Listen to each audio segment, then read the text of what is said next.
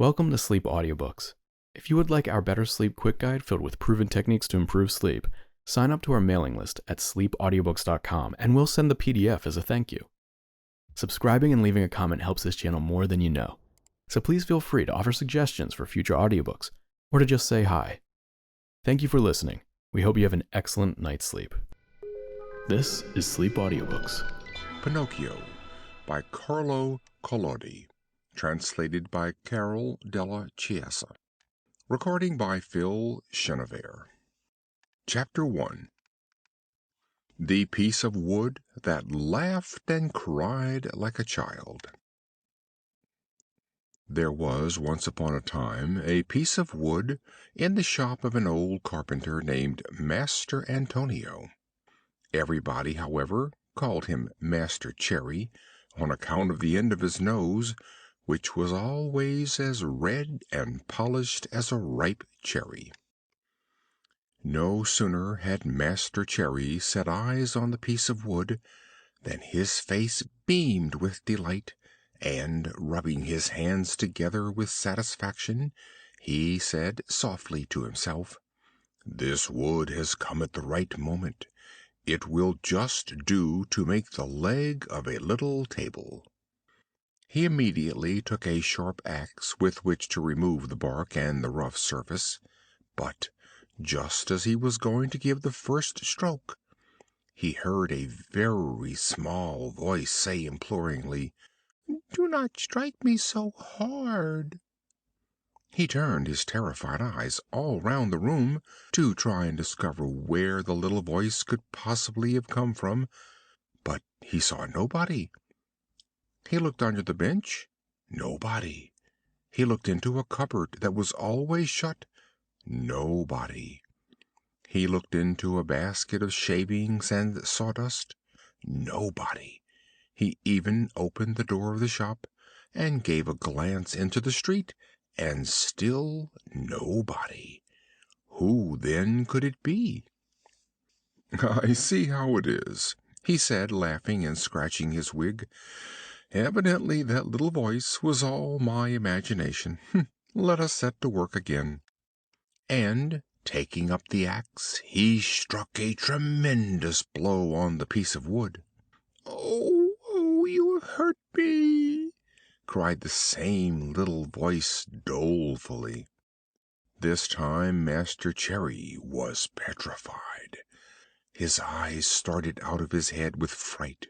His mouth remained open, and his tongue hung out almost to the end of his chin, like a mask on a fountain.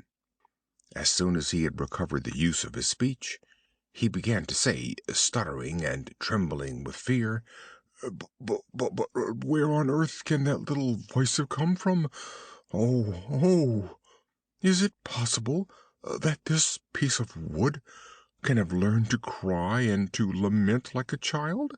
I cannot believe it. This piece of wood is nothing but a log for fuel, like all the others, and thrown on the fire it would about suffice to boil a saucepan of beans. How then? Can anyone be hidden inside it? If anyone is hidden inside, so much the worse for him. I will settle him at once." So saying, he seized the poor piece of wood and commenced beating it without mercy against the walls of the room. Then he stopped to listen if he could hear any little voice lamenting. He waited 2 minutes. Nothing. 5 minutes. Nothing. 10 minutes. Still nothing. I see how it is," he then said, forcing himself to laugh, and pushing up his wig. "Evidently the little voice that said 'Oh, oh!' was all my imagination. Ha, ha, ha! Let us set to work again." Putting the axe aside, he took his plane to plane and polish the bit of wood, but whilst he was running it up and down, he heard the same little voice laughing. "Stop, stop! You are tickling me all over." This time poor Master Cherry fell down as if he had been struck by lightning. When he at last opened his eyes, he found himself seated on the floor. His face was changed, even the end of his nose, instead of being crimson as it was nearly always, had become blue with fright. End of chapter 1.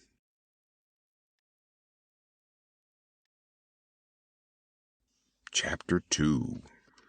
Master Cherry gives the wood away. At that moment someone knocked at the door. "Come in," said the carpenter, without having the strength to rise to his feet. A lively little old man immediately walked into the shop. His name was Geppetto, but when the boys of the neighborhood wished to make him angry, they called him Pudding, because his yellow wig greatly resembled a pudding made of Indian corn. Geppetto was very fiery. Woe to him who called him Pudding! He became furious, and there was no holding him. "Good day, Master Antonio," said Geppetto. "What are you doing there on the floor?" "I am teaching the alphabet to the ants." "Much good may that do you." "What has brought you to me, neighbor Geppetto?" "My legs; but, to tell the truth, Master Antonio, I came to ask a favor of you." "Here I am, ready to serve you," replied the carpenter, getting on his knees. "This morning an idea came into my head." "Let us hear it."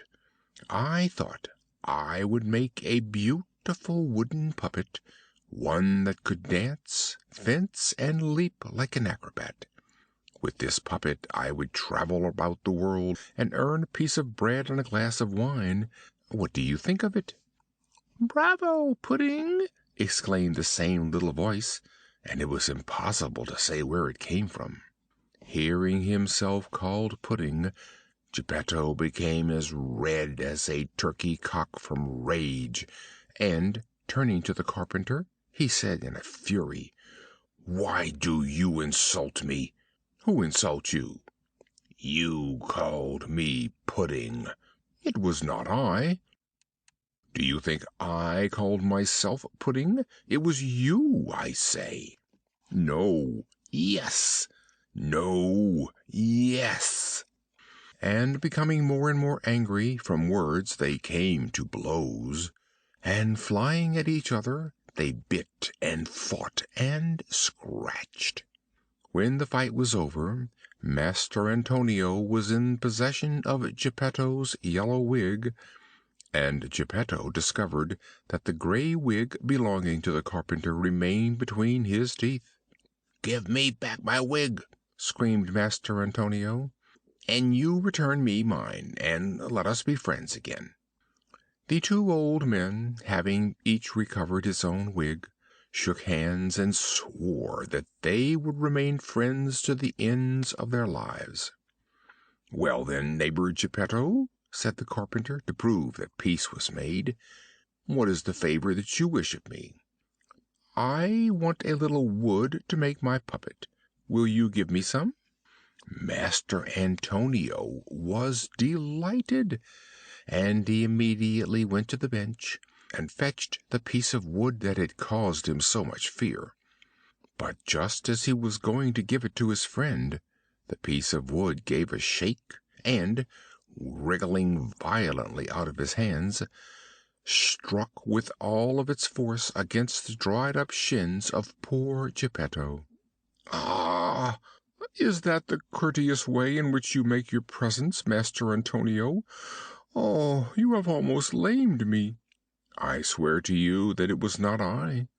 "Then you would have it that it was I?" "The wood is entirely to blame." "I know that it was the wood, but it was you that hit my legs with it. I did not hit you with it." "Liar!" "Geppetto, don't insult me, or I will call you Pudding." "Knave!" "Pudding!" "Donkey!" "Pudding!" "Baboon!" "Pudding!" On hearing himself called Pudding for the third time, Geppetto, mad with rage, fell upon the carpenter, and they fought desperately.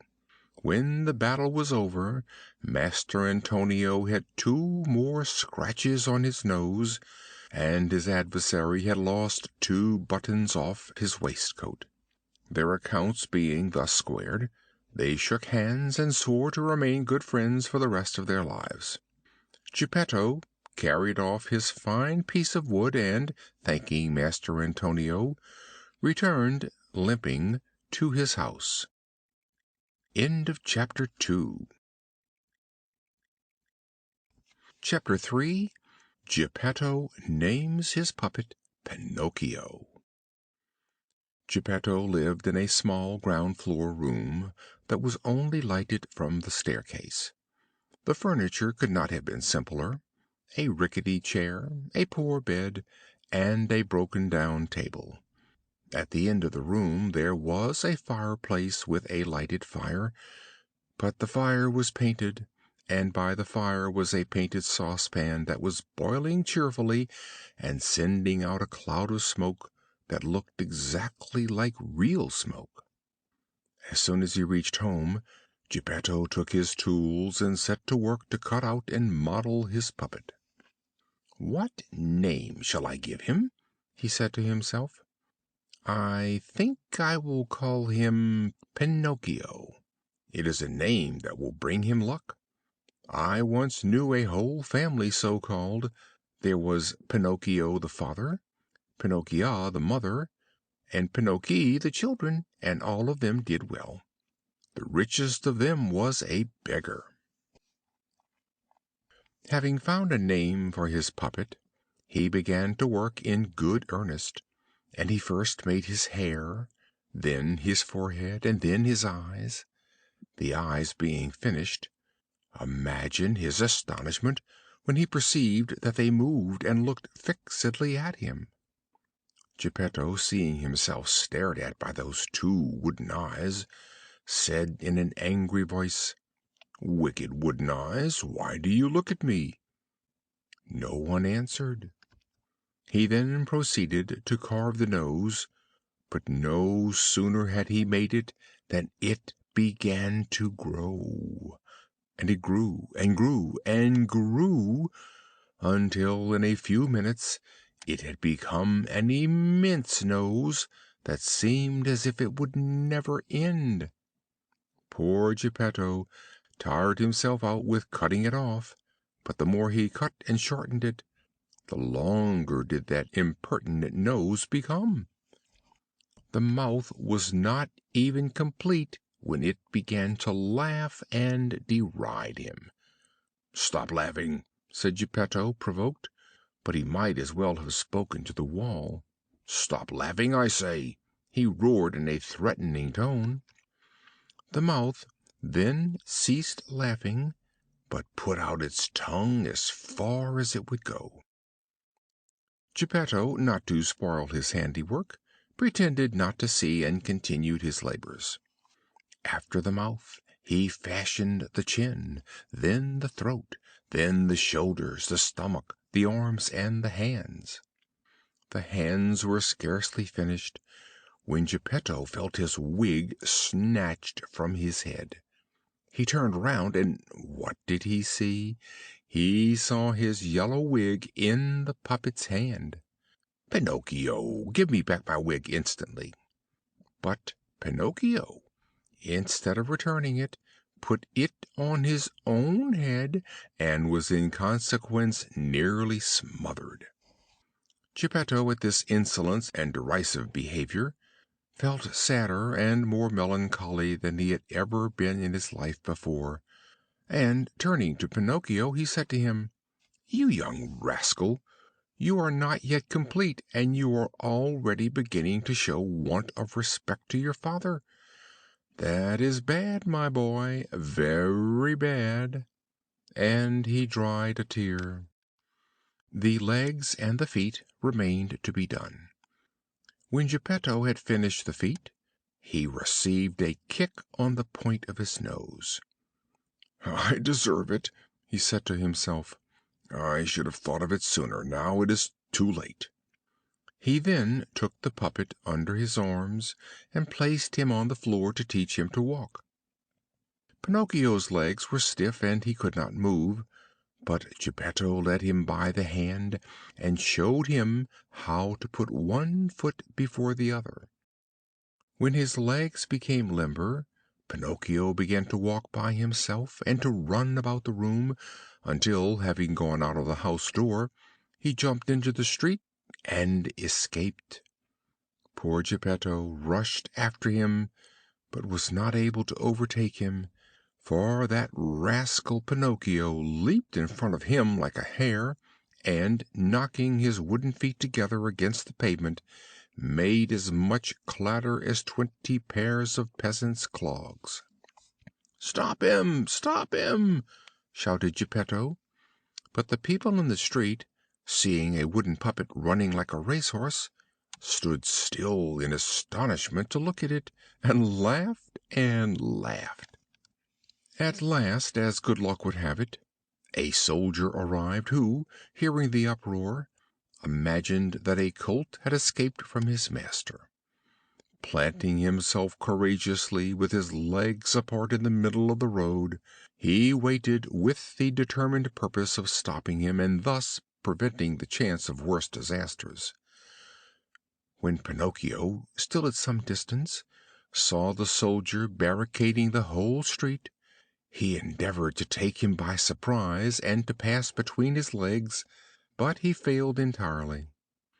The soldier, without disturbing himself in the least, caught him cleverly by the nose and gave him to Geppetto. Wishing to punish him, Geppetto intended to pull his ears at once, but imagine his feelings when he could not succeed in finding them. And do you know the reason? In his hurry to model him, he had forgotten to make any ears. He then took him away by the collar, and as he was leading him away, he said to him, shaking his head threateningly, "We will go home at once, and as soon as we arrive, we will settle our accounts, never doubt it." At this information, Pinocchio threw himself on the ground, and would not take another step. In the meanwhile, a crowd of idlers and inquisitive people began to assemble and to make a ring around them. Some of them said one thing, some another. "Poor puppet," said several, "he is right not to wish to return home. Who knows how Geppetto, that bad old man, will beat him?" And the others added maliciously, "Geppetto seems a good man, but with boys he is a regular tyrant. If that poor puppet is left in his hands he is quite capable of tearing him in pieces." It ended in so much being said and done that the soldier at last set Pinocchio at liberty and led Geppetto to prison. The poor man, not being ready with words to defend himself, cried like a calf, and as he was being led away to prison, sobbed out, "Wretched boy! And to think how I labored to make him a well conducted puppet! But it serves me right. I should have thought of it sooner." End of chapter 3. Chapter 4. The Talking Cricket Scolds Pinocchio. While poor Geppetto was being taken to prison for no fault of his, that imp Pinocchio, finding himself free from the clutches of the soldier, ran off as fast as his legs could carry him. That he might reach home the quicker, he rushed across the fields, and in his mad hurry he jumped high banks, thorn hedges, and ditches full of water. Arriving at the house, he found the street door ajar. He pushed it open, went in, and, having fastened the latch, threw himself on the floor and gave a great sigh of satisfaction. But soon he heard some one in the room who was saying, "Croak, croak, croak, croak." "Who calls me?" said Pinocchio in a fright. "It is I." Pinocchio turned round and saw a big cricket crawling slowly up the wall. "Tell me, cricket, who may you be?" "I am the talking cricket, and I have lived in this room 100 years or more." "Now, however, this room is mine," said the puppet, "and if you would do me a pleasure, go away at once, without even turning round." "I will not go," answered the cricket, "until I have told you a great truth." "Tell it me, then, and be quick about it." "Woe to those boys who rebel against their parents and run away from home! They will never come to any good in the world, and sooner or later they will repent bitterly." "Sing away, cricket, as you please, and as long as you please. For me, I have made up my mind to run away to morrow at daybreak, because if I remain I shall not escape the fate of all other boys. I shall be sent to school, and shall be made to study either by love or by force. To tell you in confidence, I have no wish to learn. It is much more amusing to run after butterflies, or to climb trees and to take the young birds out of their nests. Poor little goose! But do you know that in that way you will grow up a perfect donkey, and that everyone will make fun of you?" "Hold your tongue, you wicked, ill-omened croaker!" shouted Pinocchio. But the cricket, who was patient and philosophical, instead of becoming angry at this impertinence, continued in the same tone: "But if you do not wish to go to school, why not at least learn a trade, if only to enable you to earn honestly a piece of bread?"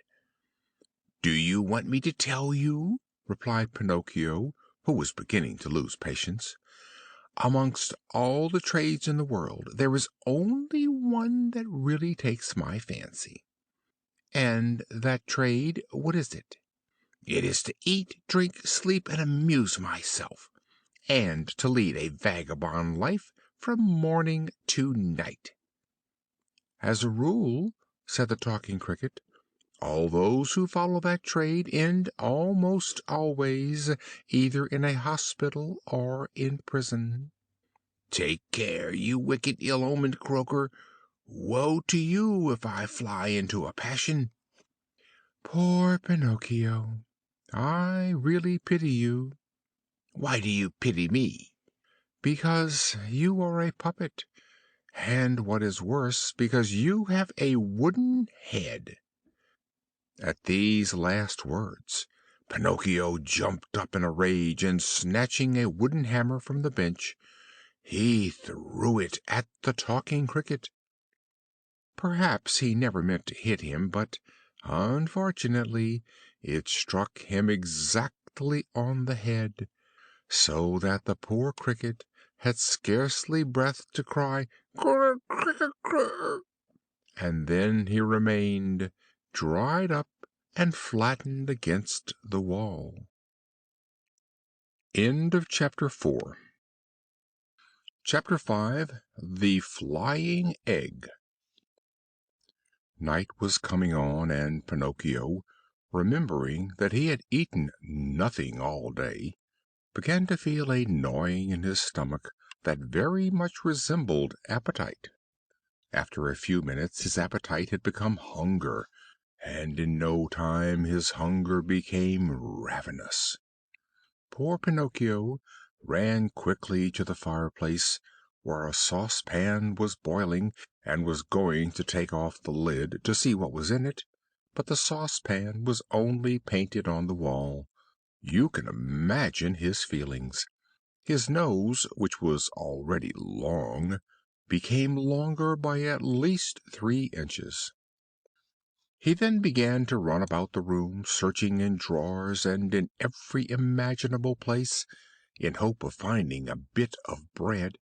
If it was only a bit of dry bread, a crust, a bone left by a dog, a little moldy pudding of Indian corn, a fish bone, a cherry stone, in fact, anything that he could gnaw. But he could find nothing, nothing at all, absolutely nothing. And in the meanwhile his hunger grew and grew. Poor Pinocchio had no other relief than yawning, and his yawns were so tremendous that sometimes his mouth almost reached his ears. And after he had yawned, he spluttered and felt as if he were going to faint. Then he began to cry desperately, and he said, "The talking cricket was right. I did wrong to rebel against my papa and to run away from home. If my papa were here, I should not now be dying of yawning. Oh, what a dreadful illness hunger is!" Just then he thought he saw something in the dust heap, something round and white that looked like a hen's egg. To give a spring and seize hold of it was the affair of a moment. It was indeed an egg. Pinocchio's joy was beyond description. Almost believing it must be a dream, he kept turning the egg over in his hands, feeling it and kissing it, and as he kissed it he said, "And now how shall I cook it? Shall I make an omelette? No, it would be better to cook it in a saucer. Or would it not be more savory to fry it in the frying pan? Or shall I simply boil it? No, the quickest way of all is to cook it in a saucer. I am in such a hurry to eat it." Without loss of time, he placed an earthenware saucer on a brazier full of red hot embers. Into the saucer, instead of oil or butter, he poured a little water, and when the water began to smoke, tuck, he broke the egg shell over it and let the contents drop in. But instead of the white and yolk, a little chicken popped out, very gay and polite. Making a beautiful curtsy, it said to him, "A thousand thanks, Master Pinocchio, for saving me the trouble of breaking the shell. Adieu until we meet again. Keep well, and my best compliments to all at home." Thus saying, it spread its wings, darted through the open window, and, flying away, was lost to sight. The poor puppet stood as if he had been bewitched, with his eyes fixed, his mouth open, and the egg shell in his hand. Recovering, however, from his first stupefaction, he began to cry and scream, and to stamp his feet on the floor in desperation, and amidst his sobs he said, "Ah, indeed, the talking cricket was right. If I had not run away from home, and if my papa were here, I should not now be dying of hunger. Oh, what a dreadful illness hunger is!" And as his stomach cried out more than ever, and he did not know how to quiet it, he thought he would leave the house and make an excursion in the neighborhood, in hopes of finding some charitable person who would give him a piece of bread. Chapter 6. Pinocchio's feet burned to cinders. It was a wild and stormy night. The thunder was tremendous, and the lightning so vivid that the sky seemed on fire. Pinocchio had a great fear of thunder, but hunger was stronger than fear. He therefore closed the house door and made a rush for the village, which he reached in 100 bounds, with his tongue hanging out and panting for breath like a dog after game. But he found it all dark and deserted. The shops were closed, the windows shut, and there was not so much as a dog in the street. It seemed the land of the dead.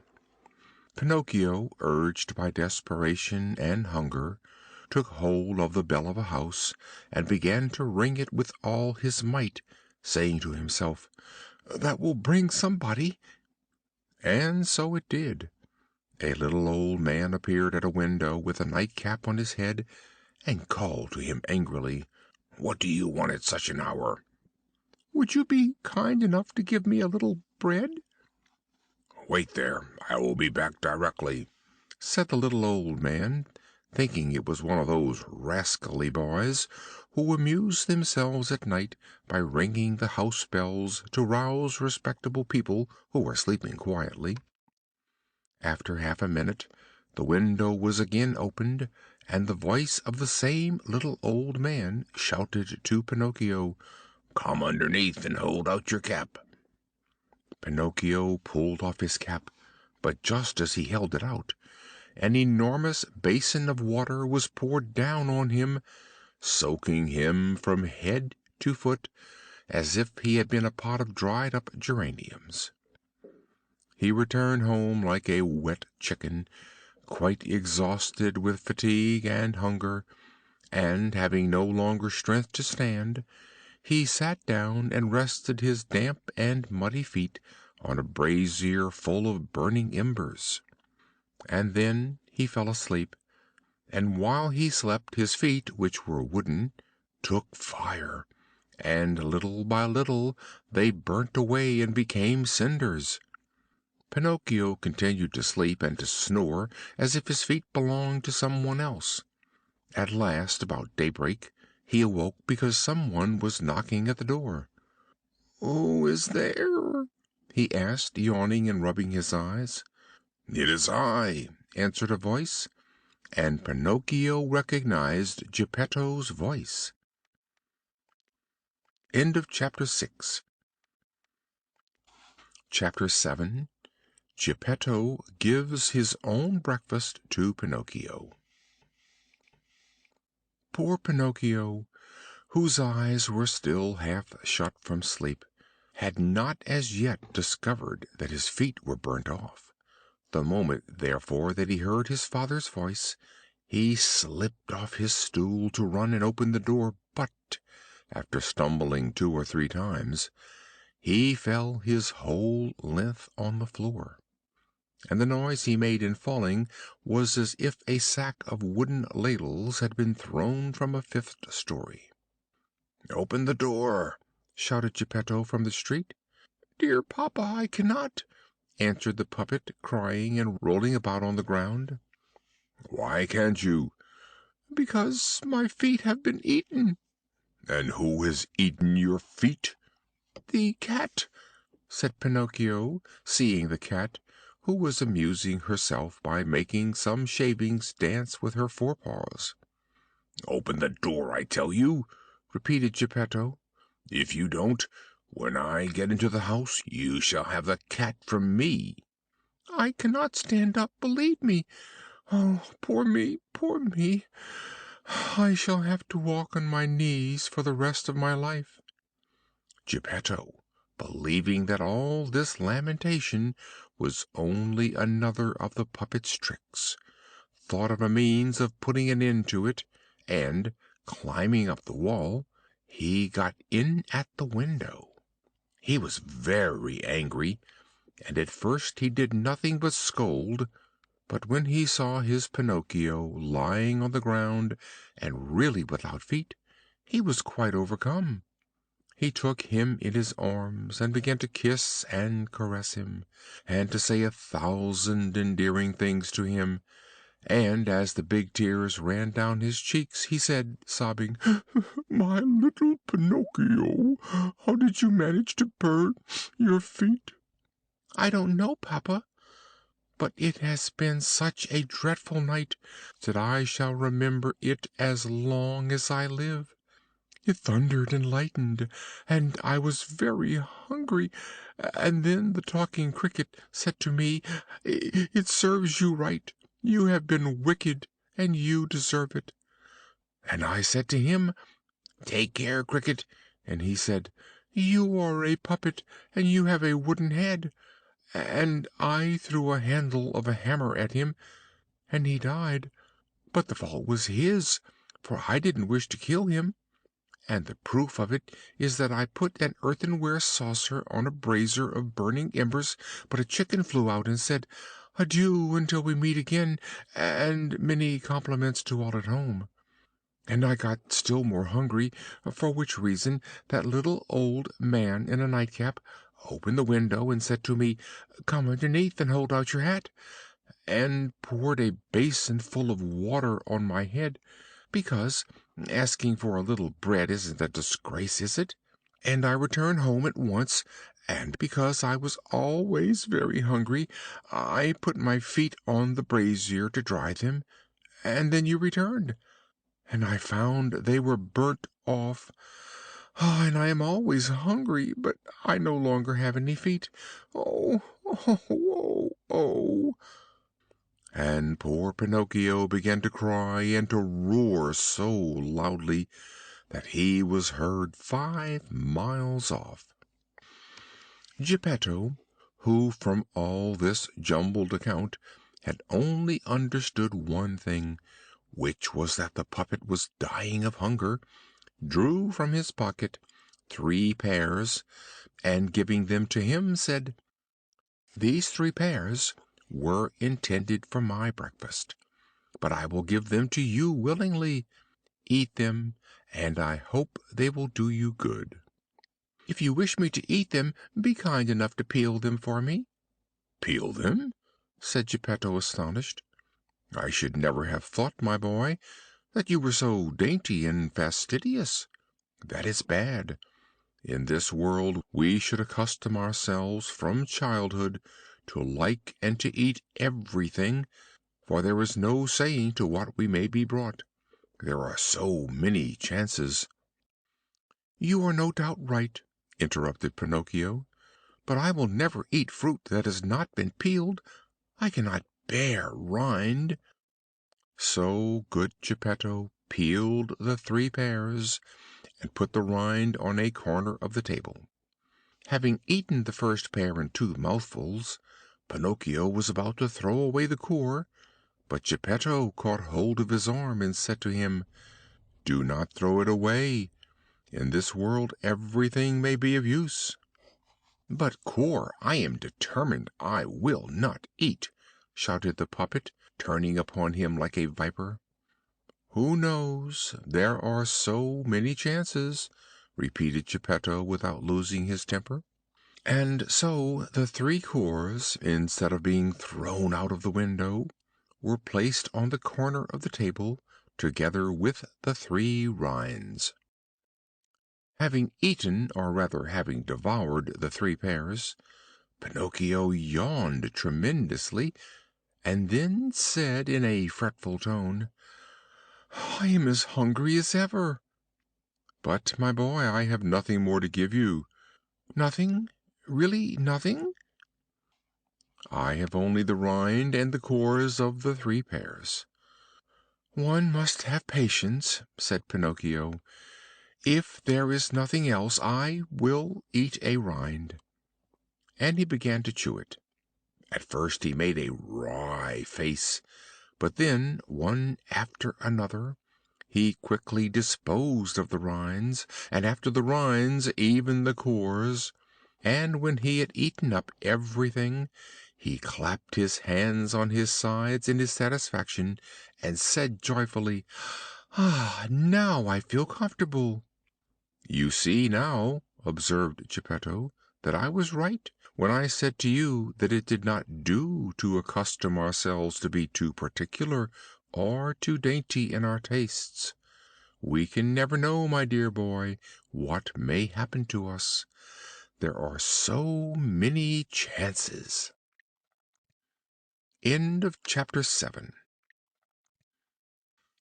Chapter 8. Geppetto makes Pinocchio new feet. No sooner had the puppet satisfied his hunger than he began to cry and to grumble because he wanted a pair of new feet. But Geppetto, to punish him for his naughtiness, allowed him to cry and to despair for half the day. He then said to him, "Why should I make you new feet? to enable you, perhaps, to escape again from home?" "I promise you," said the puppet, sobbing, "that for the future I will be good." "All boys," replied Geppetto, "when they are bent upon obtaining something, say the same thing." "I promise you that I will go to school, and that I will study and bring home a good report."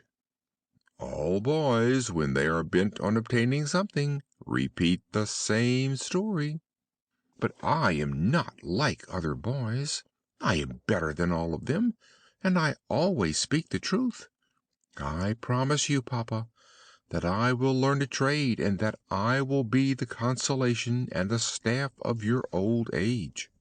Geppetto's eyes filled with tears, and his heart was sad at seeing his poor Pinocchio in such a pitiable state. He did not say another word, but taking his tools and two small pieces of well seasoned wood, he set to work with great diligence. In less than an hour the feet were finished, two little feet, swift, well knit, and nervous. They might have been modeled by an artist of genius. Geppetto then said to the puppet, "Shut your eyes and go to sleep." And Pinocchio shut his eyes and pretended to be asleep. And while he pretended to sleep, Geppetto, with a little glue which he had melted in an eggshell, fastened his feet in their place, and it was so well done that not even a trace could be seen of where they were joined. No sooner had the puppet discovered that he had feet than he jumped down from the table on which he was lying, and began to spring and to cut 1,000 capers about the room, as if he had gone mad with the greatness of his delight. "To reward you for what you have done for me," said Pinocchio to his father, "I will go to school at once." "Good boy." "But to go to school I shall want some clothes." Geppetto, who was poor, and who had not so much as a penny in his pocket, then made him a little dress of flowered paper, a pair of shoes from the bark of a tree, and a cap of the crumb of bread. Pinocchio ran immediately to look at himself in a crock of water, and he was so pleased with its appearance that he said, strutting about like a peacock, "I look quite like a gentleman."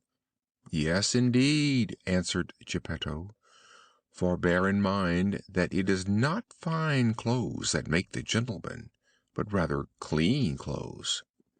"By the by," added the puppet, "to go to school I am still in want. Indeed, I am without the best thing and the most important." "And what is it?" "I have no spelling book." "You are right. But what shall we do to get one?" "It is quite easy. We have only to go to the booksellers and buy it." "And the money?" "I have got none." "Neither have I," answered the good old man very sadly. And Pinocchio, although he was a very merry boy, became sad also, because poverty, when it is real poverty, is understood by everybody, even by boys. "Well, patience!" exclaimed Geppetto, all at once rising to his feet, and putting on his old corduroy coat, all patched and darned, he ran out of the house. He returned shortly, holding in his hand a spelling book for Pinocchio, but the old coat was gone. The poor man was in his shirt sleeves, and out of doors it was snowing. "And the coat, papa?" "I have sold it." "Why did you sell it?" "Because I found it too hot." Pinocchio understood this answer in an instant, and unable to restrain the impulse of his good heart, he sprang up, and throwing his arms about Geppetto's neck, he began kissing him again and again.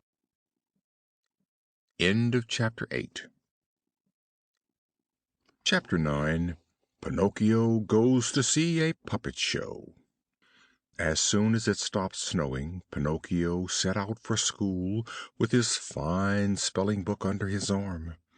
As he went along, he began to imagine 1,000 things in his little brain, and to build 1,000 castles in the air, one more beautiful than the other. And, talking to himself, he said, "Today at school I will learn to read at once. Then tomorrow I will begin to write, and the day after tomorrow to figure. Then, with my acquirements, I will earn a great deal of money, and with the first money I have in my pocket I will immediately buy for my papa a beautiful new cloth coat." But what am I saying? Cloth indeed!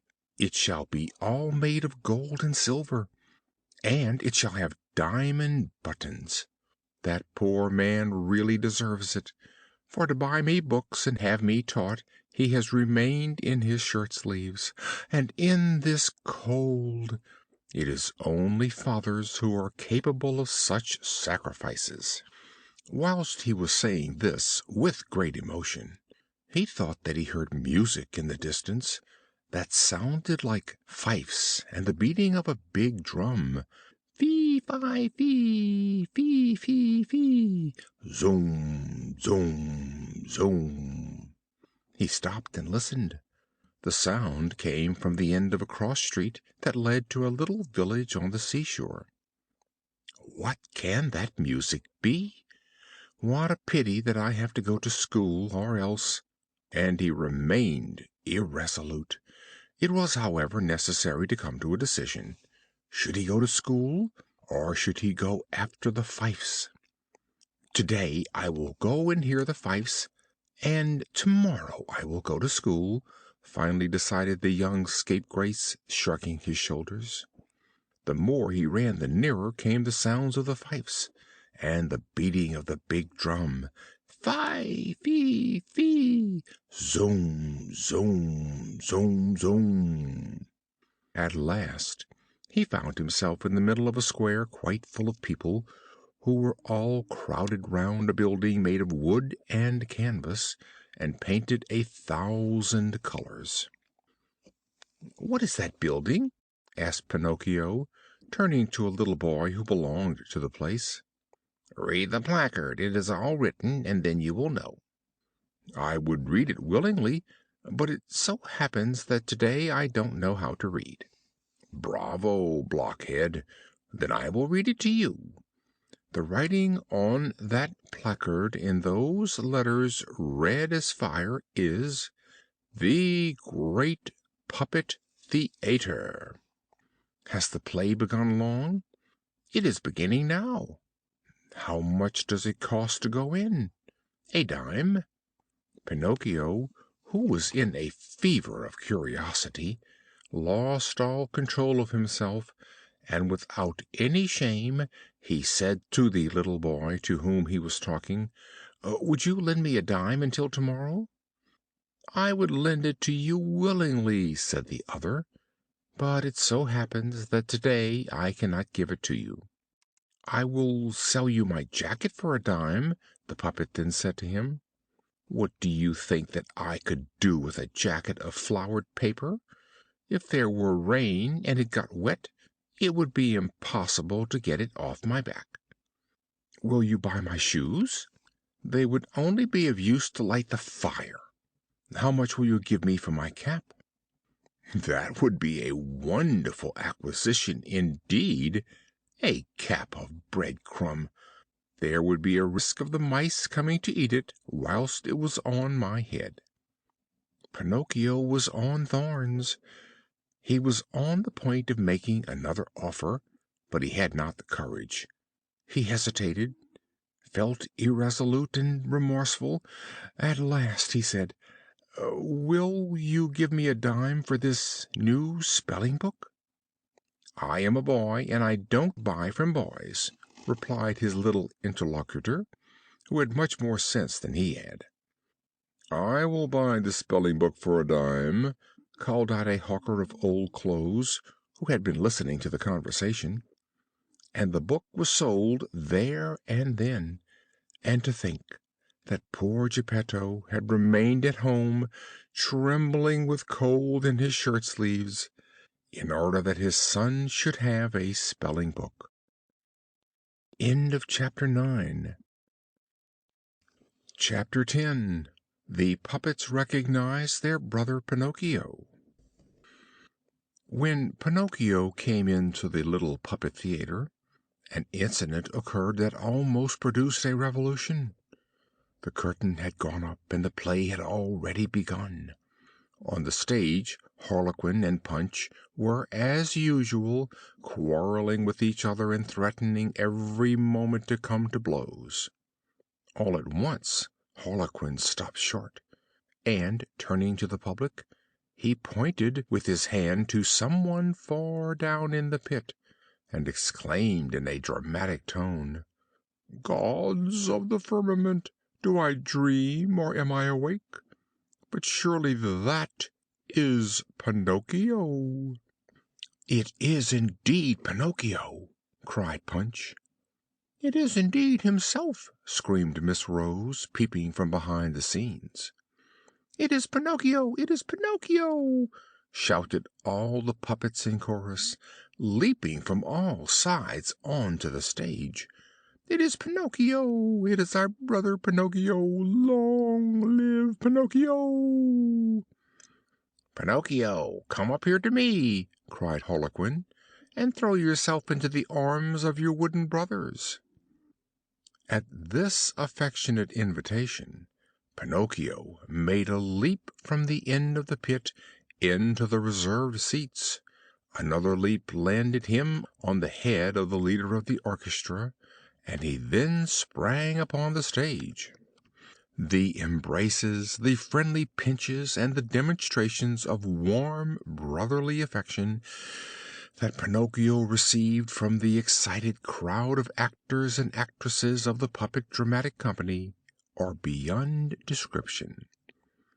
The sight was doubtless a moving one, but the public in the pit, finding that the play was stopped, became impatient, and began to shout, "We will have the play! Go on with the play!"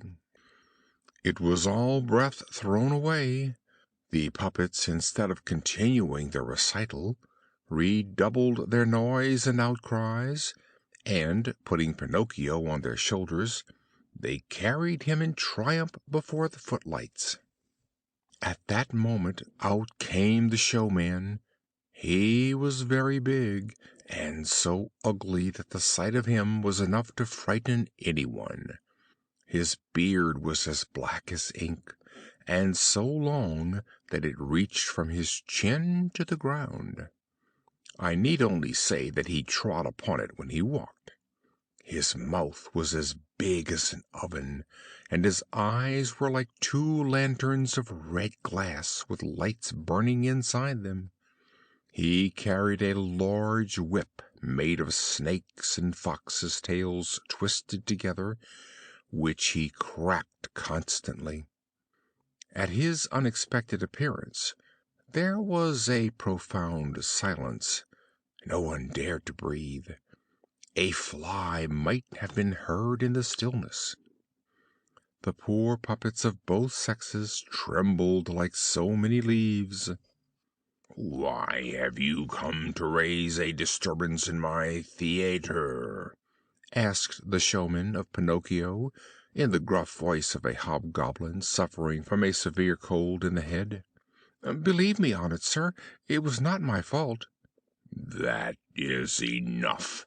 Tonight we will settle our accounts." As soon as the play was over, the showman went into the kitchen, where a fine sheep, preparing for his supper, was turning slowly on the spit in front of the fire. As there was not enough wood to finish roasting and browning it, he called Harlequin and Punch and said to them, "Bring that puppet here. You will find him hanging on a nail. It seems to me that he is made of very dry wood, and I am sure that if he were thrown on the fire, he would make a beautiful blaze for the roast." At first Harlequin and Punch hesitated, but, appalled by a severe glance from their master, they obeyed. In a short time they returned to the kitchen, carrying poor Pinocchio, who was wriggling like an eel taken out of water, and screaming desperately, "Papa, Papa, save me! I will not die! I will not die!" End of chapter 10. Chapter 11. Fire Eater sneezes and pardons Pinocchio. The showman, Fire Eater, for that was his name, looked like a wicked man, especially with his black beard that covered his chest and legs like an apron. On the whole, however, he had not a bad heart. In proof of this, when he saw poor Pinocchio brought before him, struggling and screaming, "I will not die! I will not die!" he was quite moved and felt very sorry for him. He tried to hold out, but after a little he could stand it no longer, and he sneezed violently. When he heard the sneeze, Harlequin, who up to that moment had been in the deepest affliction and bowed down like a weeping willow, became quite cheerful, and, leaning towards Pinocchio, he whispered to him softly, "Good news, brother! The showman has sneezed, and that is a sign that he pities you, and consequently you are saved." Most men, when they feel compassion for somebody, either weep or at least pretend to dry their eyes. Fire Eater, on the contrary, whenever he was really overcome, had the habit of sneezing. After he had sneezed, the showman, still acting the ruffian, shouted to Pinocchio, "Have done crying! Your lamentations have given me a pain in my stomach. I feel a spasm that almost achoo, achoo!" And he sneezed again twice. "Bless you," said Pinocchio. "Thank you. And your papa and your mamma, are they still alive?" asked Fire Eater. "Papa, yes. My mamma I have never known." "Who can say what a sorrow it would be for your poor old father if I were to have thrown you amongst these burning coals? Poor old man! I pity him. Achoo! Achoo! Achoo!" And he sneezed again 3 times. "Bless you," said Pinocchio. "Thank you. All the same, some compassion is due to me, for as you see I have no more wood with which to finish roasting my mutton, and, to tell you the truth, under the circumstances you would have been of great use to me. However, I have had pity on you, so I must have patience. Instead of you, I will burn under the spit one of the puppets belonging to my company. Ho there, gendarme!" At this call, 2 wooden gendarmes immediately appeared. They were very long and very thin, and had on cocked hats and held unsheathed swords in their hands. The showman said to them in a hoarse voice, "Take Harlequin, bind him securely, and then throw him on the fire to burn. I am determined that my mutton shall be well roasted." Only imagine that poor Harlequin! His terror was so great that his legs bent under him, and he fell with his face on the ground. At this amazing sight, Pinocchio, weeping bitterly, threw himself at the showman's feet, and bathing his long beard with his tears, he began to say in a supplicating voice, "Have pity, Sir Fire Eater." "Here there are no sirs," the showman answered severely. "Have pity, Sir Knight." "Here there are no knights." "Have pity, Commander." "Here there are no commanders." Have pity, Excellence." Upon hearing himself called Excellence, the showman began to smile, and became at once kinder and more tractable. Turning to Pinocchio, he asked, "Well, what do you want from me?" "I implore you to pardon poor Harlequin." "For him there can be no pardon. As I have spared you, he must be put on the fire, for I am determined that my mutton shall be well roasted." "In that case," cried Pinocchio proudly, rising and throwing away his cap of breadcrumb, "in that case I know my duty. Come on, gendarmes, bind me and throw me amongst the flames. No, it is not just that poor Harlequin, my true friend, should die for me." These words, pronounced in a loud, heroic voice, made all the puppets who were present cry. Even the gendarmes, although they were made of wood, wept like two newly born lambs. Fire Eater at first remained as hard and unmoving as ice, but little by little he began to melt and to sneeze, and having sneezed 4 or 5 times, he opened his arms affectionately and said to Pinocchio, "You are a good brave boy. Come here and give me a kiss." Pinocchio ran at once, and climbing like a squirrel up the showman's beard, he deposited a hearty kiss on the point of his nose. "Then the pardon is granted?" asked poor Harlequin in a faint voice that was scarcely audible. "The pardon is granted," answered Fire Eater. He then added, sighing and shaking his head, "I must have patience. Tonight I shall have to resign myself to eat the mutton half raw, but another time woe to him who displeases me." At the news of the pardon, the puppets all ran to the stage, and having lighted the lamps and chandeliers as if for a full dress performance, they began to leap and to dance merrily. At dawn they were still dancing.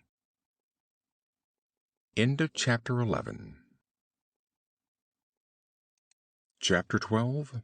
Pinocchio receives a present of 5 gold pieces. The following day Fire Eater called Pinocchio to one side and asked him, "What is your father's name?" "Geppetto." "And what trade does he follow?" "He is a beggar." "Does he gain much?" "Gain much? Why, he has never a penny in his pocket. Only think, in order to buy a spelling book so that I could go to school, he was obliged to sell the only coat he had to wear, a coat that between patches and darns was not fit to be seen." "Poor devil! I feel almost sorry for him. Here are 5 gold pieces. Go at once and take them to him with my compliments." Pinocchio was overjoyed, and thanked the showman 1,000 times. He embraced all the puppets of the company one by one, even to the gendarmes, and set out to return home. But he had not gone far when he met on the road a Fox lame of one foot, and a Cat blind of both eyes, and they were going along helping each other like good companions in misfortune.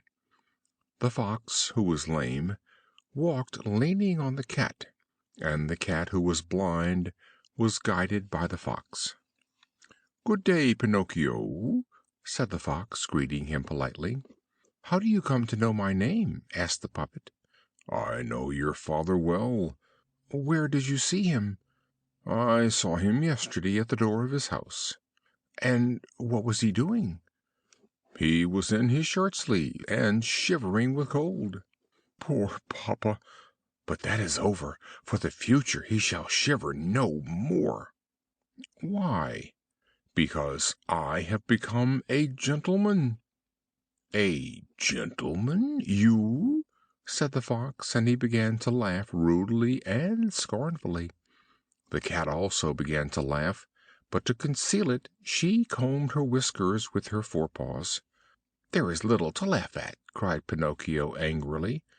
"I am really sorry to make your mouth water, but if you know anything about it, you can see that these are 5 gold pieces." And he pulled out the money that Fire Eater had given him.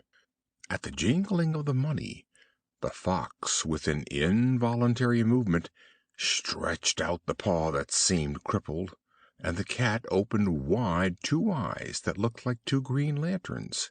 It is true that she shut them again, and so quickly that Pinocchio observed nothing. "And now," asked the Fox, "what are you going to do with all that money?" "First of all," answered the puppet, "I intend to buy a new coat for my papa, made of gold and silver, and with diamond buttons, and then I will buy a spelling book for myself." "For yourself?" "Yes, indeed, for I wish to go to school to study in earnest." "Look at me," said the Fox. "Through my foolish passion for study, I have lost a leg." "Look at me," said the Cat. "Through my foolish passion for study, I have lost the sight of both my eyes." At that moment a white blackbird, that was perched on the hedge by the road, began his usual song, and said, "Pinocchio, don't listen to the advice of bad companions. If you do, you will repent it." Poor blackbird! If only he had not spoken! The Cat, with a great leap, sprang upon him, and without even giving him time to say "Oh!" ate him in a mouthful, feathers and all.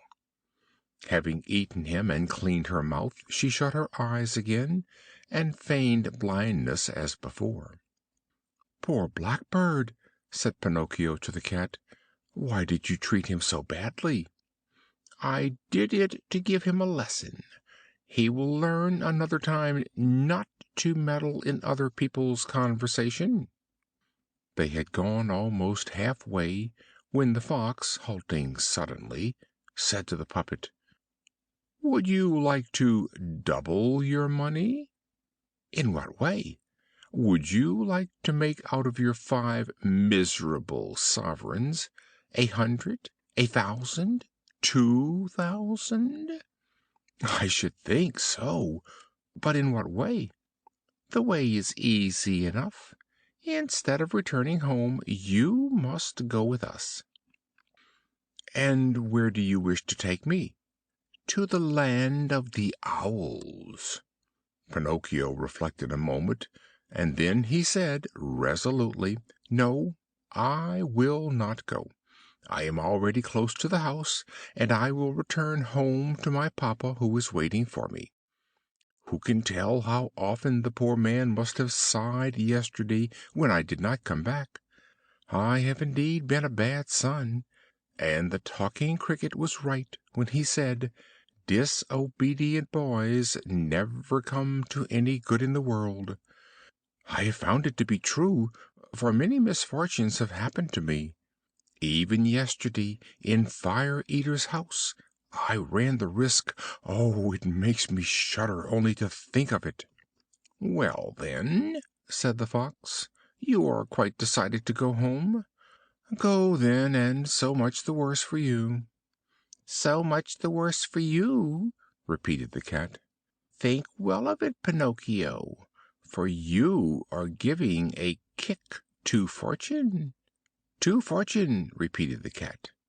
"Between today and tomorrow your 5 sovereigns would have become 2,000." "2,000!" repeated the Cat. "But how is it possible that they could become so many?" asked Pinocchio, remaining with his mouth open from astonishment. "I will explain it to you at once," said the Fox. "You must know that in the land of the Owls there is a sacred field called by everybody the Field of Miracles. In this field you must dig a little hole, and you put into it, we will say, 1 gold sovereign. You then cover up the hole with a little earth. You must water it with 2 pails of water from the fountain, then sprinkle it with 2 pinches of salt, and when night comes you can go quietly to bed. In the meanwhile, during the night, the gold piece will grow and flower, and in the morning, when you get up and return to the field, what do you find? You find a beautiful tree, laden with as many gold sovereigns as a fine ear of corn has grains in the month of June. "So that," said Pinocchio, more and more bewildered, "supposing I buried my 5 sovereigns in that field, how many should I find there the following morning?" "That is an exceedingly easy calculation," replied the Fox. "A calculation that you can make on the ends of your fingers. Every sovereign will give you an increase of 500. Multiply 500 by 5, and the following morning you will find you with 2,500 shining gold pieces in your pocket." "Oh, how delightful!" cried Pinocchio, dancing for joy. "As soon as ever I have obtained those sovereigns, I will keep 2,000 for myself, and the other 500 I will make a present of to you two." "A present to us?" cried the Fox with indignation, and appearing much offended. "What are you dreaming of? What are you dreaming of?" repeated the Cat. "We do not work," said the Fox, "for interest.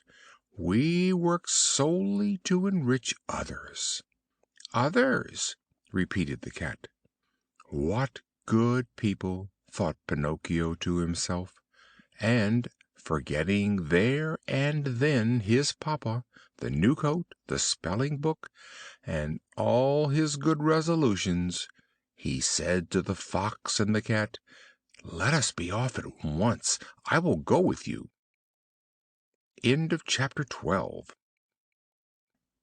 Chapter 13. The Inn of the Red Crawfish.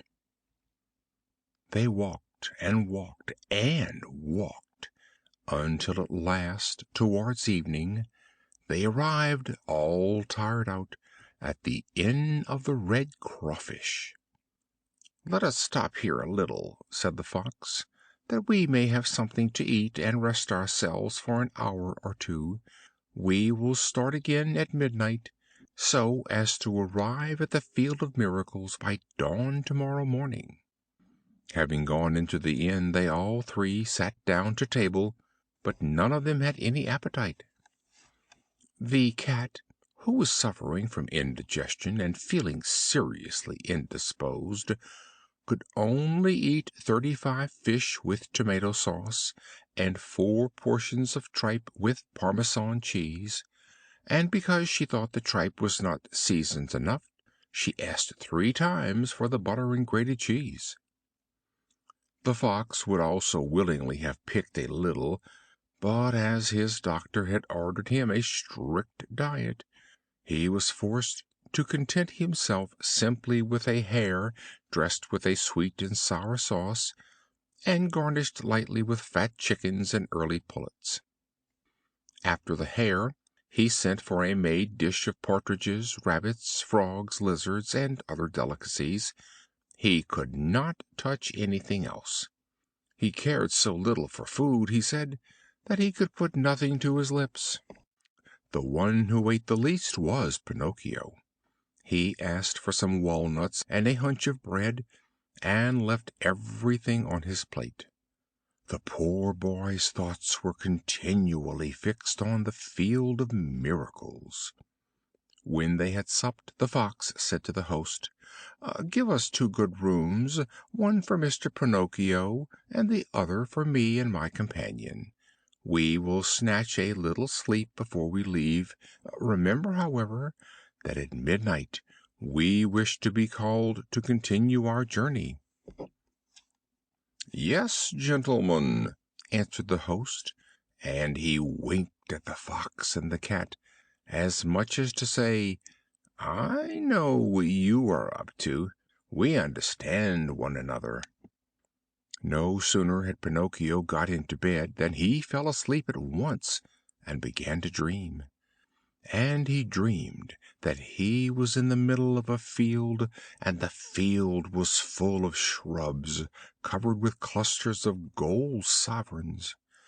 And as they swung in the wind, they went zing, zing, zing, almost as if they would say, "Let who will come and take us." But just as Pinocchio was stretching out his hand to pick handfuls of those beautiful gold pieces and to put them in his pocket, he was suddenly awakened by 3 violent blows on the door of his room. It was the host who had come to tell him that midnight had struck. "Are my companions ready?" asked the puppet.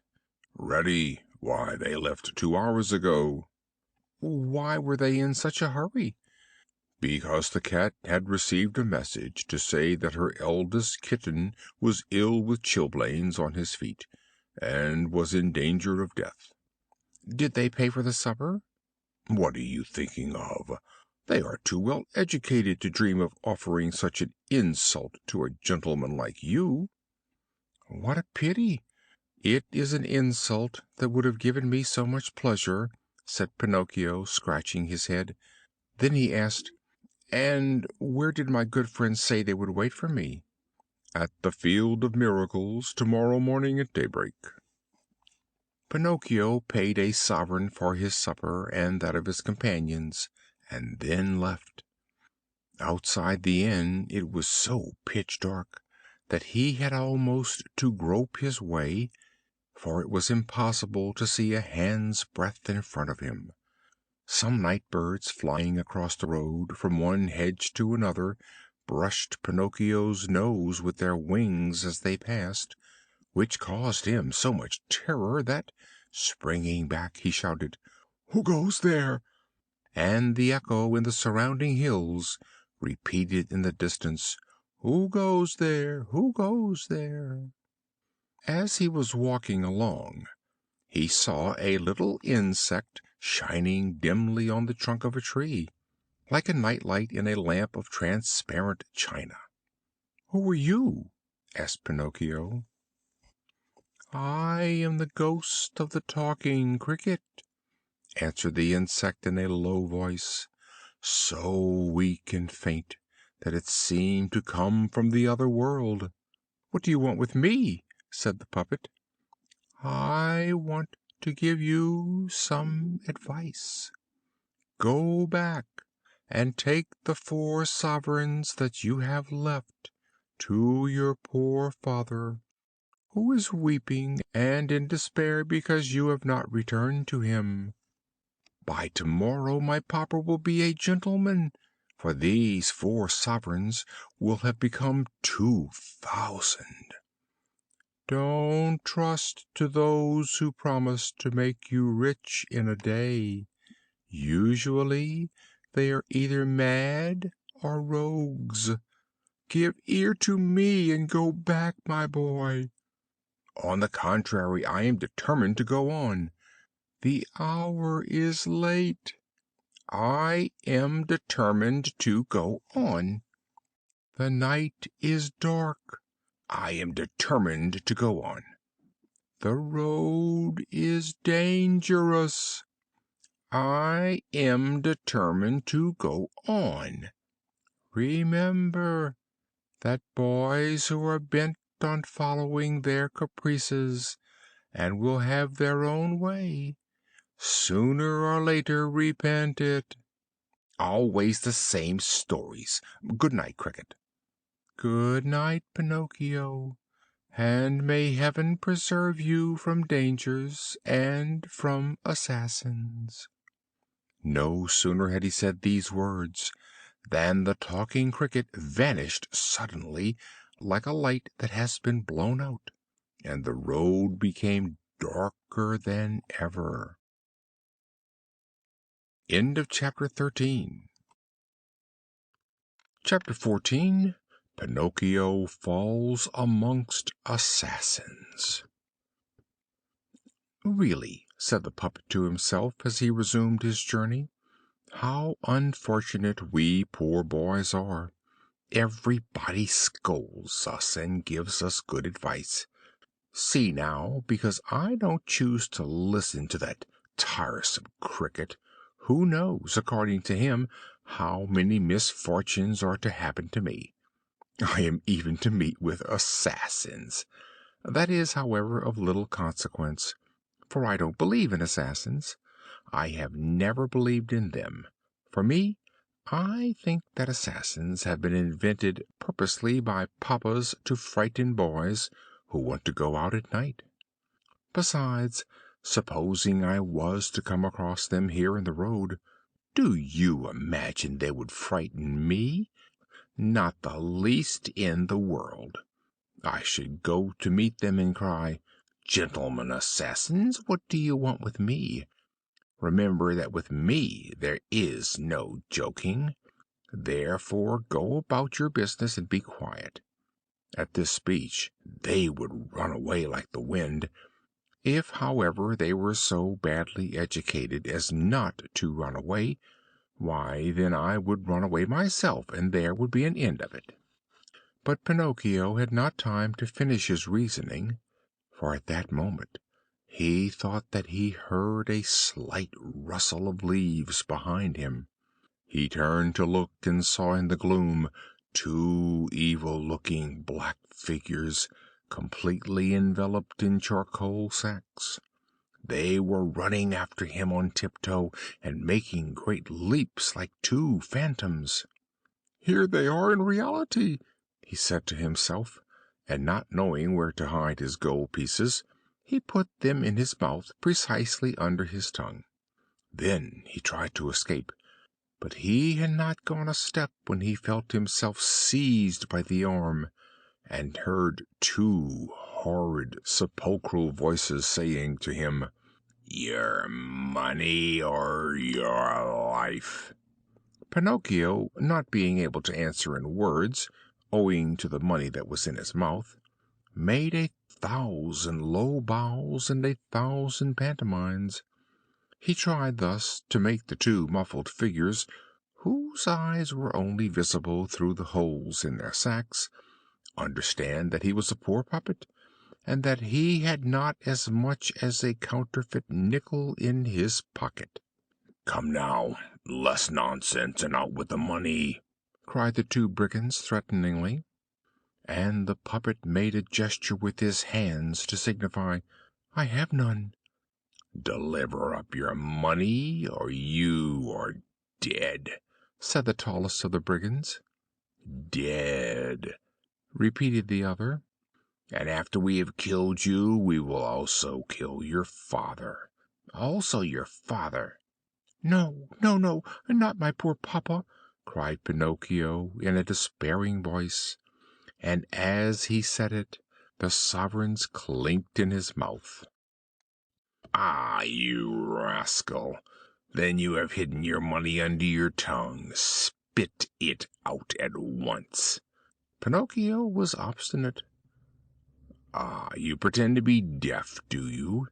Wait a moment. Leave it to us to find a means to make you give it up." And one of them seized the puppet by the end of his nose, and the other took him by the chin, and began to pull them brutally, the one up and the other down, to force him to open his mouth. But it was all to no purpose. Pinocchio's mouth seemed to be nailed and riveted together. Then the shorter assassin drew out an ugly knife, and tried to put it between his lips like a lever or chisel, but Pinocchio, as quick as lightning, caught his hand with his teeth, and with one bite bit it clear off and spat it out.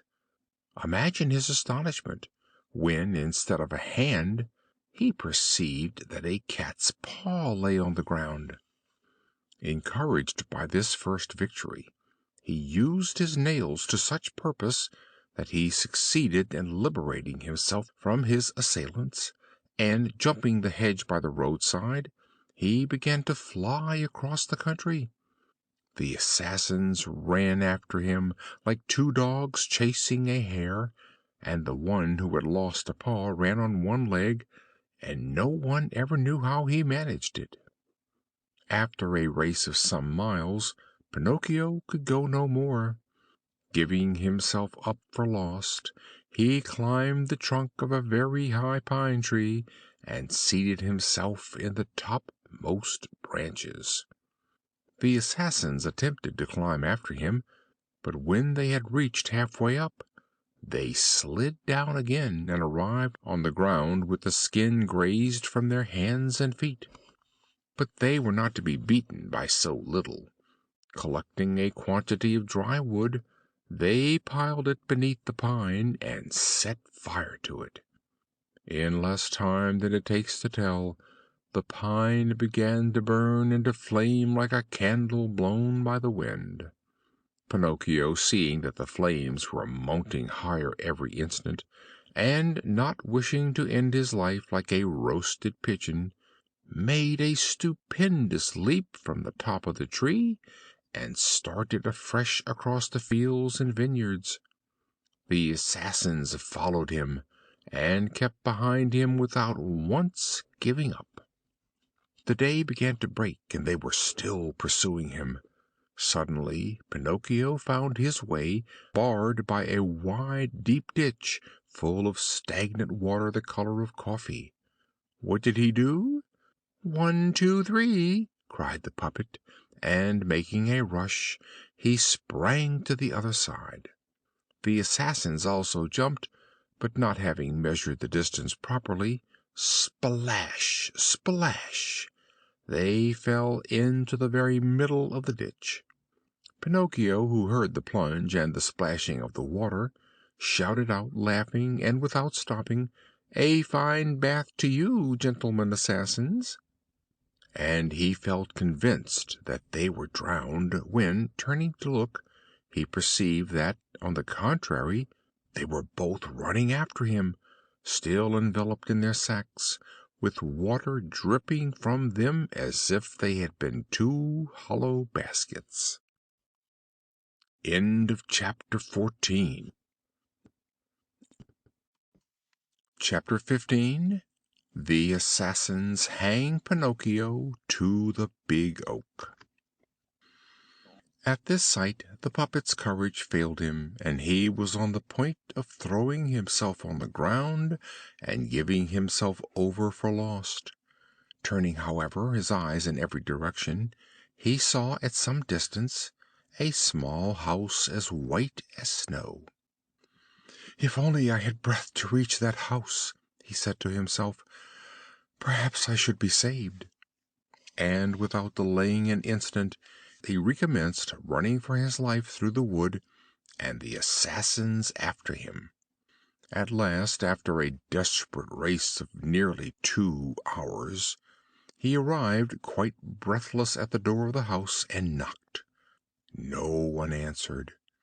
He knocked again with great violence, for he heard the sound of steps approaching him and the heavy panting of his persecutors. The same silence. Seeing that knocking was useless, he began in desperation to kick and pommel the door with all his might. The window then opened, and a beautiful child appeared at it. She had blue hair and a face as white as a waxen image.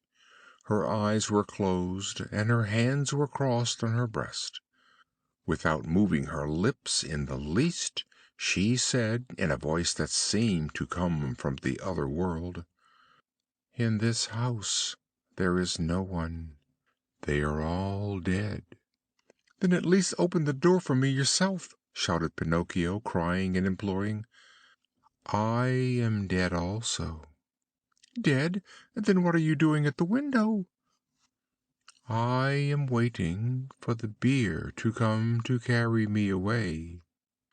Having said this, she immediately disappeared, and the window was closed again without the slightest noise. "Oh, beautiful child with blue hair!"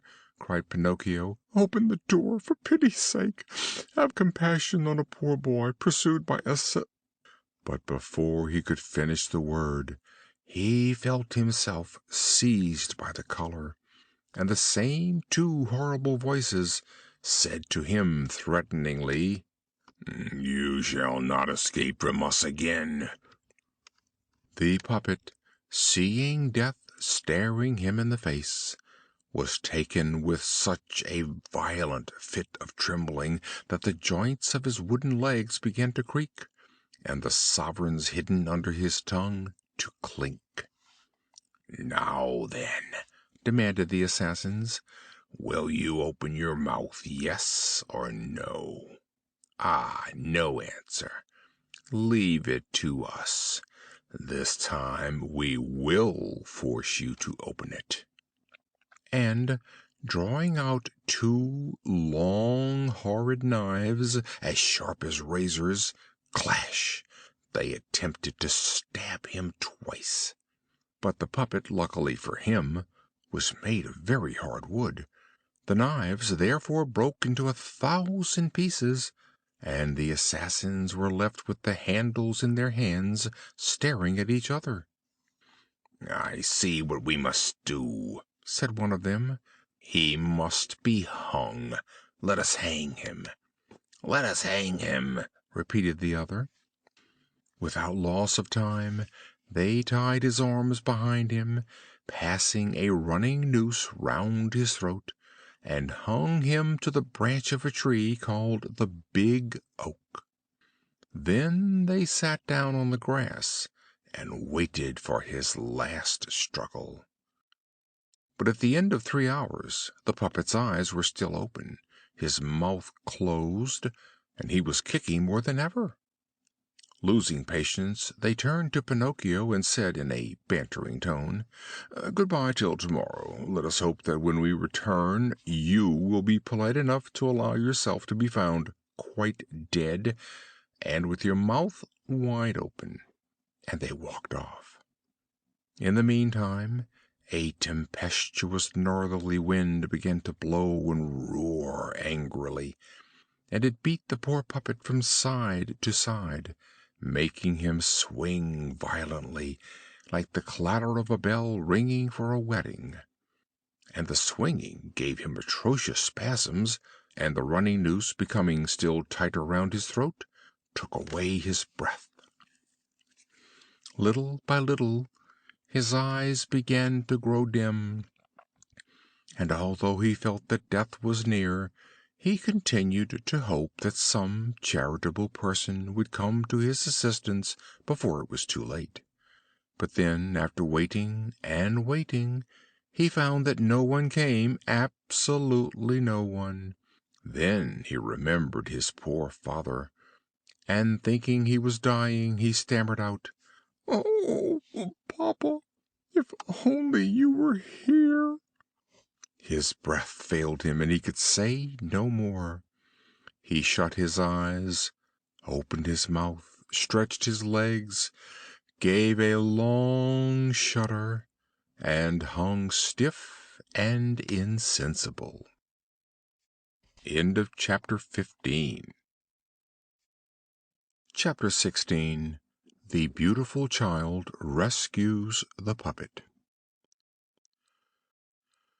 While poor Pinocchio, suspended to a branch of the Big Oak, was apparently more dead than alive, the beautiful child with blue hair came again to the window. When she saw the unhappy puppet hanging by his throat and dancing up and down in the gusts of the north wind, she was moved by compassion. Striking her hands together, she gave 3 little claps. At this signal there came a sound of the sweep of wings flying rapidly, and a large falcon flew on to the window sill. "What are your orders, gracious Fairy?" he asked, inclining his beak in sign of reverence. "Do you see that puppet dangling from a branch of the big oak?" "I see him." "Very well. Fly there at once. With your strong beak break the knot that keeps him suspended in the air, and lay him gently on the grass at the foot of the tree." The falcon flew away, and after 2 minutes he returned, saying, "I have done as you commanded." "And how did you find him?" "To see him he appeared dead, but he cannot really be quite dead, for I had no sooner loosened the running noose that tightened his throat than, giving a sigh, he murmured in a faint voice, 'Now I feel better.'" The Fairy then struck her hands together twice, and a magnificent poodle appeared, walking upright on his hind legs exactly as if he had been a man. He was in the full dress livery of a coachman. On his head he had a 3-cornered hat braided with gold. His curly white wig came down onto his shoulders. He had a chocolate-colored waistcoat with diamond buttons, and 2 large pockets to contain the bones that his mistress gave him at dinner.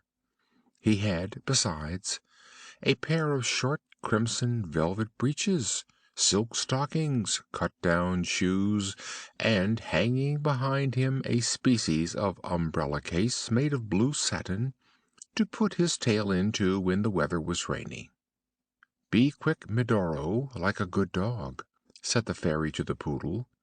"Have the most beautiful carriage in my coach house harnessed, and take the road to the wood. When you come to the big oak, you will find a poor puppet stretched on the grass, half dead. Pick him up gently, and lay him flat on the cushions of the carriage, and bring him here to me. Do you understand?" The poodle, to show that he had understood, shook the case of blue satin 3 or 4 times, and ran off like a racehorse. Shortly afterwards a beautiful little carriage came out of the coach house. The cushions were stuffed with canary feathers, and it was lined on the inside with whipped cream, custard, and vanilla wafers. The little carriage was drawn by 100 pairs of white mice, and the poodle, seated on the coach box, cracked his whip from side to side like a driver when he is afraid that he is behind time. Scarcely had a quarter of an hour passed when the carriage returned. The Fairy, who was waiting at the door of the house, took the poor puppet in her arms and carried him into a little room that was wainscoted with mother of pearl. She sent at once to summon the most famous doctors in the neighborhood. They came immediately, one after the other, namely, a crow, an owl, and a talking cricket. "I wish to know from you, gentlemen," said the Fairy, "if this unfortunate puppet is alive or dead." At this request the crow, advancing first, felt Pinocchio's pulse.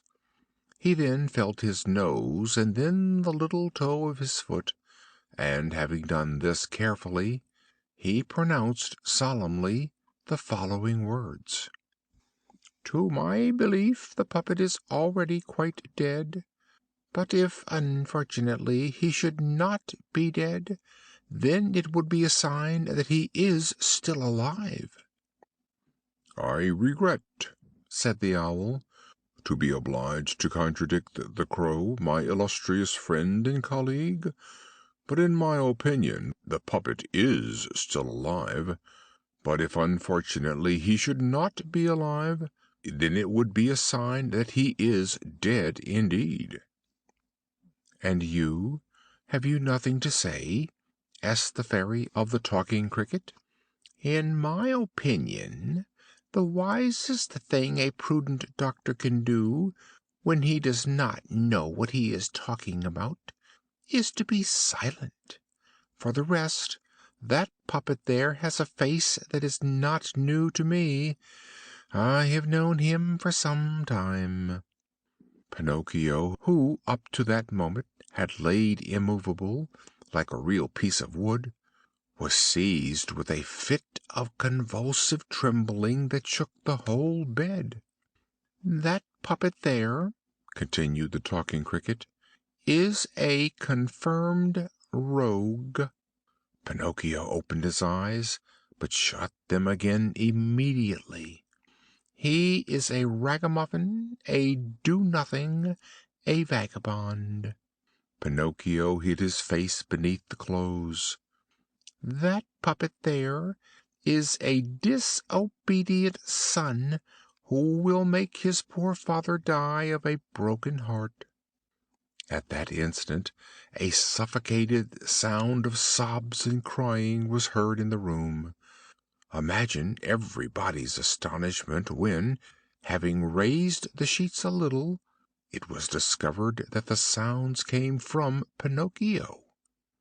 "When a dead person cries, it is a sign that he is on the road to get well," said the Crow solemnly. "I grieve to contradict my illustrious friend and colleague," added the Owl, "but for me, when the dead person cries, it is a sign that he is sorry to die." Chapter 17. Pinocchio will not take his medicine. As soon as the three doctors had left the room, the Fairy approached Pinocchio, and, having touched his forehead, she perceived that he was in a high fever. She therefore dissolved a certain white powder in half a tumbler of water, and offering it to the puppet, she said to him lovingly, "Drink it, and in a few days you will be cured." Pinocchio looked at the tumbler, made a wry face, and then asked, in a plaintive voice, "Is it sweet or bitter?" "It is bitter, but it will do you good." "If it is bitter, I will not take it." "Listen to me. Drink it." "I don't like anything bitter." "Drink it, and when you have drunk it I will give you a lump of sugar to take away the taste." "Where is the lump of sugar?" "Here it is," said the Fairy, taking a piece from a gold sugar basin. "Give me first the lump of sugar, and then I will drink that bad bitter water." "Do you promise me?" "Yes." The Fairy gave him the sugar, and Pinocchio, having crunched it up and swallowed it in a second, said, licking his lips, "It would be a fine thing if sugar were medicine. I would take it every day." "Now keep your promise and drink these few drops of water, which will restore you to health." Pinocchio took the tumbler unwillingly in his hand, and put the point of his nose to it. He then approached it to his lips. He then again put his nose to it, and at last said, "It is too bitter, too bitter. I cannot drink it."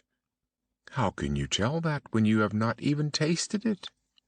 "I can imagine it. I know it from the smell. I want first another lump of sugar, and then I will drink it." The Fairy then, with all the patience of a good mamma, put another lump of sugar in his mouth, and again presented the tumbler to him. "I cannot drink it so," said the puppet, making 1,000 grimaces. "Why?" "Because that pillow that is down there on my feet bothers me." The Fairy removed the pillow. "It is useless; even so I cannot drink it." "What is the matter now?" "The door of the room, which is half open, bothers me." The Fairy went and closed the door. "In short," cried Pinocchio, bursting into tears, "I will not drink that bitter water. No, no, no!" "My boy, you will repent it." "I don't care." "Your illness is serious." "I don't care." "The fever in a few hours will carry you into the other world." "I don't care." "Are you not afraid of death?"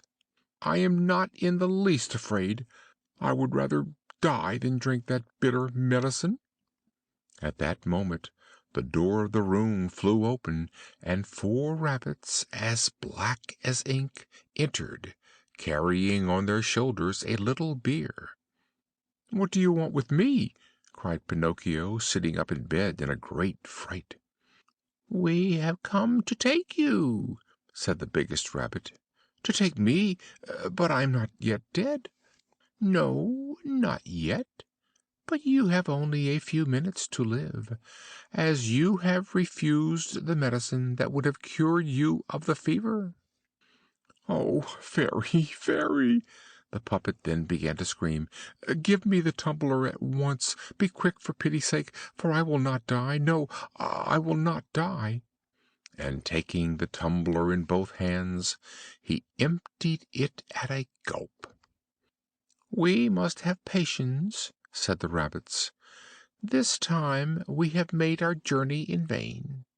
And then, taking the little bier again on their shoulders, they left the room, grumbling and murmuring between their teeth.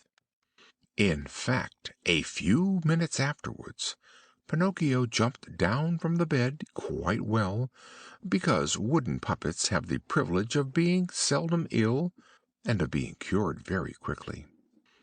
The Fairy, seeing him running and rushing about the room, as gay and as lively as a young cock, said to him, "Then my medicine has really done you good." "Good! I should think so.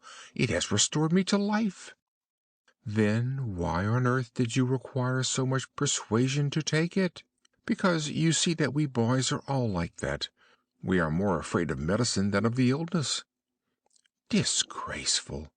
Boys ought to know that a good remedy, taken in time, may save them from a serious illness, and perhaps even from death." "Oh, but another time I shall not require so much persuasion.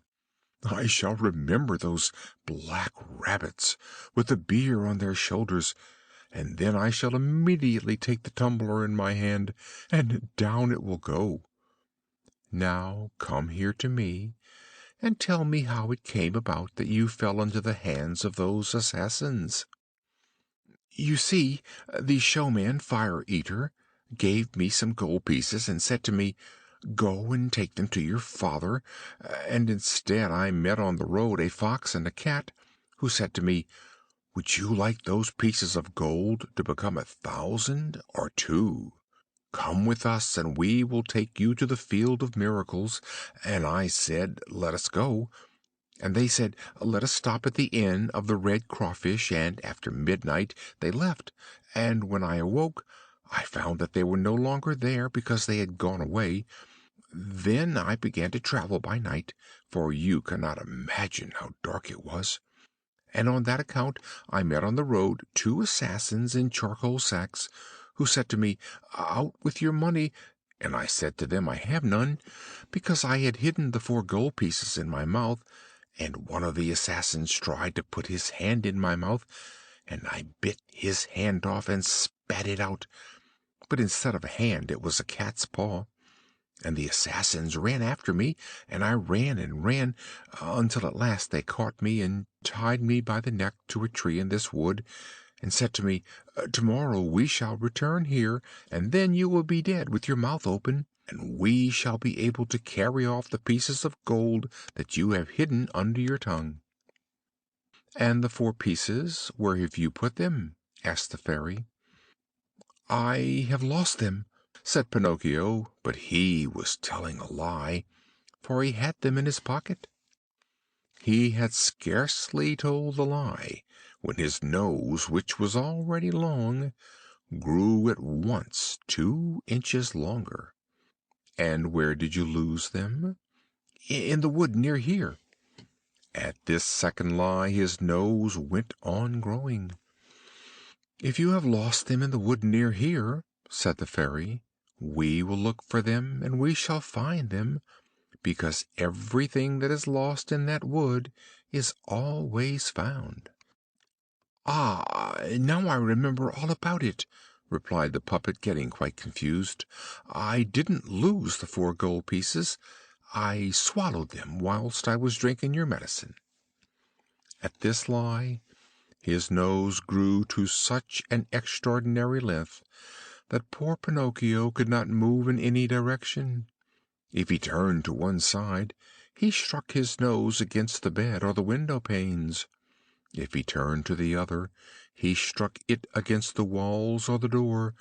If he raised his head a little, he ran the risk of sticking it into one of the Fairy's eyes. And the Fairy looked at him and laughed. "What are you laughing at?" asked the puppet, very confused and anxious at finding his nose growing so prodigiously. "I am laughing at the lie you have told."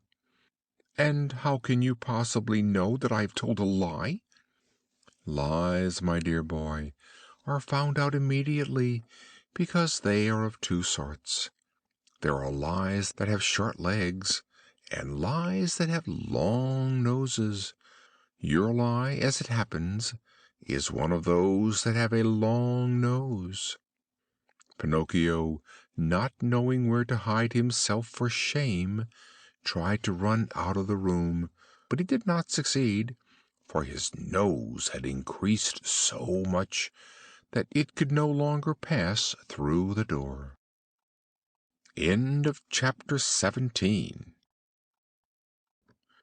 Chapter 18. Pinocchio again meets the Fox and the Cat. The Fairy allowed the puppet to cry for a good half hour over his nose, which could no longer pass through the door of the room.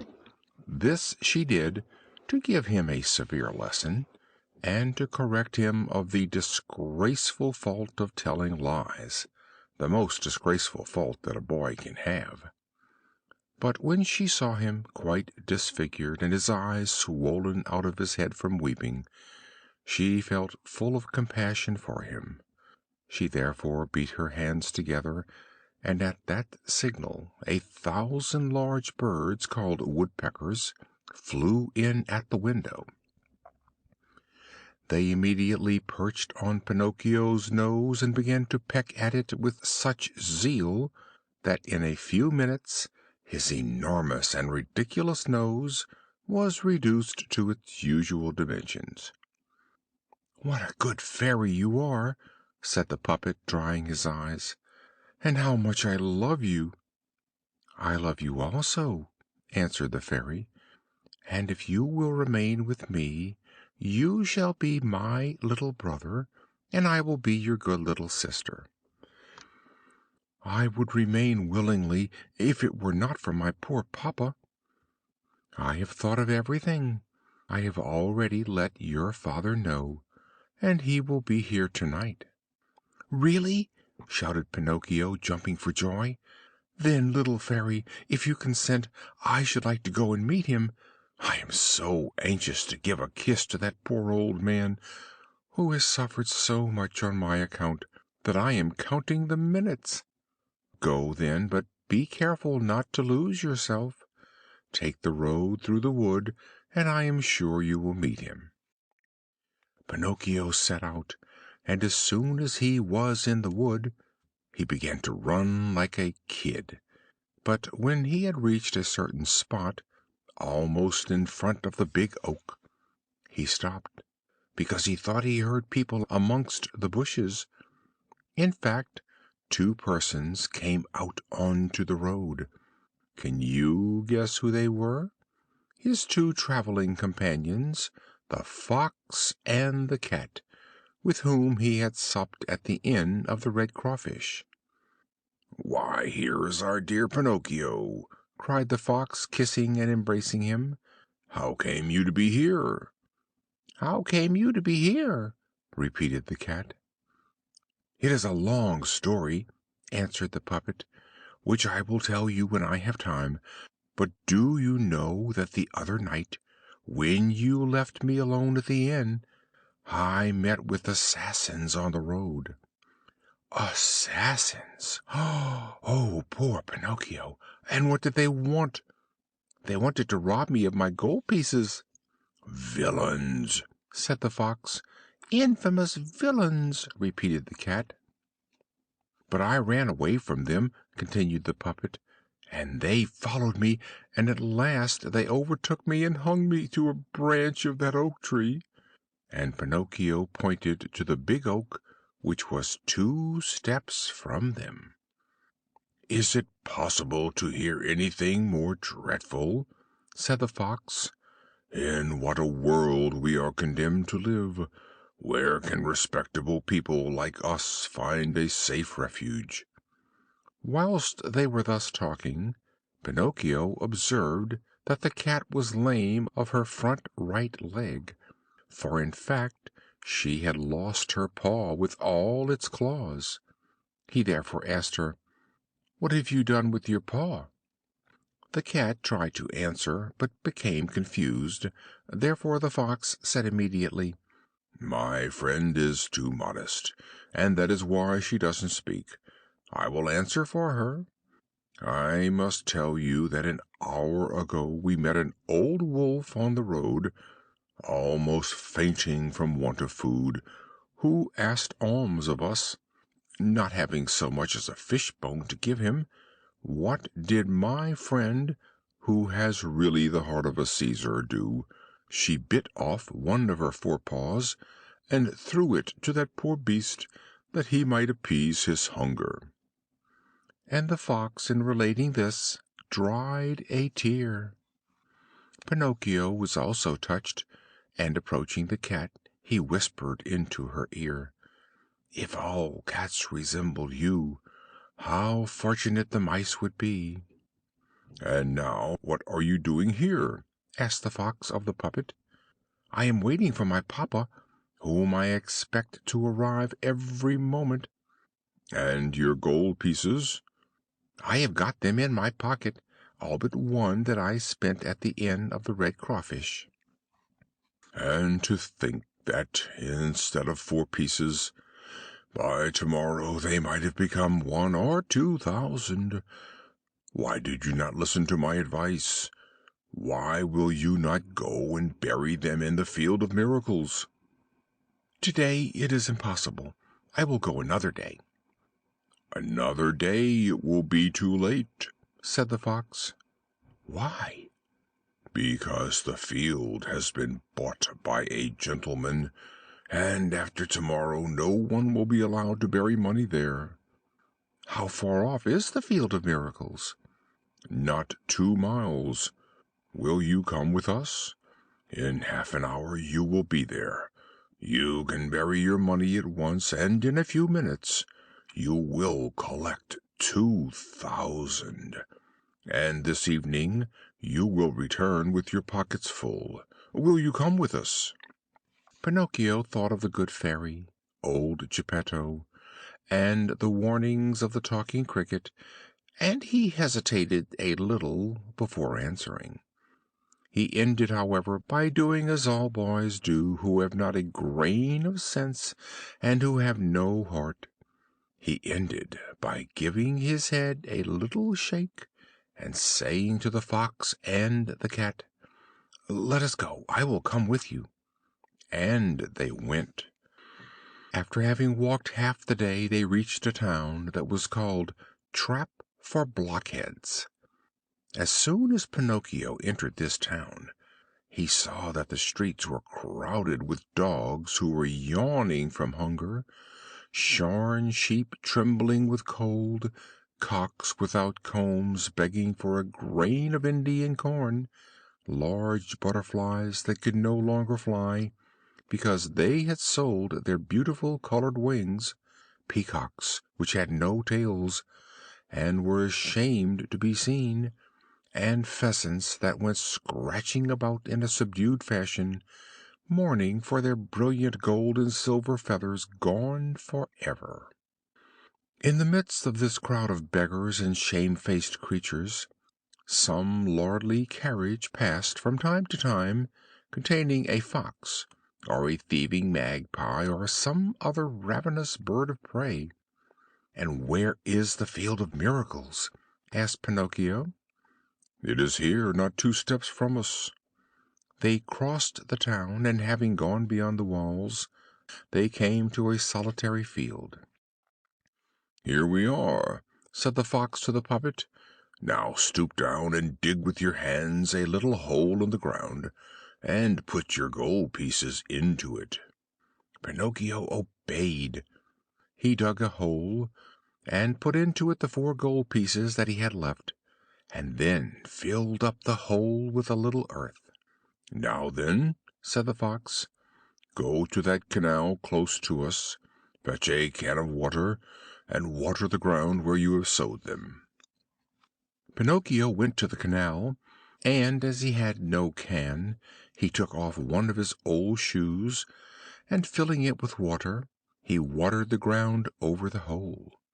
He then asked, "Is there anything else to be done?" "Nothing else," answered the Fox. "We can now go away.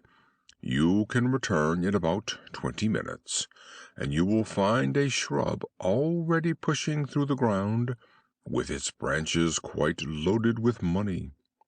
The poor puppet, beside himself with joy, thanked the Fox and the Cat 1,000 times, and promised them a beautiful present. "We wish for no presents," answered the 2 rascals. "It is enough for us to have taught you the way to enrich yourself without undergoing hard work, and we are as happy as people out for a holiday."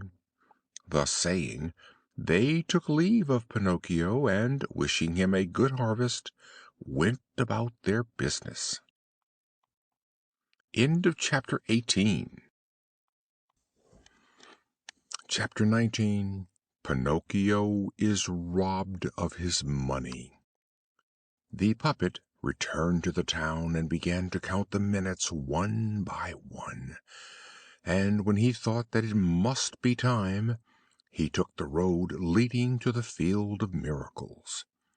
And as he walked along with hurried steps, his heart beat fast, tick tack, tick tack, like a drawing-room clock when it is really going well.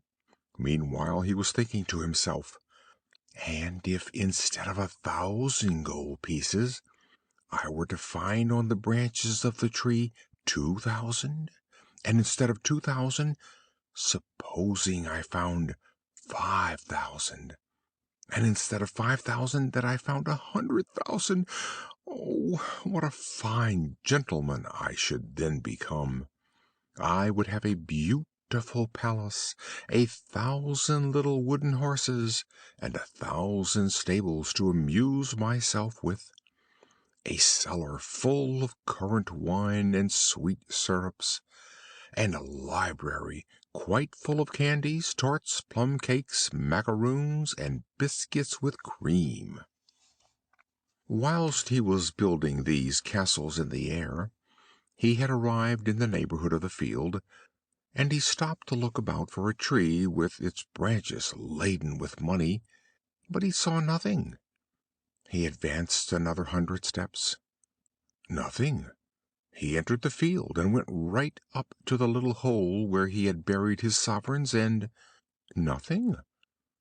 He then became very thoughtful, and forgetting the rules of society and good manners, he took his hands out of his pockets and gave his head a long scratch.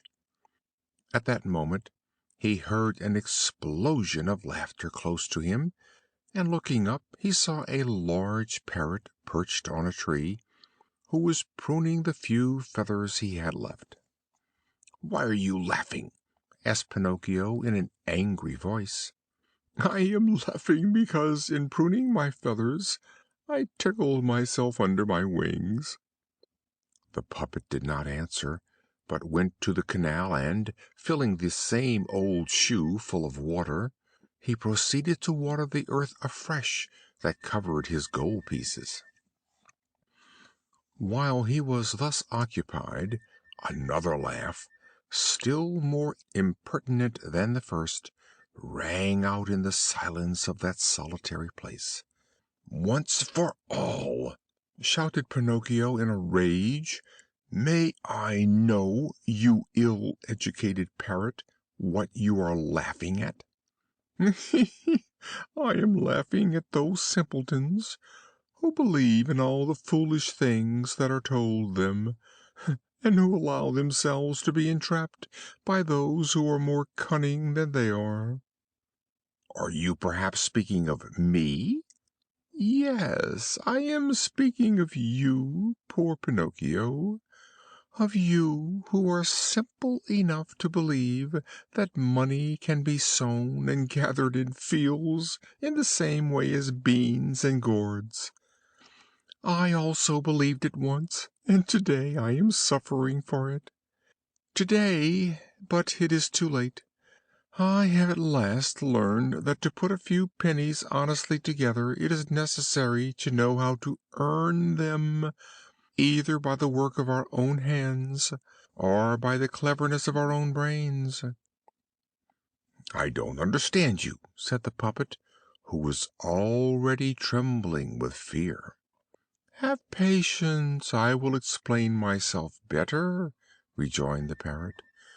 "You must know, then, that while you were in the town, the fox and the cat returned to the field. They took the buried money, and then fled like the wind, and now he that catches them will be clever." Pinocchio remained with his mouth open, and, not choosing to believe the parrot's words, he began with his hands and nails to dig up the earth that he had watered, and he dug and dug and dug, and made such a deep hole that a rick of straw might have stood upright in it, but the money was no longer there. He rushed back to the town in a state of desperation, and went at once to the courts of justice to denounce the two knaves who had robbed him to the judge. The judge was a big ape of the gorilla tribe, an old ape, respectable for his age, his white beard, but especially for his gold spectacles without glasses that he was always obliged to wear on account of an inflammation of the eyes that had tormented him for many years. Pinocchio related in the presence of the judge all the particulars of the infamous fraud of which he had been the victim. He gave the names, the surnames, and other details of the two rascals, and ended by demanding justice. The judge listened with great benignity, took a lively interest in the story, was much touched and moved, and when the puppet had nothing further to say, he stretched out his hand and rang a bell. At this summons, two mastiffs immediately appeared dressed as gendarmes. The judge then, pointing to Pinocchio, said to them, "That poor devil has been robbed of 4 gold pieces. Take him away and put him immediately into prison."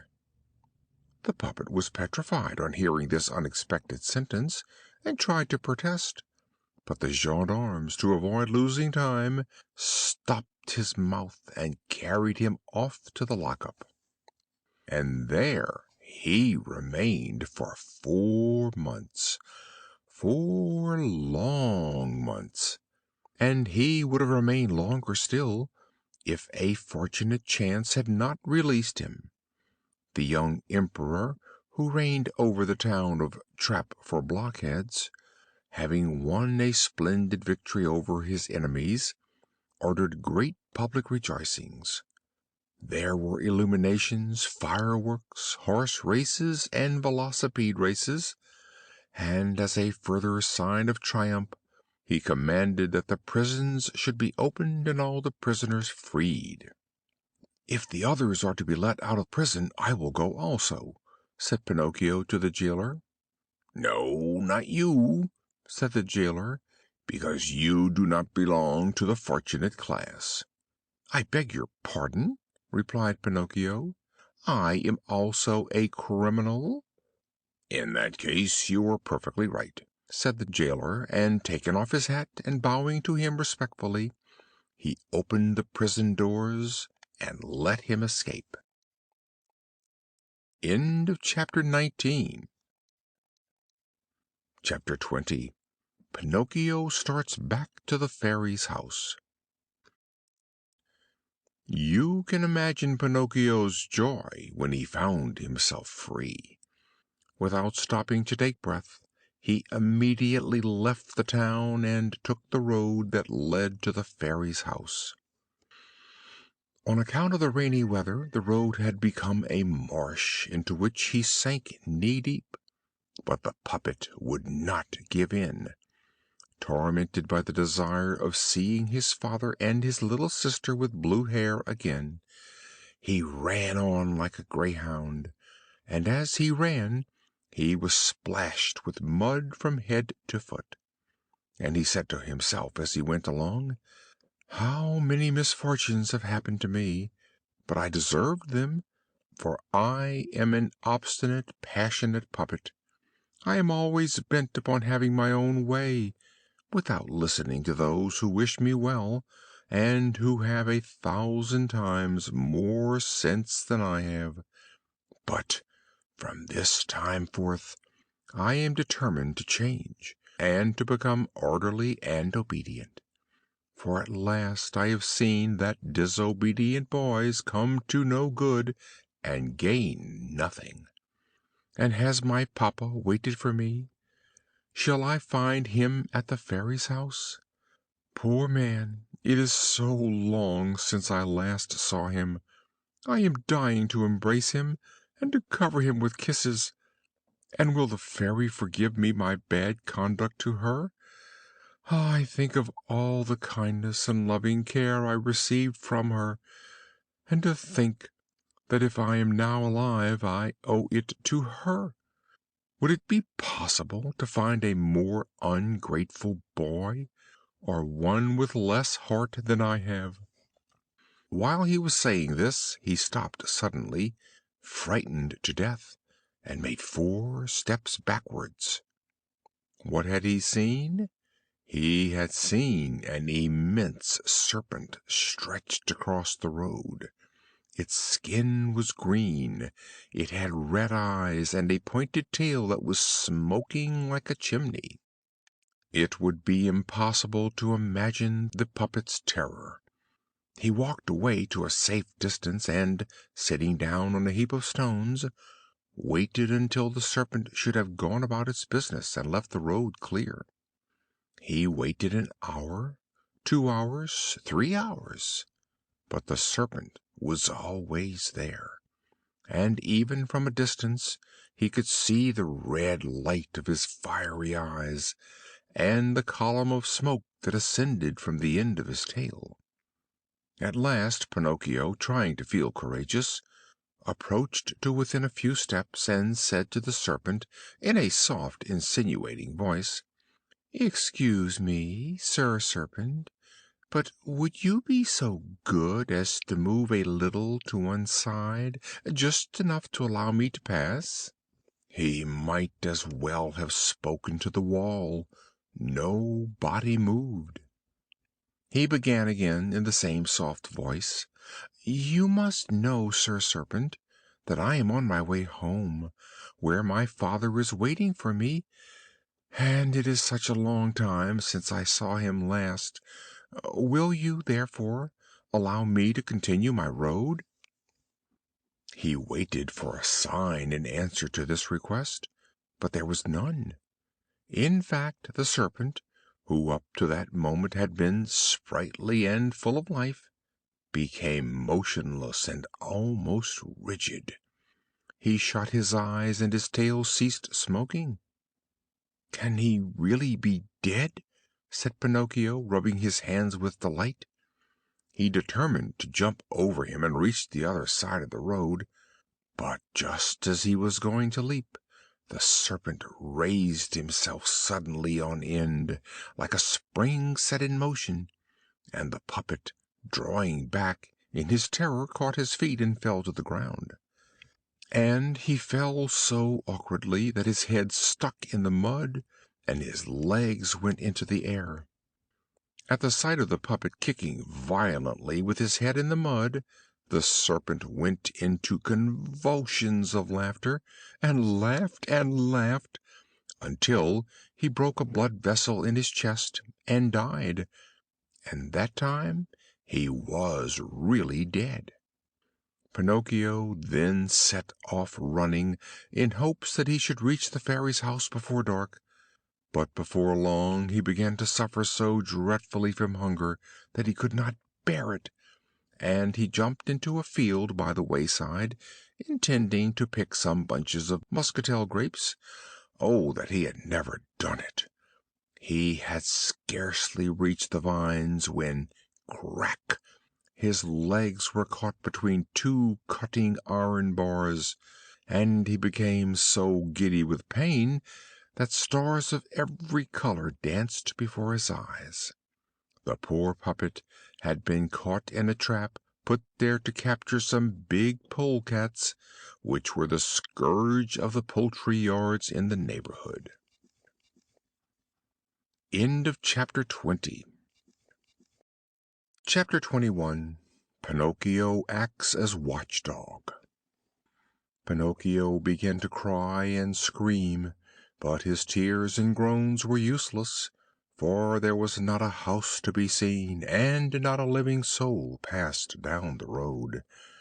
At last night came on, partly from the pain of the trap that cut his legs, and a little from fear at finding himself alone in the dark in the midst of the fields. The puppet was on the point of fainting.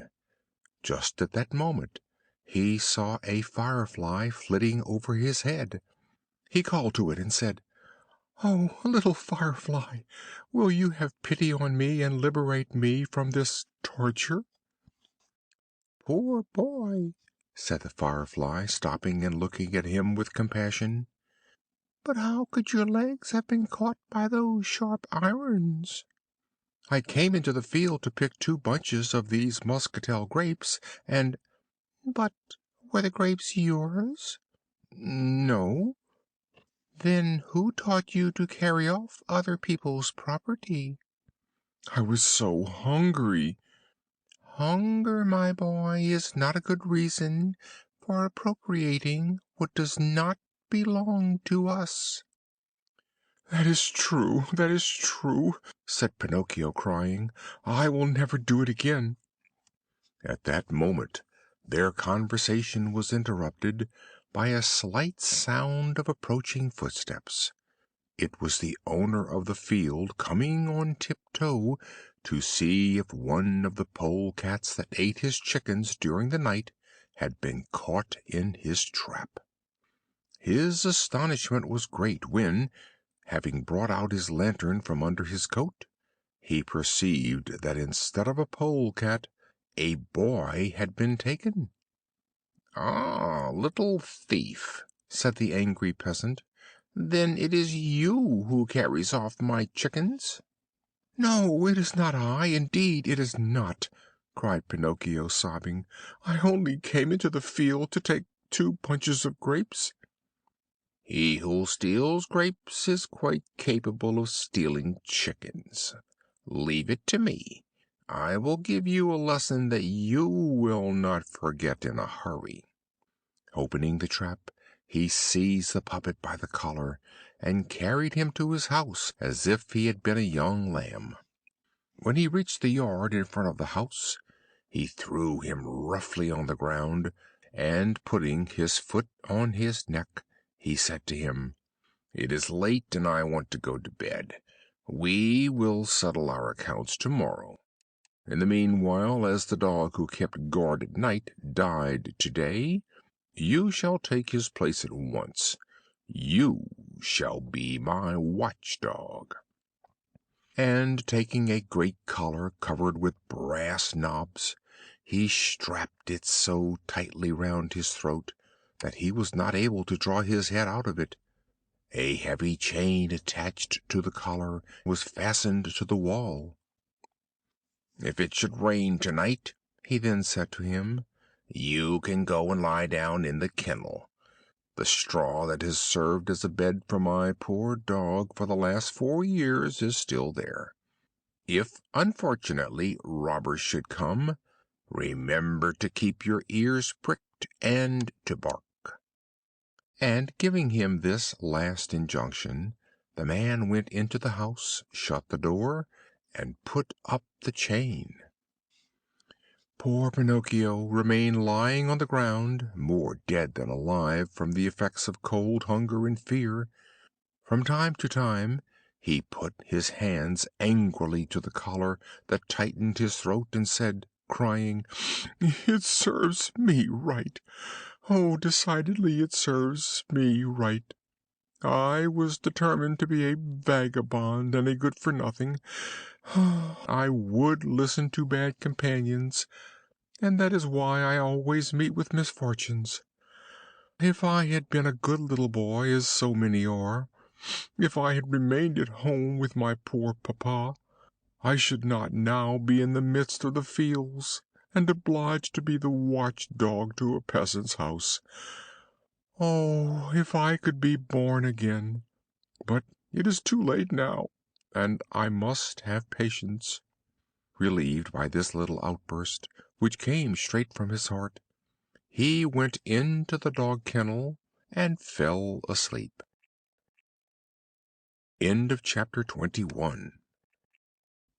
Chapter 22. Pinocchio discovers the robbers. He had been sleeping heavily for about 2 hours when, towards midnight, he was aroused by a whispering of strange voices that seemed to come from the courtyard. Putting the point of his nose out of the kennel, he saw 4 little beasts with dark fur that looked like cats standing consulting together, but they were not cats. They were polecats, carnivorous little animals, especially greedy for eggs and young chickens. One of the polecats, leaving his companions, came to the opening of the kennel and said in a low voice, "Good evening, Melampo." "My name is not Melampo," answered the puppet. "Oh, then who are you?" "I am Pinocchio."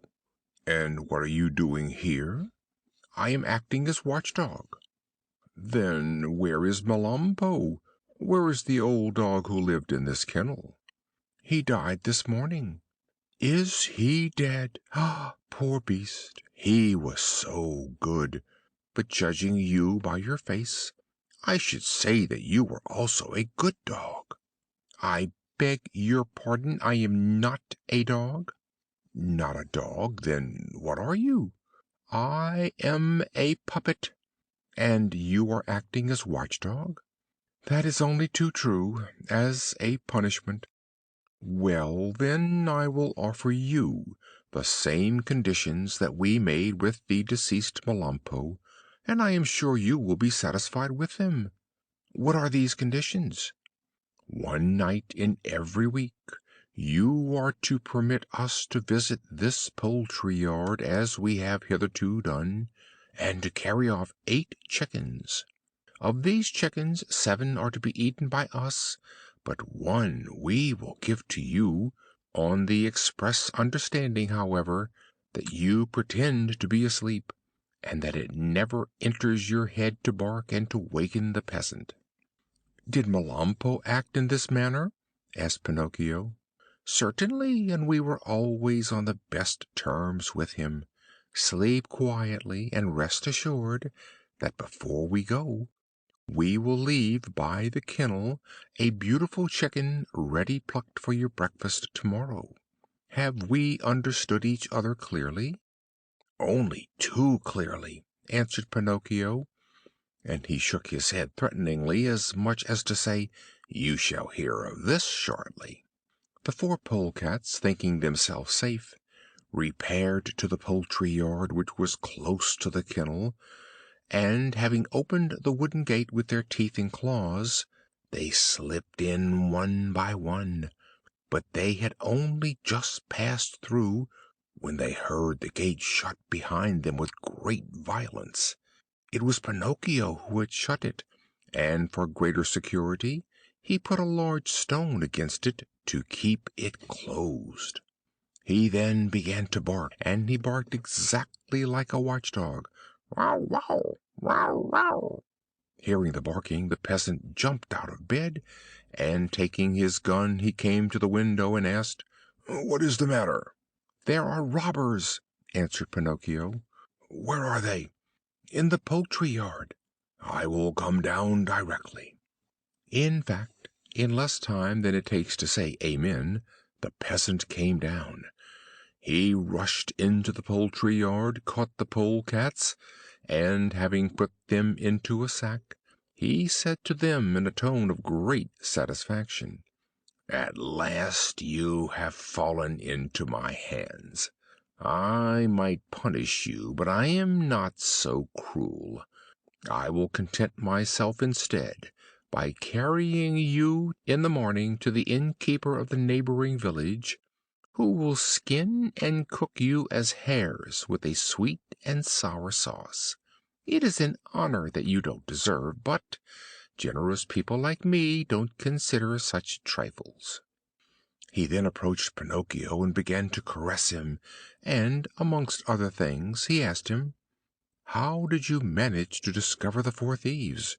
To think that Melampo, my faithful Melampo, never found out anything."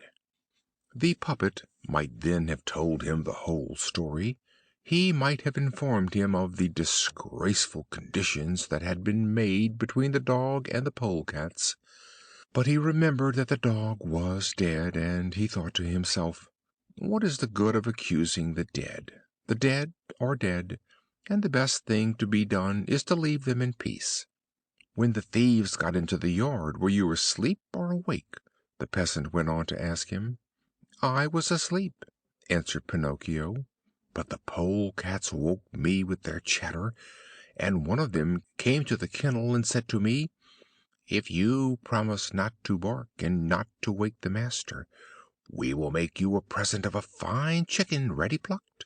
To think that they should have had the audacity to make such a proposal to me! For although I am a puppet, possessing perhaps nearly all the faults in the world, there is one that I certainly will never be guilty of, that of making terms with and sharing the gains of dishonest people." "Well said, my boy!" cried the peasant, slapping him on the shoulder. "Such sentiments do you honor, and as a proof of my gratitude I will at once set you at liberty, and you may return home." And he removed the dog collar. Chapter 22. Chapter 23. Pinocchio flies to the seashore. As soon as Pinocchio was released from the heavy and humiliating weight of the dog collar, he started off across the fields, and never stopped until he had reached the high road that led to the Fairy's house. He could see amongst the trees the top of the big oak to which he had been hung, but although he looked in every direction, the little house belonging to the beautiful child with the blue hair was nowhere visible. Seized with a sad presentiment, he began to run with all the strength he had left, and in a few minutes he reached the field where the little white house had once stood. But it was no longer there. Instead of the house, he saw a marble stone, on which were engraved these sad words: "Here lies the child with the blue hair, who died from sorrow because she was abandoned by her little brother Pinocchio." I leave you to imagine the puppet's feelings when he had with difficulty spelled out this epitaph. He fell with his face on the ground, and covering the tombstone with 1,000 kisses, burst into an agony of tears. He cried all night, and when morning came he was still crying, although he had no tears left, and his sobs and lamentations were so acute and heartbreaking that they aroused the echoes in the surrounding hills. And as he wept, he said, "Oh, little Fairy, why did you die? Why did I not die instead of you? I who am so wicked, whilst you were so good. And my papa, where can he be? Oh, little fairy, tell me where I can find him, for I want to remain with him always and never leave him again, never again. Oh, little fairy, tell me that it is not true that you are dead. If you really love your little brother, come to life again. Does it not grieve you to see me alone and abandoned by everybody? If assassins come, they will hang me again to the branch of a tree, and then I should die indeed. What do you imagine that I can do here alone in the world, now that I have lost you and my papa? Who will give me food? Where shall I go to sleep at night? Who will make me a new jacket? Oh, it would be better, 100 times better, for me to die also. Yes, I want to die. Oh, oh, oh!" And in his despair he tried to tear his hair, but his hair was made of wood, so he could not even have the satisfaction of sticking his fingers into it. Just then a large pigeon flew over his head and, stopping with distended wings, called down to him from a great height, "Tell me, child, what are you doing there?" "Don't you see I am crying?" said Pinocchio, raising his head towards the voice and rubbing his eyes with his jacket. "Tell me," continued the pigeon, "amongst your companions, do you happen to know a puppet who is called Pinocchio?" "Pinocchio? Did you say Pinocchio?" repeated the puppet, jumping quickly to his feet.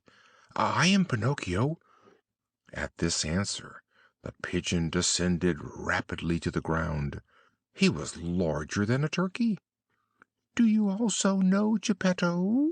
he asked. "Do I know him? He is my poor papa. Has he perhaps spoken to you of me? Will you take me to him? Is he alive?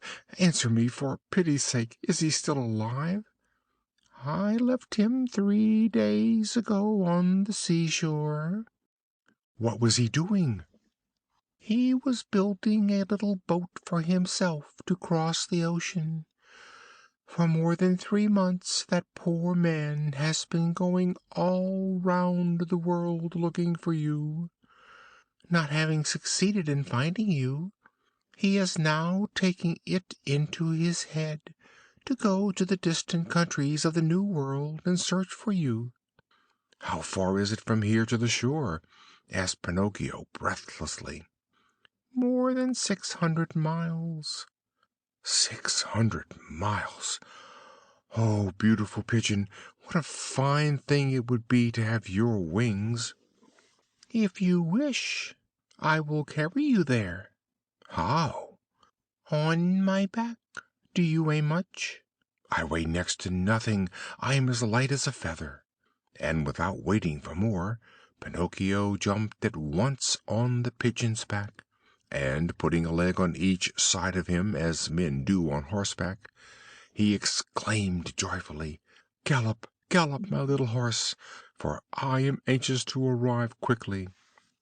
The pigeon took flight, and in a few minutes had soared so high that they almost touched the clouds. Finding himself at such an immense height, the puppet had the curiosity to turn and look down, but his head spun round, and he became so frightened, to save himself from the danger of falling, he wound his arms tightly around the neck of his feathered steed. They flew all day. Toward evening the pigeon said, "I am very thirsty." "And I am very hungry," rejoined Pinocchio. "Let us stop at that dove-cote for a few minutes, and then we will continue our journey, so that we may reach the seashore by dawn tomorrow." They went into a deserted dove-cote, where they found nothing but a basin full of water and a basket full of vetch. The puppet had never in his life been able to eat vetch. According to him, it made him sick. That evening, however, he ate to repletion, and when he had nearly emptied the basket, he turned to the pigeon and said to him, "I never could have believed that fetch was so good." "Be assured, my boy," replied the pigeon, "that when hunger is real and there is nothing else to eat, even vetch becomes delicious. Hunger knows neither caprice nor greediness." Having quickly finished their little meal, they recommenced their journey and flew away.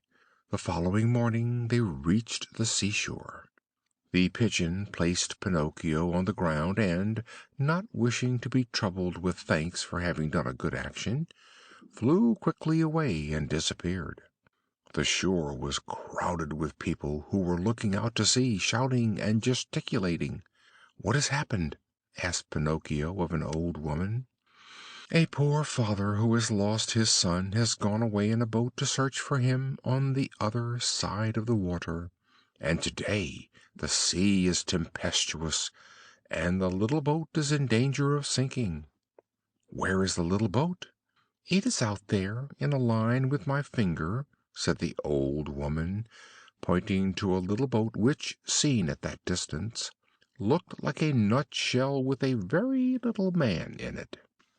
Pinocchio fixed his eyes on it, and after looking attentively, he gave a piercing scream, crying, "It is my papa! It is my papa!" The boat, meanwhile, beaten by the fury of the waves, at one moment disappeared in the trough of the sea, and the next came again to the surface. Pinocchio, standing on the top of a high rock, kept calling to his father by name, and making every kind of signal to him with his hands, his handkerchief, and his cap. And although he was so far off, Geppetto appeared to recognize his son, for he also took off his cap and waved it, and tried by gestures to make him understand that he would have returned if it had been possible, but that the sea was so tempestuous that he could not use his oars or approach the shore. Suddenly a tremendous wave rose and the boat disappeared. They waited, hoping it would come again to the surface, but it was seen no more. "Poor man!" said the fishermen who were assembled on the shore. Murmuring a prayer, they turned to go home. Just then they heard a desperate cry, and looking back, they saw a little boy, who exclaimed as he jumped from a rock into the sea, "I will save my papa!" Pinocchio, being made of wood, floated easily, and he swam like a fish. At one moment they saw him disappear under the water, carried down by the fury of the waves, and next he reappeared struggling with a leg or an arm. At last they lost sight of him, and he was seen no more. End of chapter 23.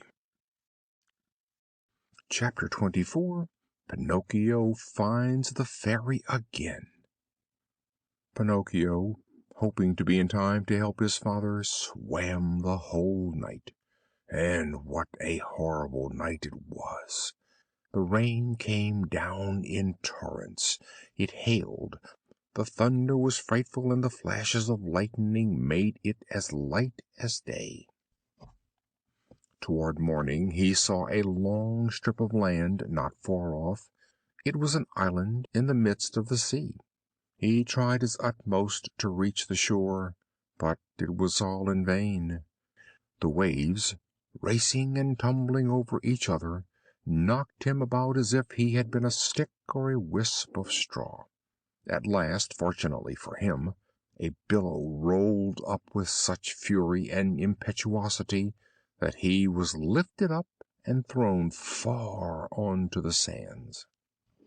He fell with such force that, as he struck the ground, his ribs and all his joints cracked, but he comforted himself, saying, "This time also I have made a wonderful escape." Little by little the sky cleared, the sun shone out in all his splendor, and the sea became as quiet and as smooth as oil. The puppet put his clothes in the sun to dry, and began to look in every direction in hopes of seeing on the vast expanse of water a little boat with a little man in it. But although he looked and looked, he could see nothing but the sky and the sea and the sail of some ship, but so far away that it seemed no bigger than a fly. "If I only knew what this island was called," he said to himself. "If I only knew whether it was inhabited by civilized people, I mean by people who have not the bad habit of hanging boys to the branches of the trees. But whom can I ask? Whom, if there is nobody?" The idea of finding himself alone, alone, all alone, in the midst of this great uninhabited country, made him so melancholy that he was just beginning to cry. But at that moment, at a short distance from the shore, he saw a big fish swimming by. It was going quietly on its own business with its head out of the water. Not knowing its name, the puppet called to it in a loud voice, and made himself heard. "Ah, Mr. Fish, will you permit me a word with you?" "Two, if you like," answered the fish, who was a dolphin, and so polite that few similar are to be found in any sea in the world. "Will you be kind enough to tell me if there are villages in this island where it would be possible to obtain something to eat without running the danger of being eaten?" "Certainly there are," replied the dolphin. "Indeed, you will find one at a short distance from here." "And what road must I take to go there?" "You must take that path to your left and follow your nose. You cannot make a mistake." "Will you tell me another thing? You who swim about the sea all day and all night, have you by chance met a little boat with my papa in it?" "And who is your papa?" "He is the best papa in the world, whilst it would be difficult to find a worse son than I am." "During the terrible storm last night," answered the dolphin, "the little boat must have gone to the bottom." "And my papa?" "He must have been swallowed by the terrible dogfish, who for some days past has been spreading devastation and ruin in our waters." "Is this dogfish very big?" asked Pinocchio, who was already beginning to quake with fear. "Big!" replied the dolphin. "That you may form some idea of his size, I need only tell you that he is bigger than a 5-storied house, and that his mouth is so enormous and so deep that a railway train with its smoking engine could pass down his throat." "Mercy upon us!" exclaimed the terrified puppet, and putting on his clothes with the greatest haste, he said to the dolphin, "Goodbye, Sir Fish. Excuse the trouble I have given you, and many thanks for your politeness." He then took the path that had been pointed out to him, and began to walk fast, so fast indeed that he was almost running, and at the slightest noise he turned to look behind him, fearing that he might see the terrible dogfish with the railway train in its mouth following him. After a walk of half an hour he reached a little village called the Village of the Industrious Bees. The road was alive with people running here and there to attend to their business. All were at work, all had something to do. You could not have found an idler or a vagabond, not even if you had searched for him with a lighted lamp. "Ah," said that lazy Pinocchio at once, "I see that this village will never suit me. I wasn't born to work." In the meanwhile he was tormented by hunger, for he had eaten nothing for 24 hours, not even vetch. What was he to do? There were only two ways by which he could obtain food: either by asking for a little work, or by begging for a nickel or for a mouthful of bread. He was ashamed to beg, for his father had always preached to him that no one had a right to beg except the aged and the infirm. The really poor in this world, deserving of compassion and assistance, are only those who, from age or sickness, are no longer able to earn their own bread with the labor of their hands. It is the duty of everyone else to work, and if they will not work, so much the worse for them if they suffer from hunger. At that moment a man came down the road, tired and panting for breath.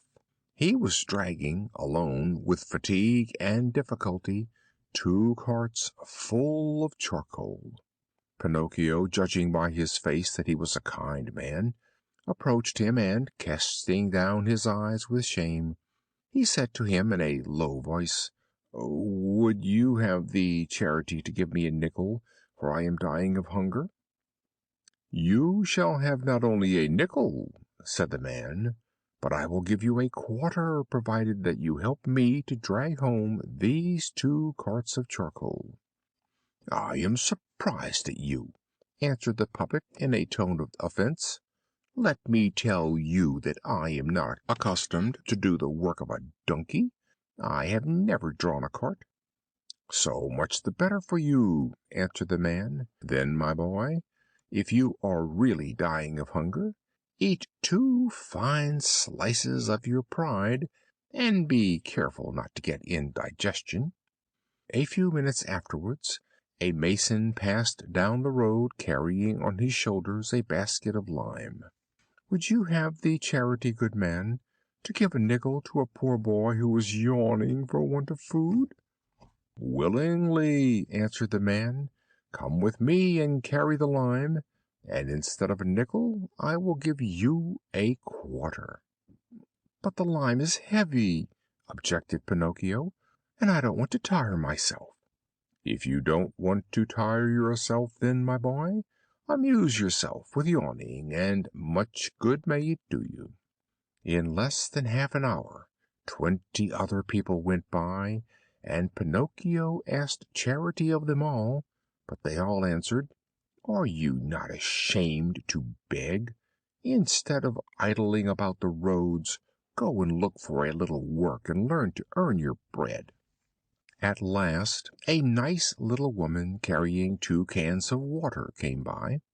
"Will you let me drink a little water out of your can?" asked Pinocchio, who was burning with thirst. "Drink, my boy, if you wish it," said the little woman, setting down the 2 cans. Pinocchio drank like a fish, and as he dried his mouth he mumbled, "I have quenched my thirst. If I could only appease my hunger." The good woman, hearing these words, said at once, "If you will help me to carry home these 2 cans of water, I will give you a fine piece of bread." Pinocchio looked at the can and answered neither yes nor no. "And besides the bread, you shall have a nice dish of cauliflower, dressed with oil and vinegar," added the good woman. Pinocchio gave another look at the can and answered neither yes nor no. "And after the cauliflower, I will give you a beautiful bonbon full of syrup."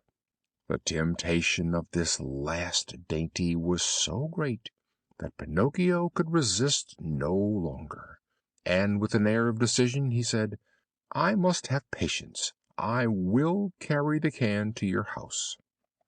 The can was heavy, and the puppet, not being strong enough to carry it in his hand, had to resign himself to carry it on his head. When they reached the house, the good little woman made Pinocchio sit down at a small table already laid, and she placed before him the bread, the cauliflower, and the bonbon. Pinocchio did not eat, he devoured. His stomach was like an apartment that had been left empty and uninhabited for 5 months.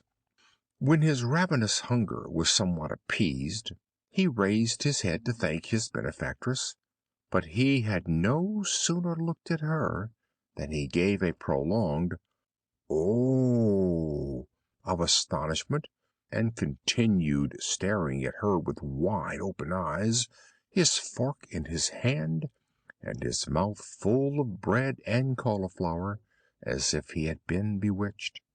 "What has surprised you so much?" asked the good woman, laughing. "It is," answered the puppet, it is, that you remind me, yes, yes, yes, the same voice, the same eyes, the same hair, yes, yes, yes, you also have blue hair as she had. Oh, little fairy, tell me that it is you, really you. Do not make me cry any more. If you knew, I have cried so much, I have suffered so much." And, throwing himself at her feet on the floor, Pinocchio embraced the knees of the mysterious little woman and began to cry bitterly. End of chapter 24. Chapter 25. Pinocchio promises the fairy to be good. At first the good little woman maintained that she was not the little fairy with blue hair, but seeing that she was found out, and not wishing to continue the comedy any longer, she ended by making herself known, and she said to Pinocchio, "You little rogue, how did you ever discover who I was?" "It was my great affection for you that told me. Do you remember? You left me a child, and now that you have found me again, I am a woman almost old enough to be your mamma. I am delighted at that, for now, instead of calling you little sister, I will call you mamma. I have wished for such a long time to have a mamma like other boys, but how did you manage to grow so fast?" "That is a secret. Teach it to me, for I should also like to grow. Don't you see I always remain no bigger than a ninepin?" "But you cannot grow," replied the fairy. "Why?" "Because puppets never grow. They are born puppets, live puppets, and die puppets." "Oh, I am sick of being a puppet!" cried Pinocchio, giving himself a slap. "It is time that I became a man." "And you will become one if you know how to deserve it." "Not really. But what can I do to deserve it?" "A very easy thing, by learning to be a good boy." "And you think I am not?" "You are quite the contrary. Good boys are obedient, and I never obey. Good boys like to learn and to work, and I instead lead an idle vagabond life the year through. Good boys always speak the truth, and I always tell lies. Good boys go willingly to school, and school gives me a pain all over the body, but from today I will change my life. Do you promise me?" "I promise you I will become a good little boy, and I will be the consolation of my papa. Where is my poor papa at this moment?" "I do not know." "Shall I ever have the happiness of seeing him again and kissing him?" "I think so. Indeed, I am sure of it." At this answer Pinocchio was so delighted that he took the fairy's hands and began to kiss them with such fervor that he seemed beside himself. Then, raising his face and looking at her lovingly, he asked, "Tell me, little mamma, then it was not true that you were dead?" "It seems not," said the fairy, smiling. "If you only knew the sorrow I felt, and the tightening of my throat when I read, 'Here lies—'" "I know it, and it is on that account that I have forgiven you.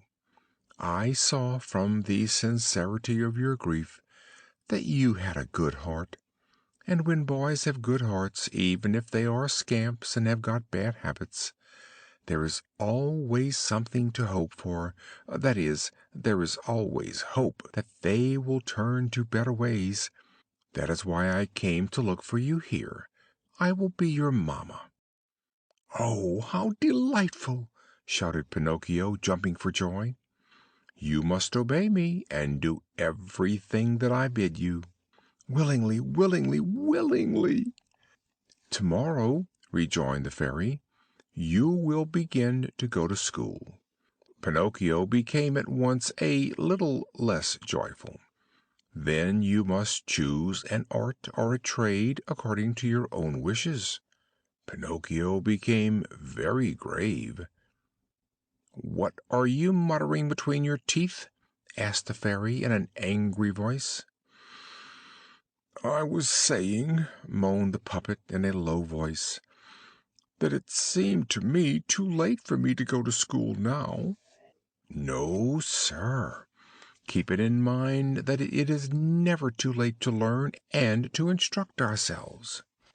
"But I do not wish to follow either an art or a trade." "Why?" "Because it tires me to work." "My boy," said the Fairy, "those who walk in that way end almost always either in prison or in the hospital. Let me tell you that every man, whether he is born rich or poor, is obliged to do something in this world, to occupy himself, to work. Woe to those who lead slothful lives! Sloth is a dreadful illness, and must be cured at once in childhood. If not, when we are old it can never be cured."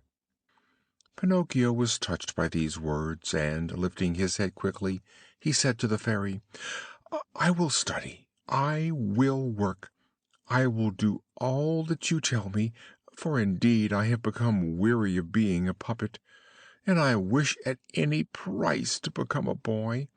You promised me that I should, did you not?" "I did promise you, and now it depends upon yourself."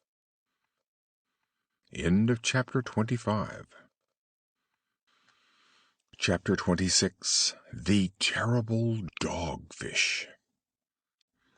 The following day Pinocchio went to the government school. Imagine the delight of all the little rogues when they saw a puppet walk into their school. They set up a roar of laughter that never ended. They played him all sorts of tricks.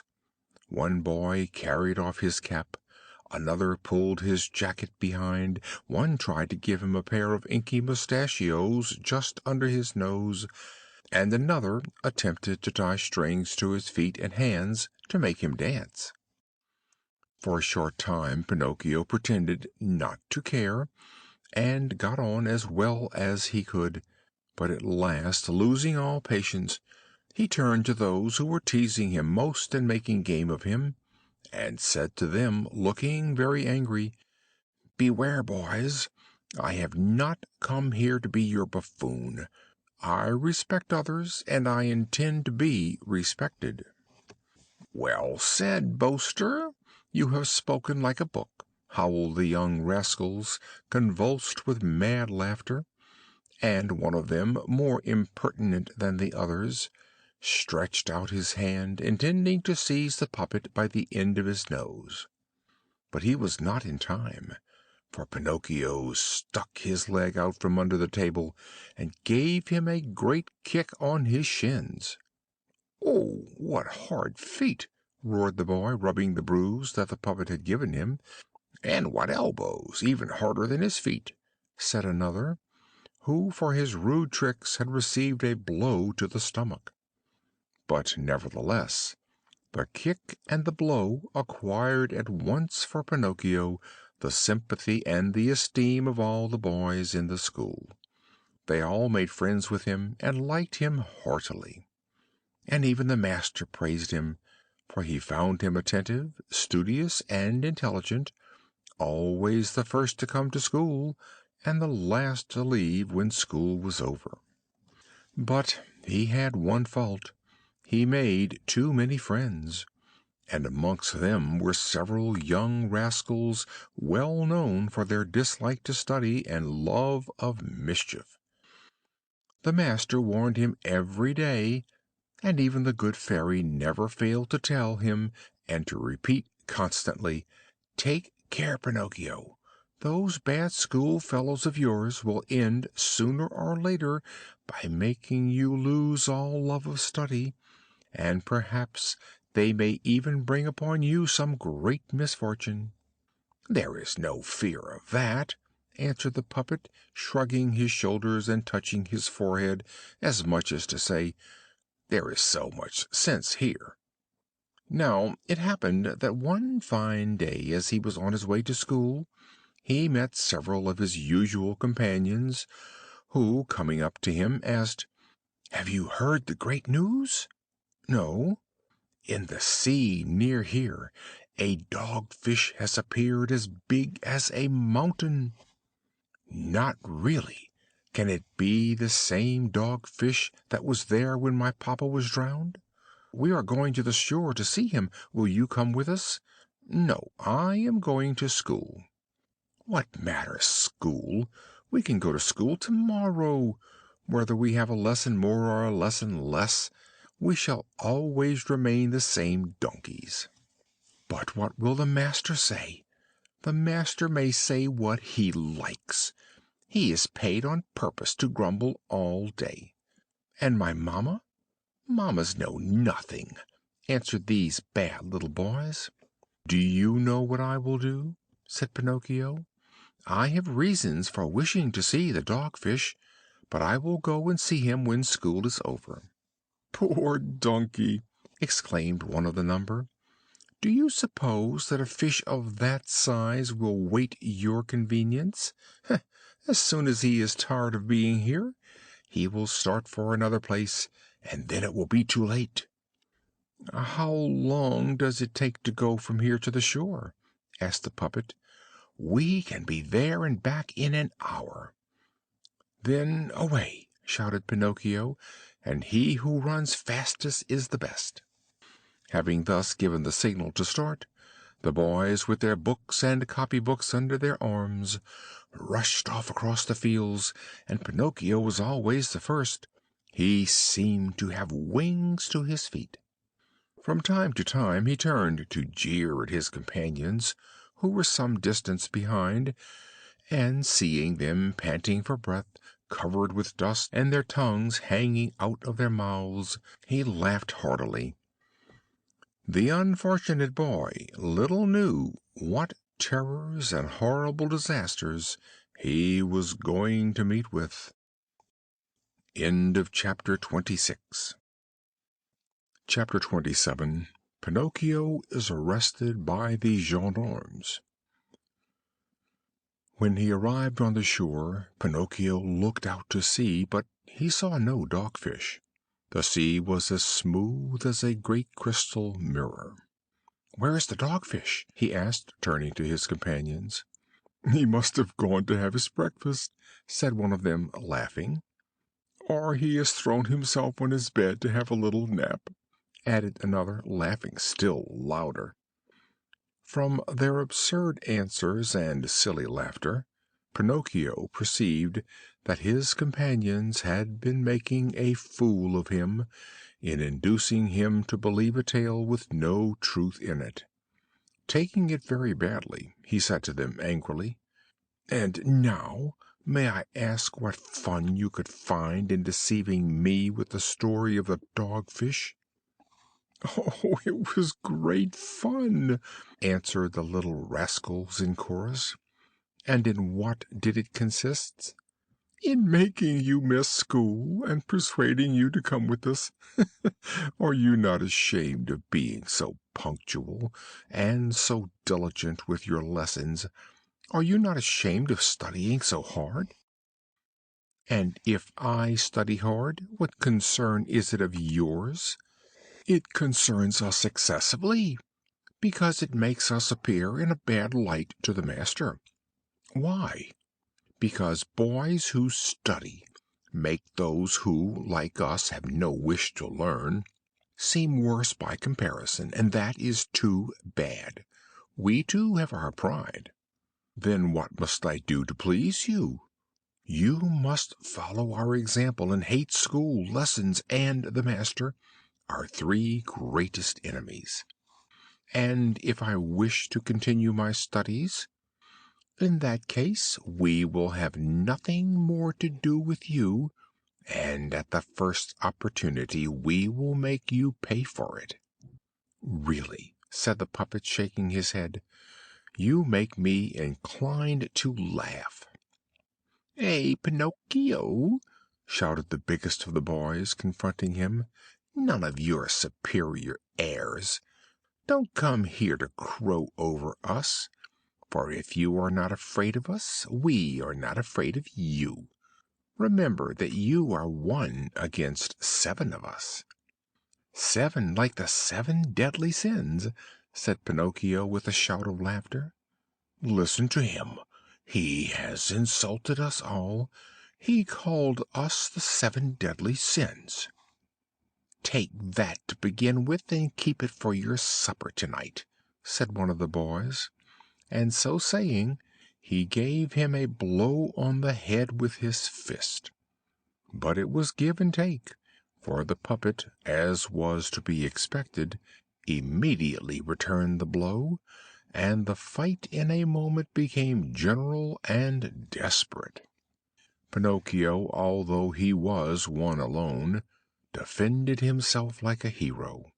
He used his feet, which were of the hardest wood, to such purpose that he kept his enemies at a respectful distance.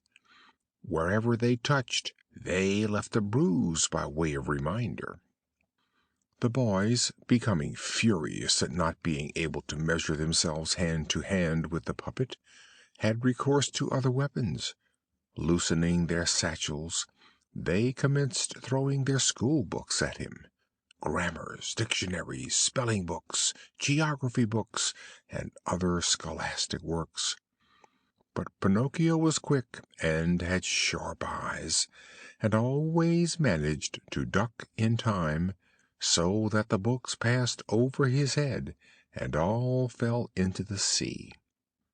Imagine the astonishment of the fish! Thinking that the books were something to eat, they all arrived in shoals, but having tasted a page or two, or a frontispiece, they spat it out quickly and made a wry face that seemed to say, "It isn't food for us. We are accustomed to something much better."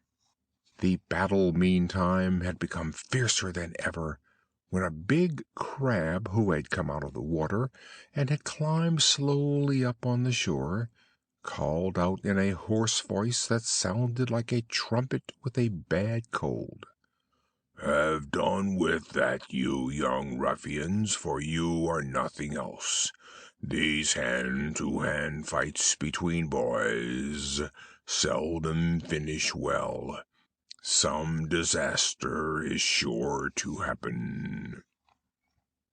Poor crab!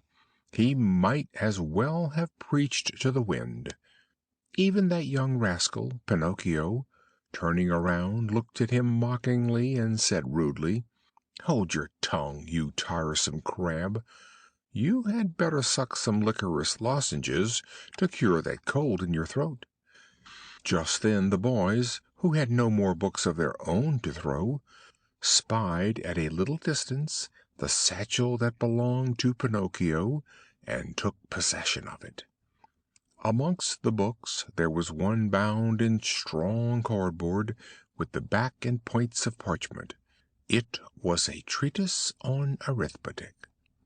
One of the boys seized this volume, and aiming at Pinocchio's head, threw it at him with all the force he could muster. But instead of hitting the puppet, it struck one of his companions on the temple, who, turning as white as a sheet, said only, "Oh, mother, help! I am dying!" and fell his whole length on the sand. Thinking he was dead, the terrified boys ran off as hard as their legs could carry them, and in a few minutes they were out of sight. But Pinocchio remained. Although from grief and fright he was more dead than alive, nevertheless he ran and soaked his handkerchief in the sea, and began to bathe the temples of his poor schoolfellow. Crying bitterly in his despair, he kept calling him by name and saying to him, "Eugene, my poor Eugene, open your eyes and look at me. Why do you not answer? I did not do it. Indeed, it was not I that hurt you so. Believe me, it was not. Open your eyes, Eugene. If you keep your eyes shut, I shall die too. Oh, what shall I do? How shall I ever return home? Oh, how can I ever have the courage to go back to my good mamma? What will become of me? Where can I fly to? Oh, how much better it would have been, 1,000 times better, if I had only gone to school. Oh, why did I listen to my companions? They have been my ruin. The master said to me, and my mamma repeated it often, 'Beware of bad companions.' Oh dear, what will become of me? What will become of me? What will become of me?" And Pinocchio began to cry and sob, and to strike his head with his fists, and to call poor Eugene by his name. Suddenly he heard the sound of approaching footsteps. He turned and saw 2 soldiers. "What are you doing there, lying on the ground?" they asked Pinocchio. "I am helping my schoolfellow." "Has he been hurt?" "So it seems." "Hurt indeed," said one of them, stooping down and examining Eugene closely. "This boy has been wounded in the temple. Who wounded him?" "Not I," stammered the puppet breathlessly. "If it was not you, who did it?" "Not I," repeated Pinocchio. "And with what was he wounded?" "With this book." And the puppet picked up from the ground the treatise on arithmetic, bound in cardboard and parchment, and showed it to the soldier. "And to whom does this belong?" "To me." "That is enough. Nothing more is wanted. Get up and come with us at once." "But I—" "Come along with us." Before they left, the soldiers called some fishermen who were passing at that moment near the shore in their boat, and said to them, "We give this boy, who has been wounded in the head, in your charge. Carry him to your house and nurse him. Tomorrow we will come and see him." They then turned to Pinocchio, and having placed him between them, they said to him in a commanding voice, "Forward, and walk quickly, or it will be worse for you." Without requiring it to be repeated, the puppet set out along the road leading to the village. But the poor little devil hardly knew where he was. He thought he must be dreaming, and what a dreadful dream! He was beside himself. He saw double. His legs shook. His tongue clung to the roof of his mouth, and he could not utter a word. And yet, in the midst of his stupefaction and apathy, his heart was pierced by a cruel thorn. The thought that he would pass under the windows of the good fairy's house between the soldiers. He would rather have died. They had already reached the village when a gust of wind blew Pinocchio's cap off his head and carried it 10 yards off. "Will you permit me," said the puppet to the soldiers, "to go and get my cap?" "Go, then, but be quick about it." The puppet went and picked up his cap, but instead of putting it on his head, he took it between his teeth and began to run as hard as he could toward the seashore. The soldiers, thinking it would be difficult to overtake him, sent after him a large mastiff who had won the first prizes at all the dog races. Pinocchio ran, but the dog ran faster. The people came to their windows and crowded into the street in their anxiety to see the end of the desperate race. End of chapter 27. Chapter 28. Pinocchio escapes being fried like a fish. There came a moment in this desperate race, a terrible moment, when Pinocchio thought himself lost. For Alidoro the mastiff had run so swiftly that he had nearly come up with him. The puppet could hear the panting of the dreadful beast close behind him, and there was not a hand's breadth between them. He could even feel the dog's hot breath. Fortunately, the shore was close, and the sea but a few steps off.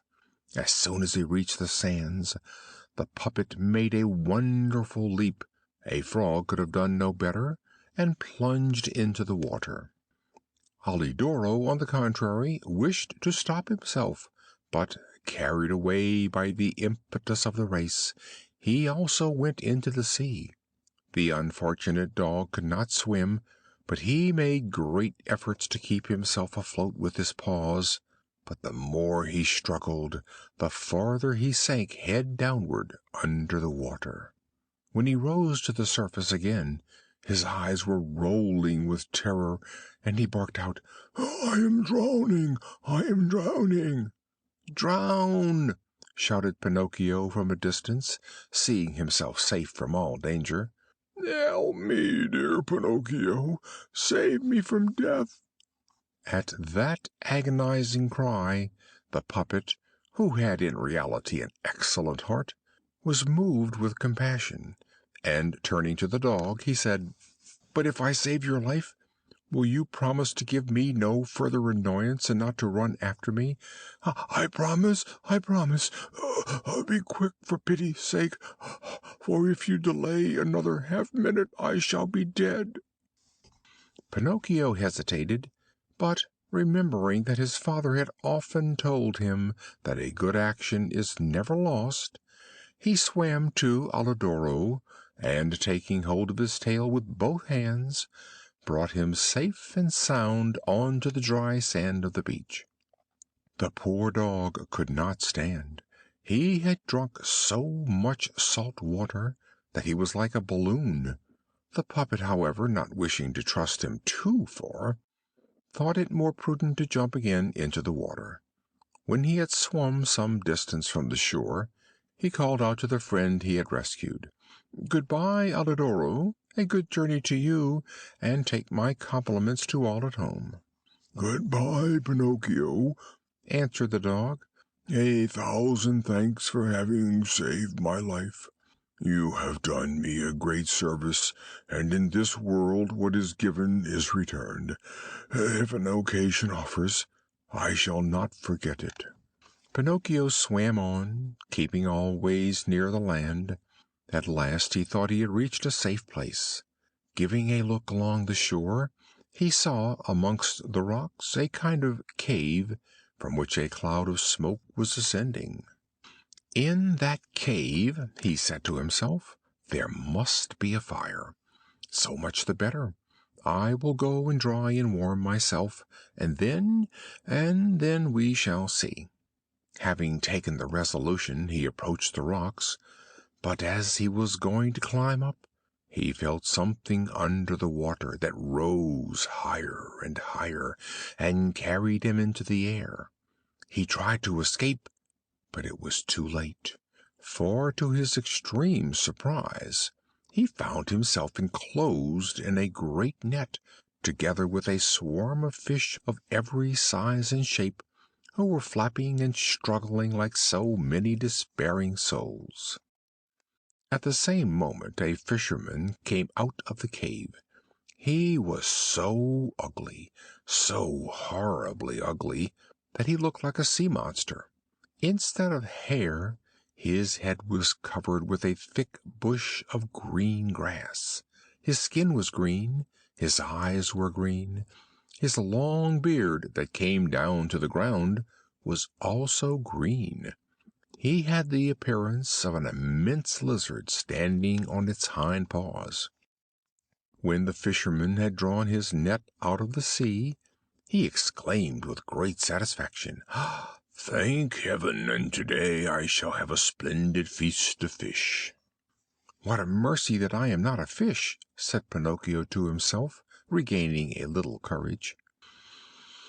The netful of fish was carried into the cave, which was dark and smoky. In the middle of the cave a large frying pan full of oil was frying and sending out a smell of mushrooms that was suffocating. "Now we shall see what fish we have taken," said the green fisherman, and putting into the net an enormous hand, so out of all proportion that it looked like a baker's shovel, he pulled out a handful of fish. "These fish are good," he said, looking at them and smelling them complacently, and after he had smelled them he threw them into a pan without water. He repeated the same operation many times, and as he drew out the fish his mouth watered, and he said, chuckling to himself, "What good whiting! What exquisite sardines! These soles are delicious, and these crabs excellent. What dear little anchovies!" The last to remain in the net was Pinocchio. No sooner had the fisherman taken him out than he opened his big green eyes with astonishment, and cried, half frightened, "What species of fish is this? Fish of this kind I never remember to have eaten." And he looked at him again attentively, and having examined him well all over, he ended by saying, "I know he must be a crawfish." Pinocchio, mortified at being mistaken for a crawfish, said in an angry voice, "A crawfish, indeed! Do you take me for a crawfish? What treatment! Let me tell you that I am a puppet." "A puppet?" replied the fisherman. "To tell the truth, a puppet is quite a new fish for me. All the better. I shall eat you with greater pleasure." "Eat me? But will you understand that I am not a fish? Do you hear that I talk and reason as you do?" "That is quite true," said the fisherman, "and as I see that you are a fish possessed of the talent of talking and reasoning as I do, I will treat you with all the attention that is your due." "And this attention?" "In token of my friendship and particular regard, I will leave you the choice of how you would like to be cooked. Would you like to be fried in the frying pan, or would you prefer to be stewed with tomato sauce?" "To tell the truth," answered Pinocchio, "if I am to choose, I should prefer to be set at liberty and to return home." "You are joking. Do you imagine that I would lose the opportunity of tasting such a rare fish? It is not every day, I assure you, that a puppet fish is caught in these waters. Leave it to me. I will fry you in the frying pan with the other fish, and you will be quite satisfied. It is always consolation to be fried in company." At this speech the unhappy Pinocchio began to cry and scream, and to implore for mercy, and he said, sobbing, "How much better it would have been if I had gone to school! I would listen to my companions, and now I am paying for it." And he wriggled like an eel, and made indescribable efforts to slip out of the clutches of the green fisherman. But it was useless. The fisherman took a long strip of rush, and having bound his hands and feet as if he had been a sausage, he threw him into the pan with the other fish. He then fetched a wooden bowl full of flour, and began to flour them each in turn, and as soon as they were ready he threw them into the frying pan. The first to dance in the boiling oil were the poor whitings. The crabs followed, then the sardines, then the soles, then the anchovies, and at last it was Pinocchio's turn. Seeing himself so near death, and such a horrible death, he was so frightened and trembled so violently that he had neither voice nor breath left for further entreaties. But the poor boy implored with his eyes.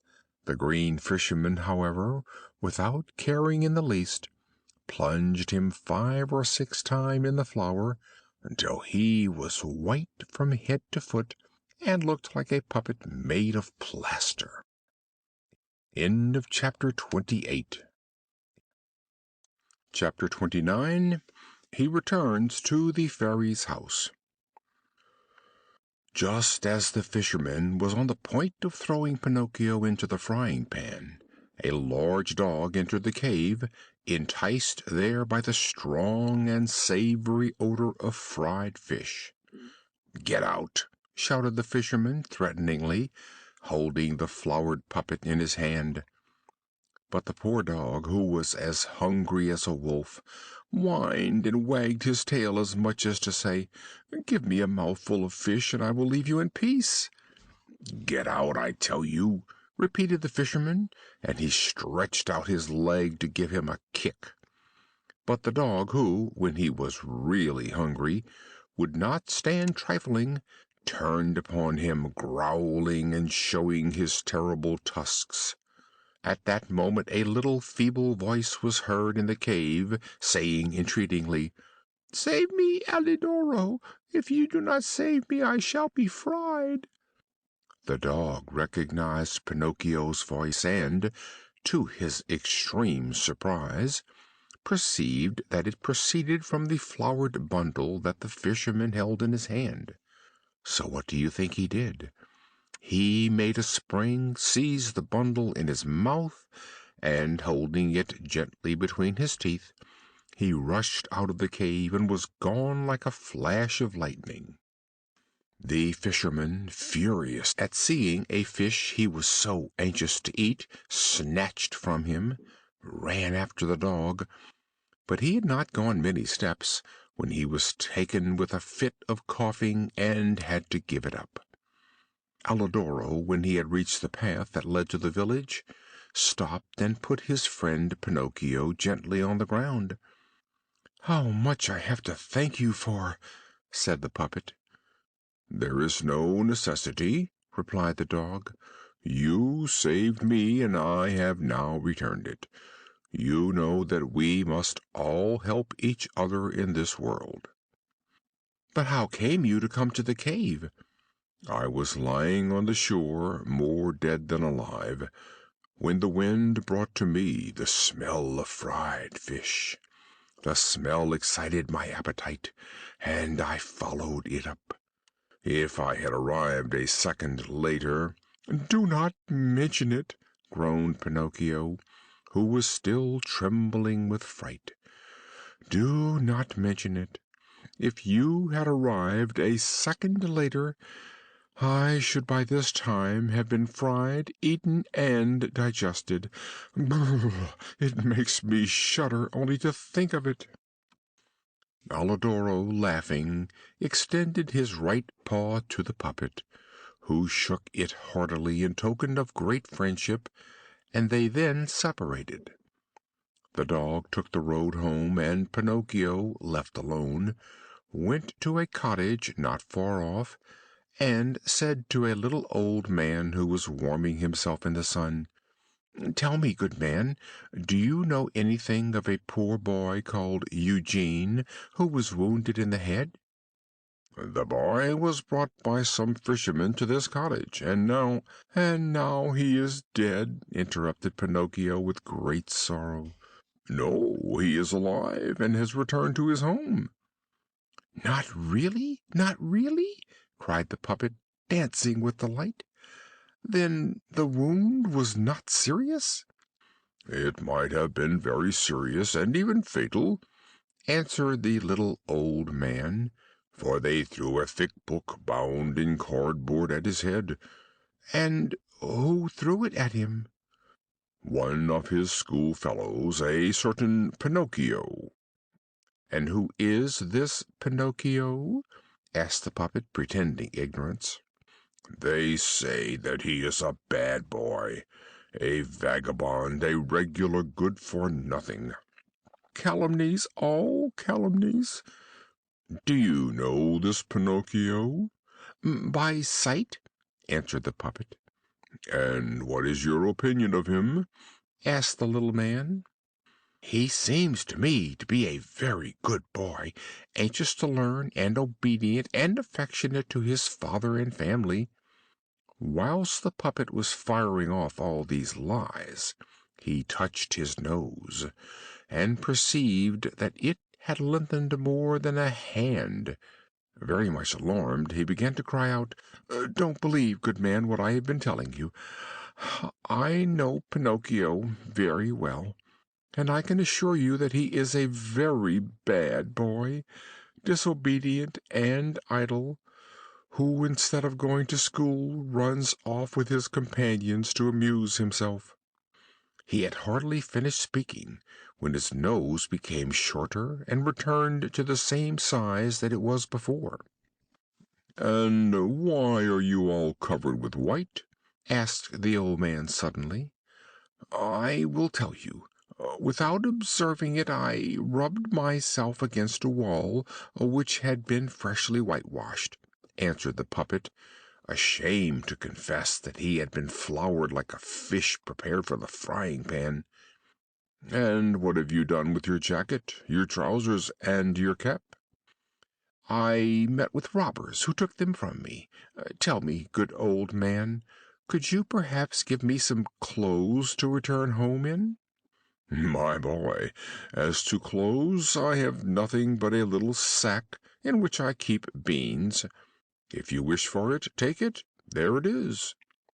Pinocchio did not wait to be told twice. He took the sack at once, and with a pair of scissors he cut a hole at the end and at each side, and put it on like a shirt. And with this slight clothing he set off for the village. But as he went, he did not feel at all comfortable, so little so indeed that for a step forward he took another backwards, and he said, talking to himself, "How shall I present myself to my good little fairy? What will she say when she sees me? Will she forgive me this second escapade? Oh, I am sure that she will not forgive me, and it serves me right, for I am a rascal. I am always promising to correct myself, and I never keep my word." When he reached the village it was night and very dark. A storm had come on, and as the rain was coming down in torrents, he went straight to the fairy's house, resolved to knock at the door. But when he was there, his courage failed him, and instead of knocking, he ran away some 20 paces. He returned to the door a second time, and laid hold of the knocker, and, trembling, gave a little knock.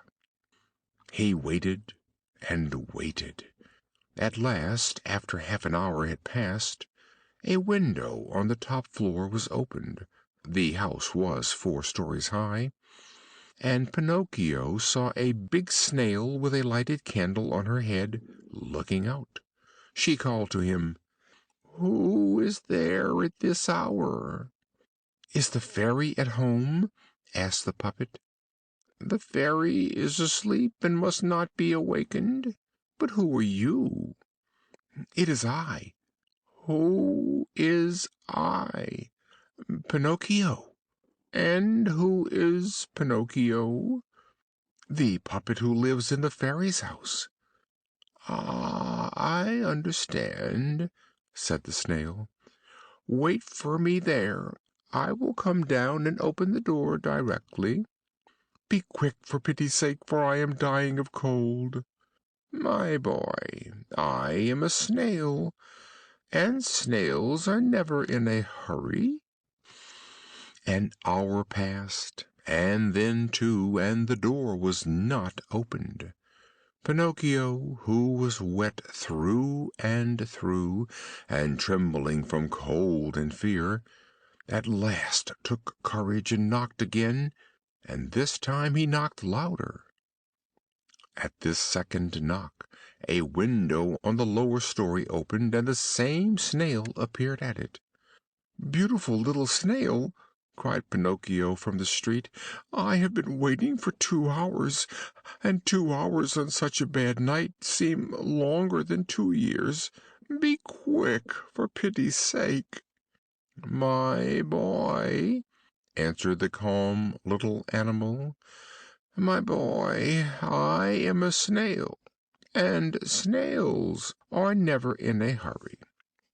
And the window was shut again. Shortly afterwards midnight struck, then 1 o'clock, then 2 o'clock, and the door remained still closed. Pinocchio, at last, losing all patience, seized the knocker in a rage, intending to give it a blow that would resound through the house. But the knocker, which was iron, turned suddenly into an eel, and, slipping out of his hands, disappeared in the stream of water that ran down the middle of the street. "Ah, is that it?" shouted Pinocchio, blind with rage. "Since the knocker has disappeared, I will kick instead with all my might."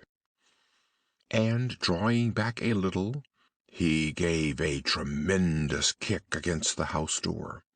The blow was indeed so violent that his foot went through the wood and stuck, and when he tried to draw it back again it was trouble thrown away, for it remained fixed like a nail that had been hammered down. Think of poor Pinocchio! He was obliged to spend the remainder of the night with one foot on the ground and the other in the air. The following morning at daybreak the door was at last opened. The clever little snail had taken only 9 hours to come down from the 4th story to the house door. It is evident that her exertions must have been great. "What are you doing with your foot stuck in the door?" she asked the puppet. "It was an accident. Do try, beautiful little snail, if you cannot release me from this torture." "My boy, that is the work of a carpenter, and I have never been a carpenter." "Beg the fairy for me." "The fairy is asleep and must not be awakened." "But what do you suppose that I can do all day nailed to this door?" "Amuse yourself by counting the ants that pass down the street." "Bring me at least something to eat, for I am quite exhausted."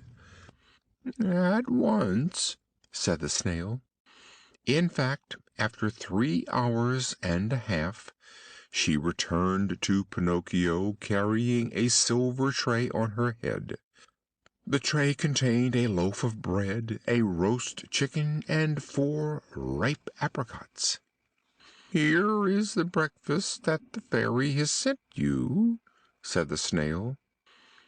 The puppet felt very much comforted at the sight of these good things, but when he began to eat them, what was his disgust at making the discovery that the bread was plaster, the chicken cardboard, and the 4 apricots painted alabaster.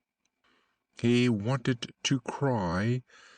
In his desperation he tried to throw away the tray and all that was on it, but instead, either from grief or exhaustion, he fainted away. When he came to himself he found that he was lying on a sofa, and the fairy was beside him. "I will pardon you once more," the fairy said, "but woe to you if you behave badly a third time." Pinocchio promised and swore that he would study, and that for the future he would always conduct himself well. And he kept his word for the remainder of the year. Indeed, at the examinations before the holidays, he had the honor of being the first in the school, and his behavior in general was so satisfactory and praiseworthy that the fairy was very much pleased, and said to him, "Tomorrow your wish shall be gratified." And what is that? Tomorrow you shall cease to be a wooden puppet, and you shall become a boy. No one who had not witnessed it could ever imagine Pinocchio's joy at this long sighed for good fortune. All his school fellows were to be invited for the following day to a grand breakfast at the fairy's house, that they might celebrate together the great event. The fairy had prepared 200 cups of coffee and milk, 400 rolls cut and buttered on each side.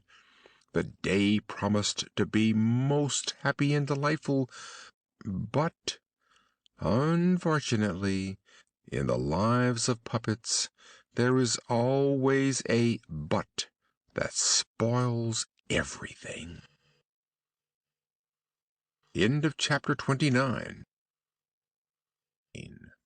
Chapter 30. The Land of Boobies. Pinocchio, as was natural, asked the fairy's permission to go round the town to give out the invitations, and the fairy said to him, "Go if you like, and invite your companions for the breakfast tomorrow, but remember to return home before dark. Have you understood?" "I promise to be back in an hour," answered the puppet. "Take care, Pinocchio. Boys are always very ready to promise, but generally they are little given to keep their word." "But I am not like other boys. When I say a thing, I do it." "We shall see. If you are disobedient, so much the worse for you." "Why?" "Because boys who do not listen to the advice of those who know more than they do always meet with some misfortune or other." "I have experienced that," said Pinocchio, "but I shall never make that mistake again." "We shall see if that is true." Without saying more, the puppet took leave of his good fairy, who was like a mamma to him, and went out of the house singing and dancing. In less than an hour all his friends were invited. Some accepted at once heartily, others at first required pressing, but when they heard that the rolls to be eaten with the coffee were to be buttered on both sides, they ended by saying, "We will come also to do you a pleasure." Now I must tell you that amongst Pinocchio's friends and schoolfellows there was one that he greatly preferred and was very fond of. This boy's name was Romeo, but he always went by the nickname of Candlewick, because he was so thin, straight, and bright, like the new wick of a little nightlight. Candlewick was the laziest and the naughtiest boy in the school, but Pinocchio was devoted to him. He had indeed gone at once to his house to invite him to breakfast, but he had not found him. He returned a second time, but Candlewick was not there. He went a third time, but it was in vain. Where could he search for him? He looked here, there, and everywhere, and at last he saw him hiding on the porch of a peasant's cottage. "What are you doing there?" asked Pinocchio, coming up to him. "I am waiting for midnight to start away." "And where are you going?" "I am going to live in a country, the most delightful country in the world, a real land of sweetmeats." "And what is it called?" "It is called the Land of Boobies. Why do you not come too?" "I? "No, never." "You are wrong, Pinocchio. If you do not come, you will repent it. Where could you find a better country for us boys? There are no schools there. There are no masters. There are no books. In that delightful land nobody ever studies.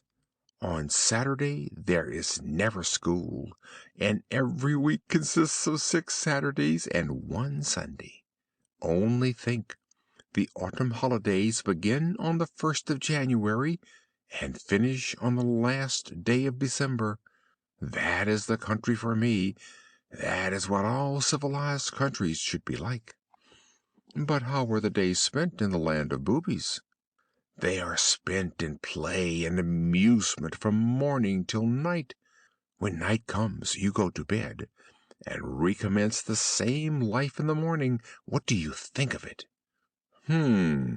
Said Pinocchio, and he shook his head slightly, as much as to say, "That is a life that I would also willingly lead." "Well, will you go with me? Yes or no? Resolve quickly." "No, no, no, and again no. I promised my good Fairy to become a well conducted boy, and I will keep my word.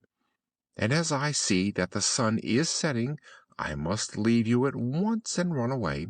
Good bye, and a pleasant journey to you." "Where are you rushing off to in such a hurry?" "Home.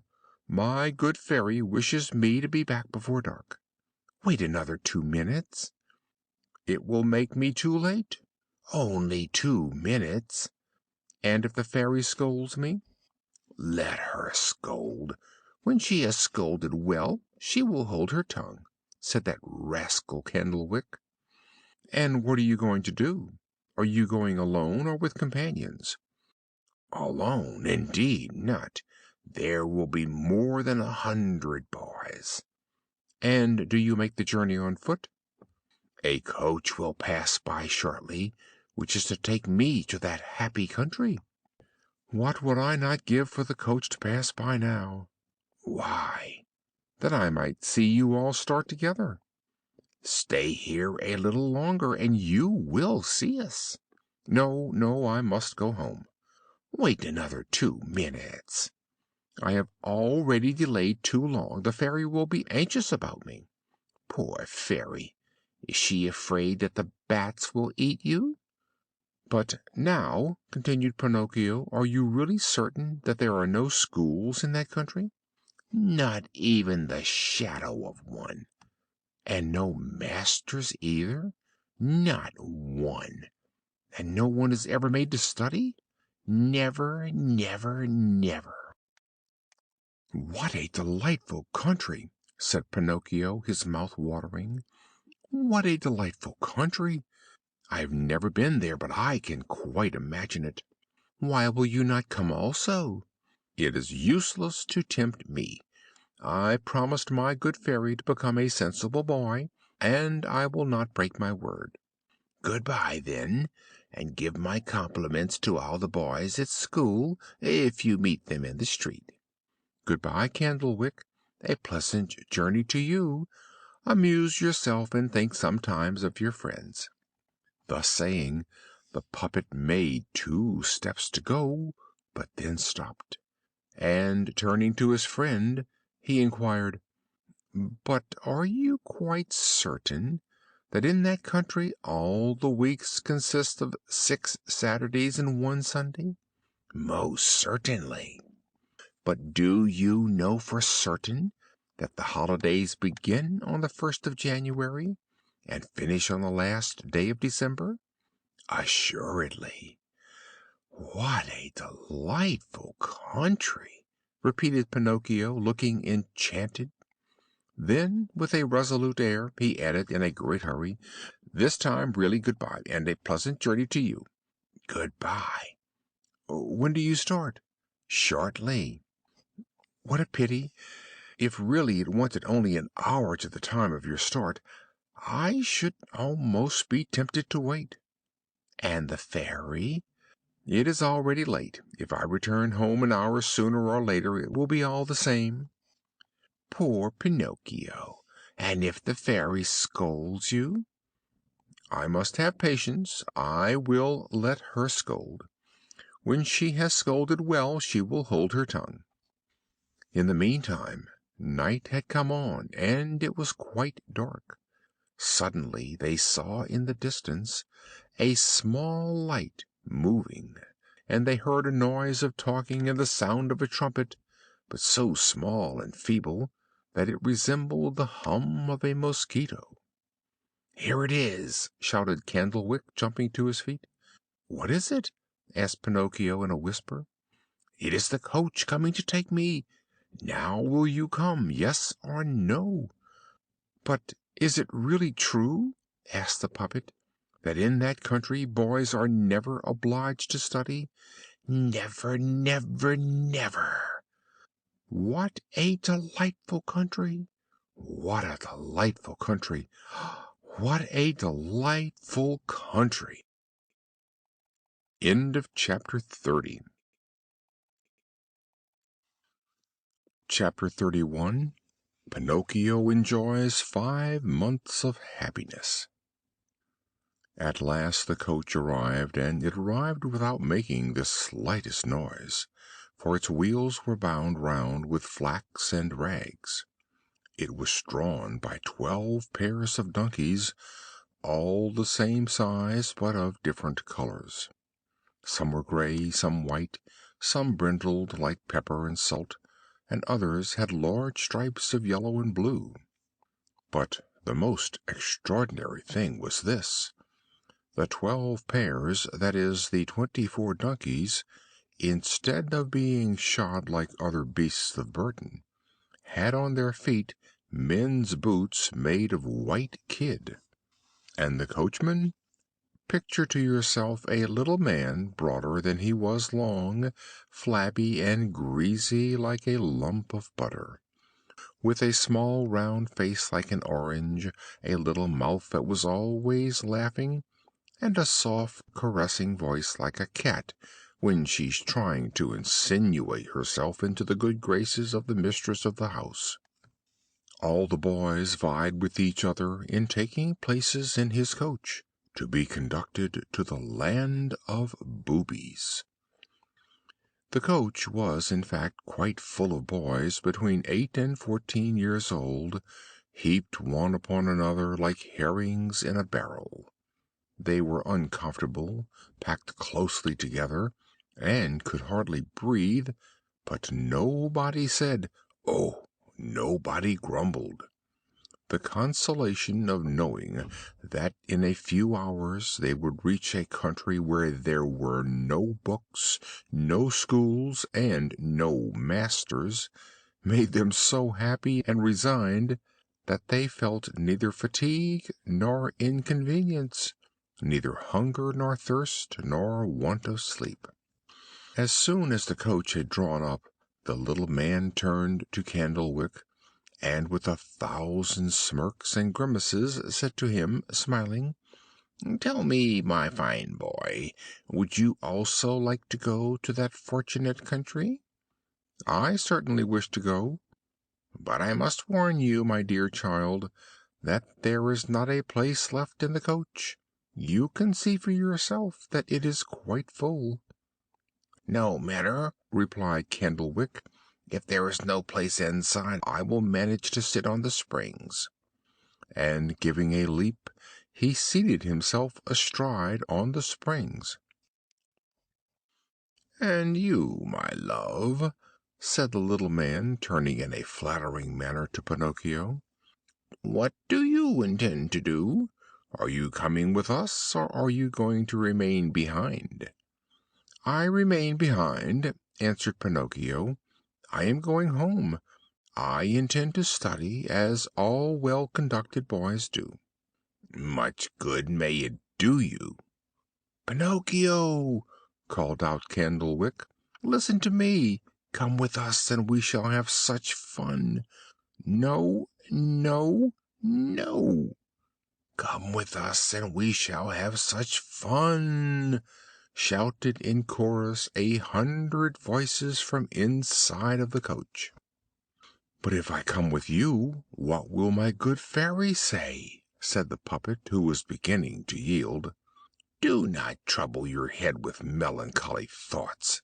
Consider only that we are going to a country where we shall be at liberty to run riot from morning till night." Pinocchio did not answer, but he sighed. He sighed again. He sighed for the 3rd time, and he said finally, "Make a little room for me, for I am coming too." "The places are all full," replied the little man.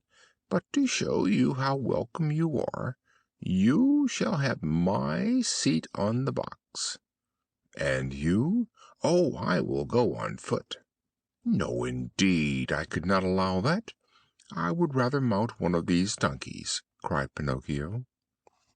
Approaching the right-hand donkey of the first pair, he attempted to mount him, but the animal turned on him, and giving him a great blow in the stomach, rolled him over with his legs in the air. You can imagine the impertinent and immoderate laughter of all the boys who witnessed this scene. But the little man did not laugh. He approached the rebellious donkey, and, pretending to give him a kiss, bit off half of his ear. Pinocchio, in the meantime, had gotten up from the ground in a fury, and with a spring he seated himself on the poor animal's back, and he sprang so well that the boys stopped laughing and began to shout, "Hurrah, Pinocchio!" and they clapped their hands and applauded him as if they would never finish. Now that Pinocchio was mounted, the coach started. Whilst the donkeys were galloping and the coach was rattling over the stones of the high road, the puppet thought that he heard a low voice that was scarcely audible, saying to him, "Poor fool! You would follow your own way, but you will repent it." Pinocchio, feeling almost frightened, looked from side to side to try and discover where these words could come from, but he saw nobody. The donkeys galloped, the coach rattled, the boys inside slept, Candlewick snored like a dormouse, and the little man seated on the box sang between his teeth, "During the night all sleep, but I sleep never." After they had gone another mile, Pinocchio heard the same little low voice saying to him, "Bear in mind, simpleton, boys who refuse to study and turn their backs upon books, schools, and masters, to pass their time in play and amusement, sooner or later come to a bad end. I know it by experience, and I can tell you. A day will come when you will weep as I am weeping now, but then it will be too late." On hearing these words whispered very softly, the puppet, more frightened than ever, sprang down from the back of his donkey and went and took hold of his mouth. Imagine his surprise when he found that the donkey was crying, crying like a boy. "Sir Coachman," cried Pinocchio to the little man, "here is an extraordinary thing. This donkey is crying." "Let him cry. He will laugh when he is a bridegroom."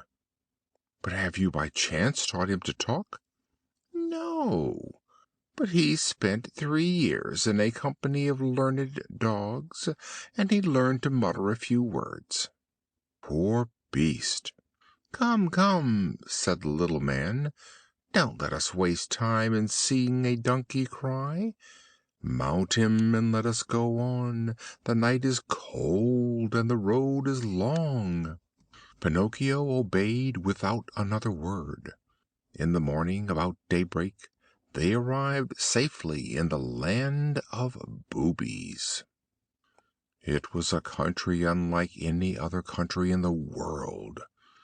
The population was composed entirely of boys. The oldest were 14, and the youngest scarcely 8 years old. In the streets there was such merriment, noise, and shouting that it was enough to turn anybody's head. There were troops of boys everywhere. Some were playing with nuts, some with battledores, some with balls.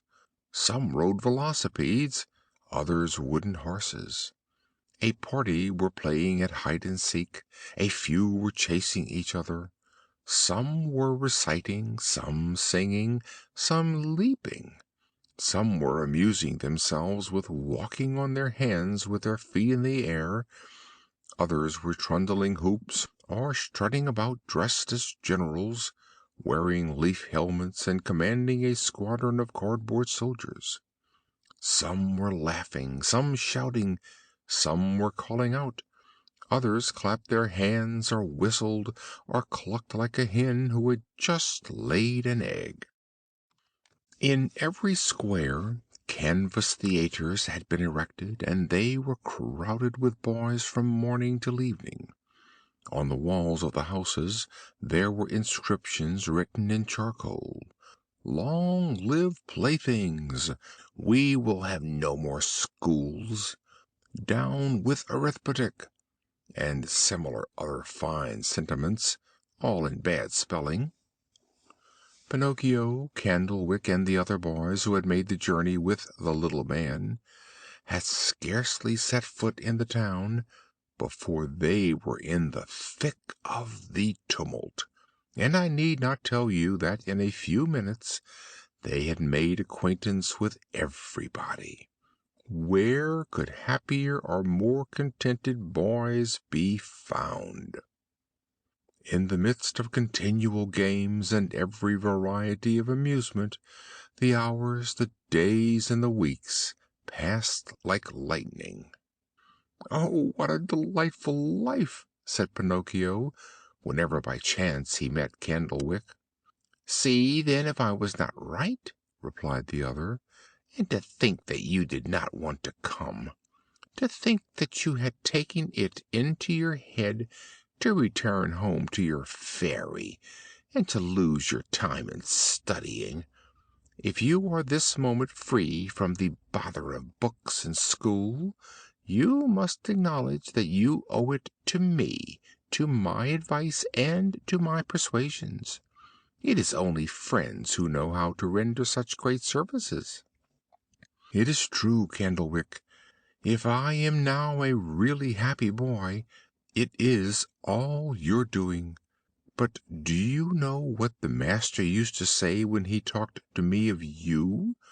He always said to me, 'Do not associate with that rascal Candlewick, for he is a bad companion, and will only lead you into mischief.'" "Poor master!" replied the other, shaking his head. "I know only too well that he disliked me, and amused himself by calumniating me, but I am generous, and I forgive him." "Noble soul!" said Pinocchio, embracing his friend affectionately, and kissing him between the eyes. This delightful life had gone on for 5 months. The days had been entirely spent in play and amusement, without a thought of books or school, when one morning Pinocchio awoke to a most disagreeable surprise that put him into a very bad humor.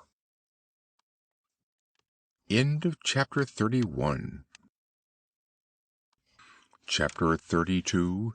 Pinocchio turns into a donkey. The surprise was that Pinocchio, when he awoke, scratched his head, and in scratching his head he discovered to his great astonishment that his ears had grown more than a hand. You know that the puppet from his birth had always had very small ears, so small that they were not visible to the naked eye. You can imagine then what he felt when he found that during the night his ears had become so long that they seemed like two brooms. He went at once in search of a glass that he might look at himself, but not being able to find one, he filled the basin of his washing stand with water, and he saw reflected what he certainly would never have wished to see. He saw his head embellished with a magnificent pair of donkey's ears. Only think of poor Pinocchio's sorrow, shame, and despair. He began to cry and roar, and he beat his head against the wall. But the more he cried, the longer his ears grew. They grew and grew, and became hairy toward the points. At the sound of his loud outcries, a beautiful little marmot that lived on the first floor came into the room. Seeing the puppet in such grief, she asked earnestly, "What has happened to you, my dear fellow lodger?" "I am ill, my dear little marmot, very ill, and my illness frightens me. Do you understand counting a pulse?" "A little." "Then feel and see if by chance I have got fever." The little marmot raised her right forepaw, and, after having felt Pinocchio's pulse, she said to him, sighing, "My friend, I am grieved to be obliged to give you bad news." "What is it?" "You have got a very bad fever." "What fever is it?" "It is donkey fever." "That is a fever that I do not understand," said the puppet, but he understood it only too well. "Then I will explain it to you," said the Marmot. "You must know that in 2 or 3 hours you will be no longer a puppet or a boy." "Then what shall I be?" "In 2 or 3 hours you will become really and truly a little donkey, like those that draw carts and carry cabbages and salad to market."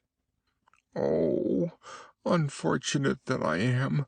Unfortunate that I am!" cried Pinocchio, seizing his 2 ears with his hands, and pulling them and tearing them furiously, as if they had been someone else's ears. "My dear boy," said the Marmot, by way of consoling him, "you can do nothing.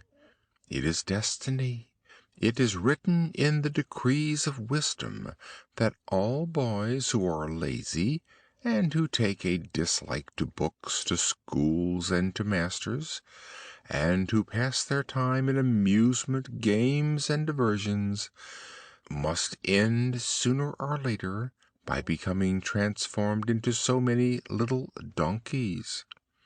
"But is it really so?" asked the puppet, sobbing. "It is indeed only too true, and tears are now useless.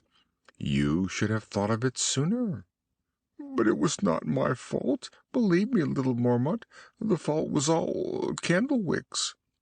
"And who is this Candlewick?" "One of my schoolfellows. I wanted to return home. I wanted to be obedient. I wished to study.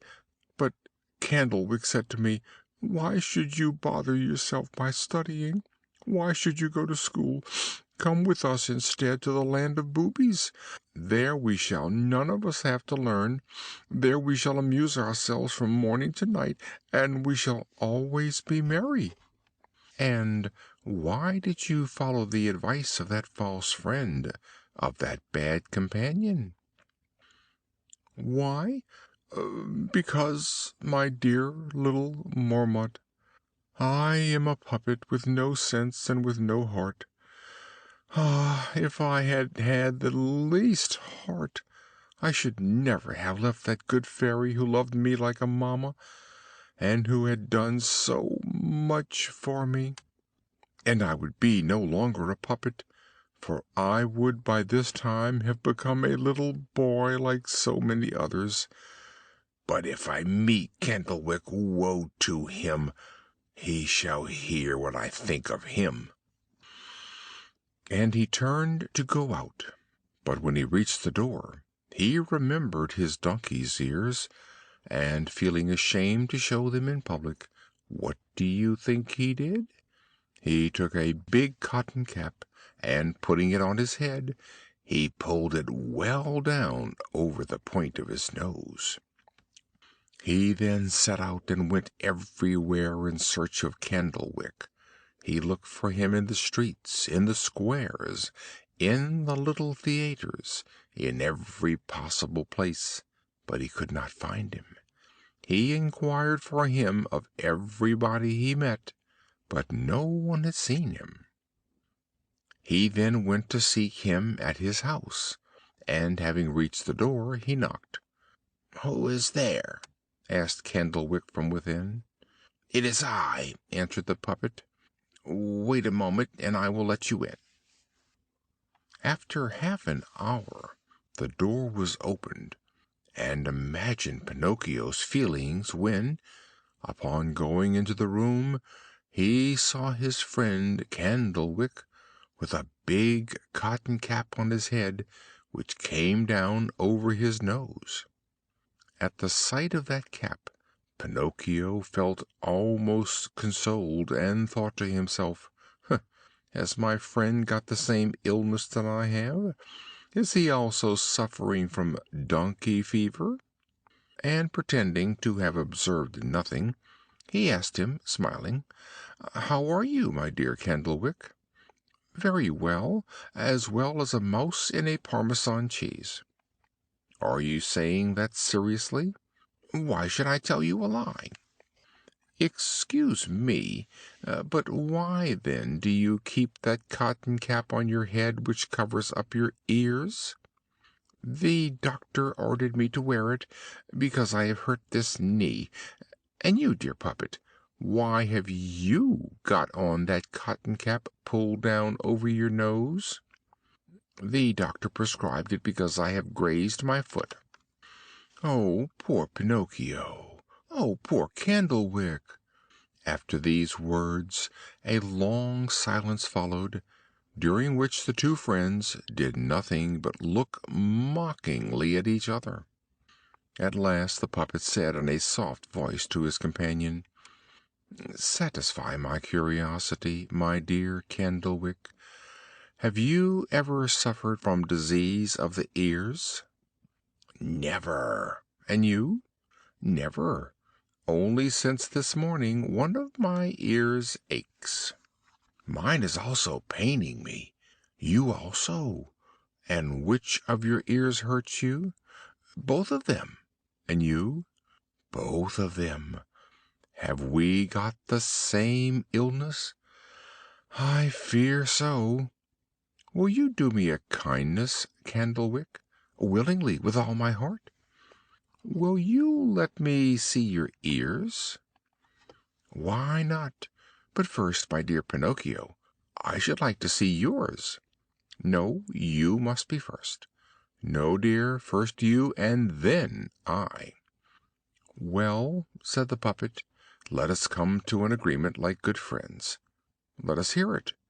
"We will both take off our caps at the same moment. Do you agree?" "I agree." "Then attention!" And Pinocchio began to count in a loud voice, "1, 2, 3." At the word "three" the two boys took off their caps and threw them into the air. And then a scene followed that would seem incredible if it were not true. That is, that when Pinocchio and Candlewick discovered that they were both struck with the same misfortune, instead of feeling full of mortification and grief, they began to prick their ungainly ears, and to make 1,000 antics, and they ended by going into bursts of laughter. And they laughed, and laughed, and laughed, until they had to hold themselves together. But in the midst of their merriment, Candlewick suddenly stopped, staggered, and changing color, said to his friend, "Help! Help, Pinocchio!" "What is the matter with you?" "Alas! I can no longer stand upright." "Neither can I!" exclaimed Pinocchio, tottering and beginning to cry. And whilst they were talking they both doubled up and began to run round the room on their hands and feet. And as they ran, their hands became hoofs, their faces lengthened into muzzles, and their backs became covered with a light gray hairy coat sprinkled with black. But do you know what was the worst moment for these two wretched boys? The worst and the most humiliating moment was when their tails grew. Vanquished by shame and sorrow, they wept and lamented their fate. Oh, if they had but been wiser! But instead of sighs and lamentations, they could only bray like asses, and they brayed loudly, and said in chorus, "Hee haw!" Whilst this was going on, someone knocked at the door, and a voice on the outside said, "Open the door. I am the little man, I am the coachman who brought you to this country. Open up at once, or it will be worse for you." End of chapter 32. Chapter 33. Pinocchio is trained for the circus. Finding that the door remained shut, the little man burst it open with a violent kick, and coming into the room, he said to Pinocchio and Candlewick, with his usual little laugh, "Well done, boys! You brayed well, and I recognized you by your voices. That is why I am here." At these words the two little donkeys were quite stupefied, and stood with their heads down, their ears lowered, and their tails between their legs. At first the little man stroked and caressed them, then taking out a currycomb, he currycombed them well, and when by this process he had polished them till they shone like two mirrors, he put a halter round their necks and led them to the market-place, in hopes of selling them and making a good profit. And indeed buyers were not wanting. Candlewick was bought by a peasant whose donkey had died the previous day. Pinocchio was sold to the director of a company of buffoons and tight-rope dancers, who bought him that he might teach him to leap and to dance with the other animals belonging to the company. And now, my little readers, you will have understood the fine trade that little man pursued.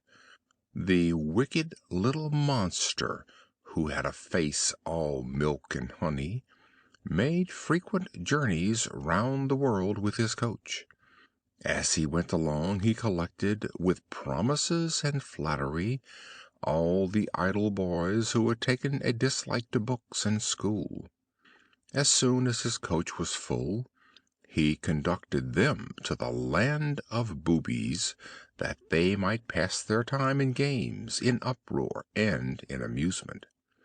When these poor deluded boys, from continual play and no study, had become so many little donkeys, he took possession of them with great delight and satisfaction, and carried them off to the fairs and markets to be sold, and in this way he had in a few years made heaps of money, and had become a millionaire. What became of Candlewick I do not know, but I do know that Pinocchio, from the very first day, had to endure a very hard, laborious life.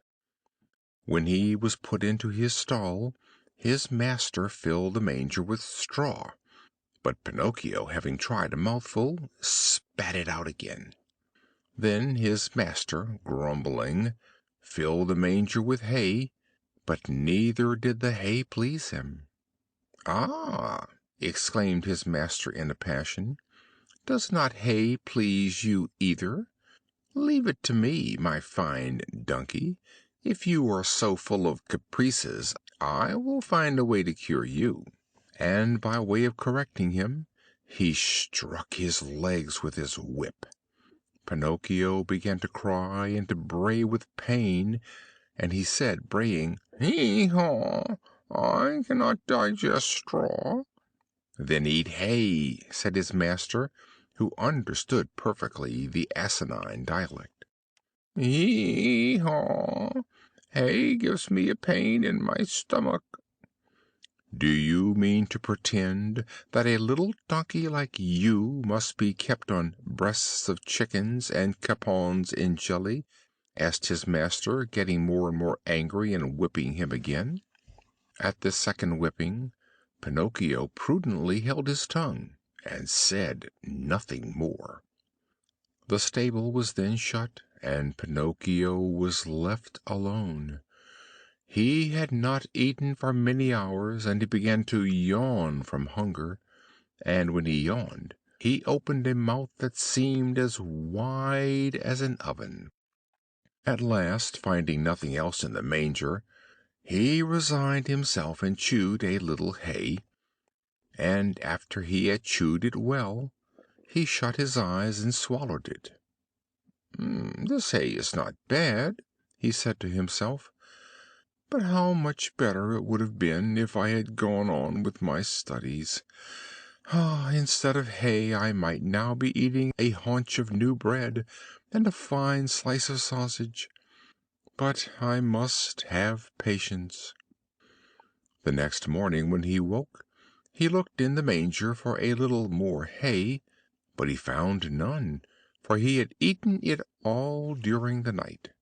Then he took a mouthful of chopped straw, but whilst he was chewing it, he had to acknowledge that the taste of chopped straw did not in the least resemble a savory dish of macaroni or pie. "But I must have patience," he repeated as he went on chewing. "May my example serve at least as a warning to all disobedient boys who do not want to study. Patience!" "Patience, indeed!" shouted his master, coming at that moment into the stable. "Do you think, my little donkey, that I bought you only to give you food and drink? I bought you to make you work, and that you might earn money for me. Up then at once! You must come with me into the circus, and there I will teach you to jump through hoops, to go through frames of paper head foremost, to dance waltzes and polkas, and to stand upright on your hind legs." Poor Pinocchio, either by love or by force, had to learn all these fine things. But it took him 3 months before he had learned them, and he got many a whipping that nearly took off his skin. At last a day came when his master was able to announce that he would give a really extraordinary representation. The many colored placards stuck on the street corners were thus worded: "Great full dress representation. Tonight will take place the usual feats and surprising performances executed by all the artists and by all the horses of the company, and, moreover, the famous little donkey Pinocchio, called the Star of the Dance, will make his first appearance. The theater will be brilliantly illuminated." On that evening, as you may imagine, an hour before the play was to begin, the theater was crammed. There was not a place to be had either in the pit or the stalls, or in the boxes even, by paying its weight in gold. The benches round the circus were crowded with children and with boys of all ages, who were in a fever of impatience to see the famous little donkey Pinocchio dance. When the first part of the performance was over, the director of the company, dressed in a black coat, white breeches, and big leather boots that came above his knees, presented himself to the public, and after making a profound bow, he began with much solemnity the following ridiculous speech: "Respectable public, ladies and gentlemen, the humble undersigned being a passer-by in this illustrious city, I have wished to procure for myself the honor, not to say the pleasure, of presenting to this intelligent and distinguished audience a celebrated little donkey, who has already had the honor of dancing in the presence of His Majesty the Emperor of all the principal courts of Europe. And thanking you, I beg of you to help us with your inspiring presence and to be indulgent to us." This speech was received with much laughter and applause, but the applause redoubled and became tumultuous when the little donkey Pinocchio made his appearance in the middle of the circus. He was decked out for the occasion. He had a new bridle of polished leather with brass buckles and studs, and 2 white camellias in his ears. His mane was divided and curled, and each curl was tied with bows of colored ribbon. He had a girth of gold and silver round his body, and his tail was plaited with amaranth and blue velvet ribbons. He was, in fact, a little donkey to fall in love with. The director, in presenting him to the public, added these few words: "My respectable auditors, I am not here to tell you falsehoods of the great difficulties that I have overcome in understanding and subjugating this mammifer, whilst he was grazing at liberty amongst the mountains and the plains of the torrid zone. I beg you will observe the wild rolling of his eyes. Every means having been tried in vain to tame him and to accustom him to the life of domestic quadrupeds, I was often forced to have recourse to the convincing argument of the whip. But all my goodness to him, instead of gaining his affections, has, on the contrary, increased his viciousness. However, following the system of Gall, I discovered in his cranium a bony cartilage that the Faculty of Medicine of Paris has itself recognized as the regenerating bulb of the hair and of dance. For this reason, I have not only taught him to dance, but also to jump through hoops and through frames covered with paper. Admire him, and then pass your opinion on him. But before taking my leave of you, permit me, ladies and gentlemen, to invite you to the daily performance that will take place tomorrow evening, but in case the weather should threaten rain, the performance will be postponed till tomorrow morning at 11 ante meridian of post meridian." Here the director made another profound bow, and then turning to Pinocchio, he said, "Courage, Pinocchio! Before you begin your feats, make your bow to this distinguished audience, ladies, gentlemen, and children." Pinocchio obeyed and bent both his knees till they touched the ground, and remained kneeling until the director, cracking his whip, shouted to him, "At the foot's pace!" Then the little donkey raised himself on his 4 legs and began to walk round the theater, keeping at a foot's pace. After a little the director cried, "Trot!" and Pinocchio, obeying the order, changed to a trot. "Gallop!" and Pinocchio broke into a gallop. "Full gallop!" and Pinocchio went full gallop. But whilst he was going full speed like a racehorse, the director, raising his arm in the air, fired off a pistol. At the shot, the little donkey, pretending to be wounded, fell his whole length in the circus, as if he were really dying. As he got up from the ground, amidst an outburst of applause, shouts, and clapping of hands, he naturally raised his head and looked up, and he saw in one of the boxes a beautiful lady, who wore round her neck a thick gold chain from which hung a medallion. On the medallion was painted the portrait of a puppet. "That is my portrait!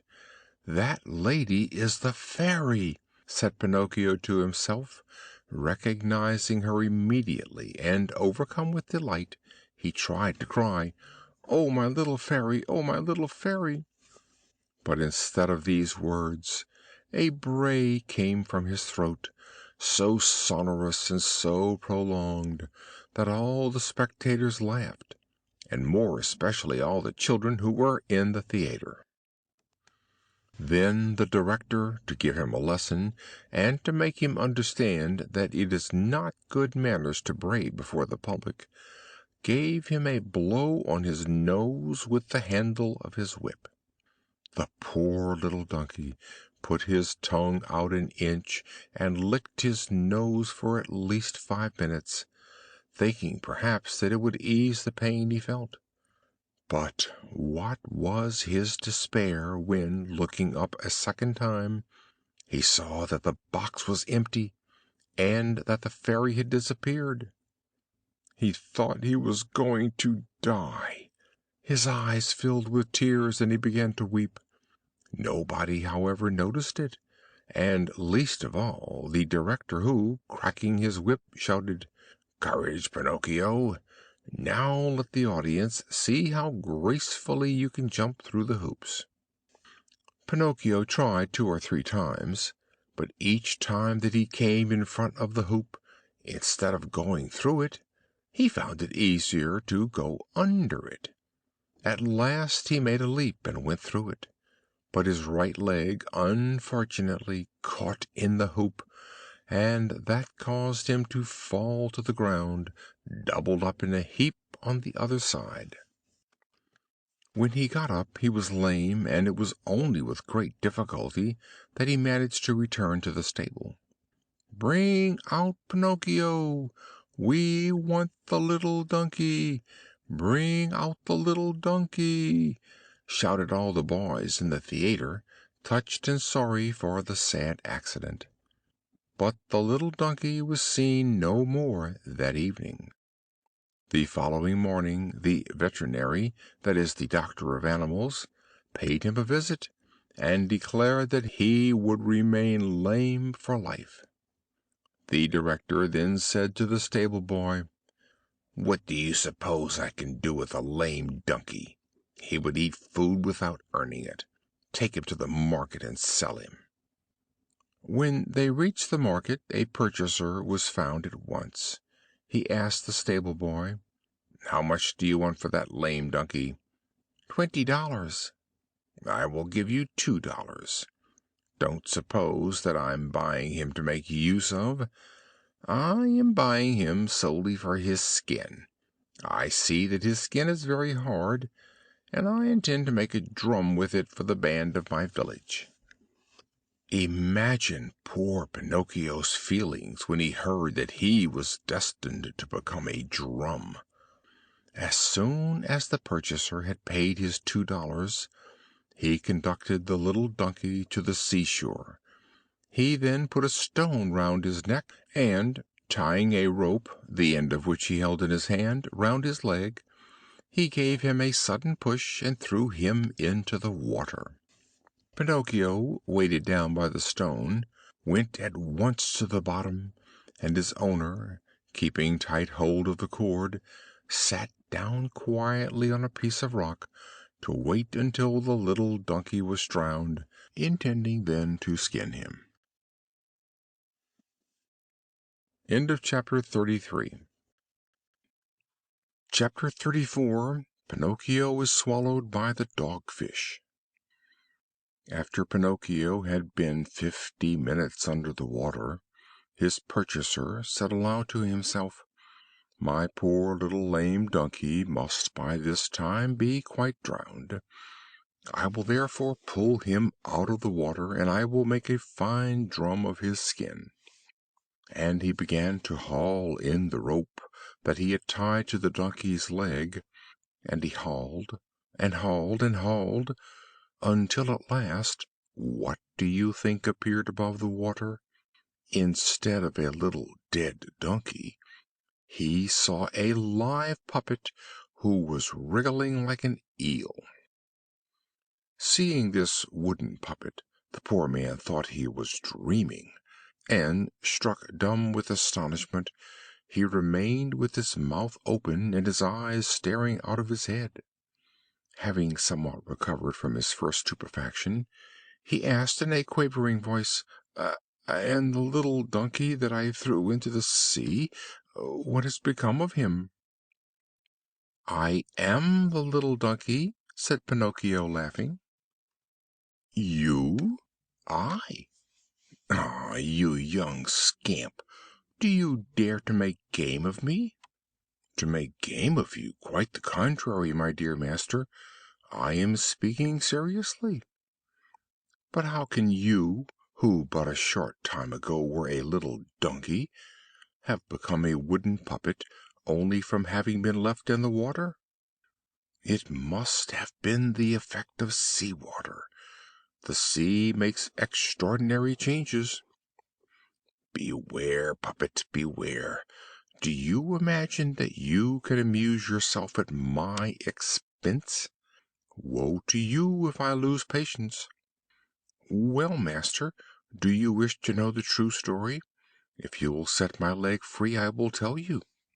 The good man, who was curious to hear the true story, immediately untied the knot that kept him bound, and Pinocchio, finding himself free as a bird in the air, commenced as follows: "You must know that I was once a puppet, as I am now, and I was on the point of becoming a boy, like many who are in the world; but instead, induced by my dislike for study and by the advice of bad companions, I ran away from home.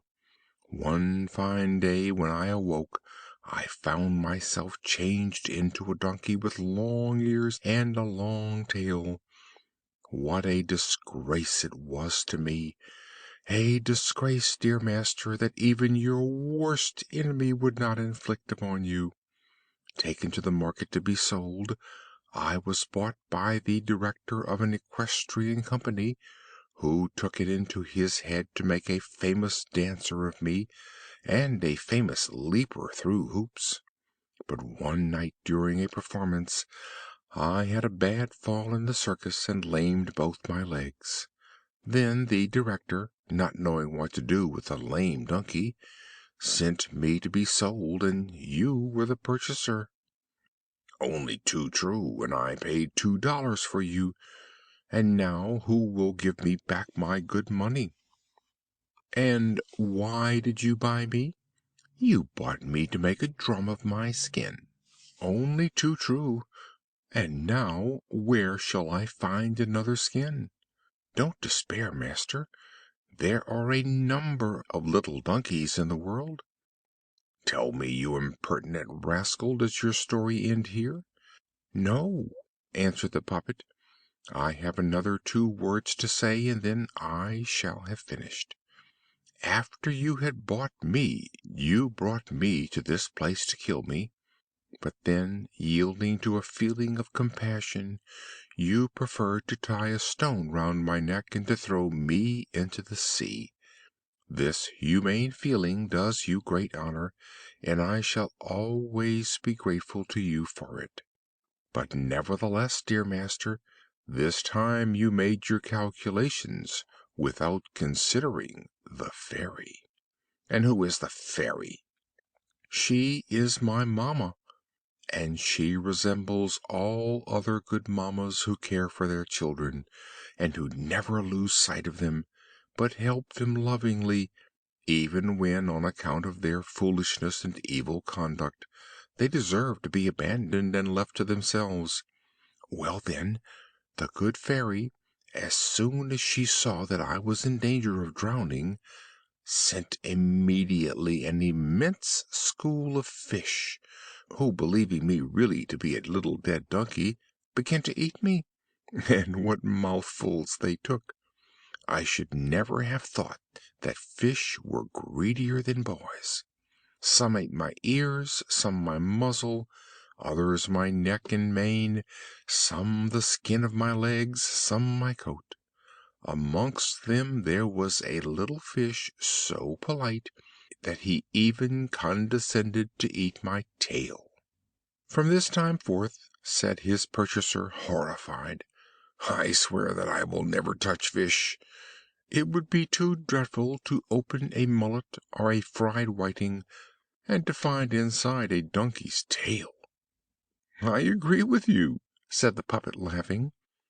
"However, I must tell you that when the fish had finished eating the donkey's hide that covered me from head to foot, they naturally reached the bone, or rather the wood, for, as you see, I am made of the hardest wood.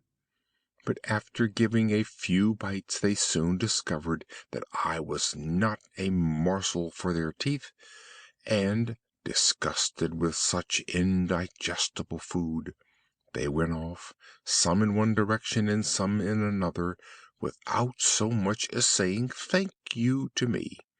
And now at last I have told you how it was that when you pulled up the rope you found a live puppet instead of a dead donkey."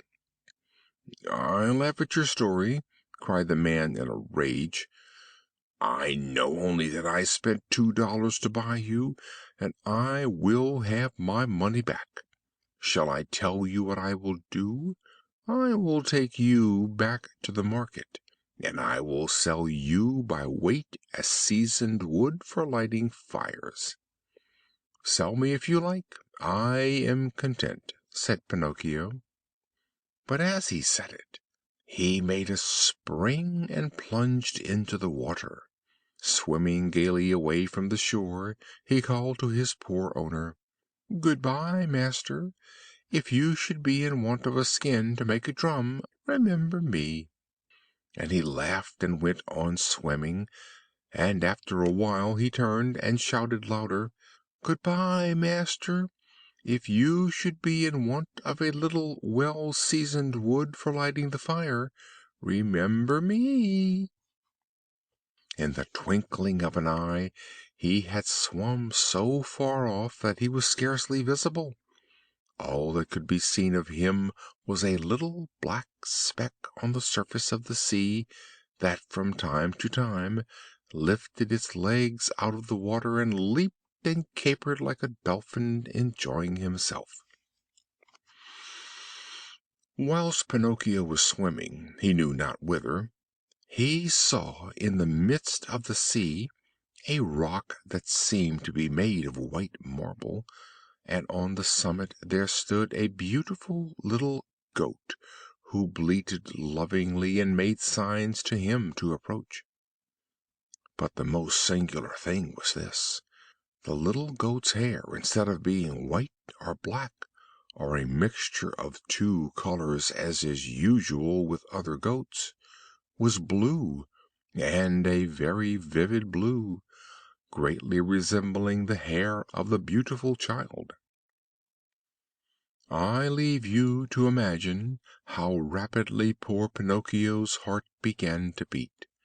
He swam with redoubled strength and energy towards the white rock, and he was already halfway there when he saw, rising up out of the water and coming to meet him, the horrible head of a sea monster. His wide open cavernous mouth and his 3 rows of enormous teeth would have been terrifying to look at even in a picture. And do you know what this sea monster was? This sea monster was neither more nor less than the gigantic dogfish, who has been mentioned many times in this story, and who, for his slaughter and his insatiable voracity, has been named the Attila of fish and fishermen. Only to think of poor Pinocchio's terror at the sight of the monster! He tried to avoid it, to change his direction; he tried to escape, but that immense wide open mouth came towards him with the velocity of an arrow. "Be quick, Pinocchio, for pity's sake!" cried the beautiful little goat, bleating. And Pinocchio swam desperately with his arms, his chest, his legs, and his feet. "Quick, Pinocchio, the monster is close upon you!" And Pinocchio swam quicker than ever, and flew on with the rapidity of a ball from a gun. He had nearly reached the rock, and the little goat, leaning over towards the sea, had stretched out her forelegs to help him out of the water. But it was too late. The monster had overtaken him, and, drawing in his breath, he sucked in the poor puppet as you would have sucked a hen's egg, and he swallowed him with such violence and avidity that Pinocchio, in falling into the dog fish's stomach, received such a blow that he remained unconscious for a quarter of an hour afterwards. When he came to himself again after the shock, he could not in the least imagine in what world he was. All around him it was quite dark, and the darkness was so black and so profound that it seemed to him that he had fallen head downwards into an inkstand full of ink. He listened, but he could hear no noise. Only from time to time great gusts of wind blew in his face. At first he could not understand where the wind came from, but at last he discovered that it came out of the monster's lungs, for you must know that the dog fish suffered very much from asthma, and when he breathed it was exactly as if a north wind was blowing. Pinocchio at first tried to keep up his courage, but when he had one proof after another that he was really shut up in the body of this sea monster, he began to cry and scream and to sob out, "Help! Help! Oh, how unfortunate I am! Will nobody come to save me?" "Who do you think could save you, unhappy wretch?" said a voice in the dark that sounded like a guitar out of tune. "Who is speaking?" asked Pinocchio, frozen with terror. "It is I. I am a poor tunny, who was swallowed by the dog fish at the same time that you were. And what fish are you?" "I have nothing in common with fish. I am a puppet." "Then if you are not a fish, why did you let yourself be swallowed by the monster?" "I didn't let myself be swallowed. It was the monster swallowed me.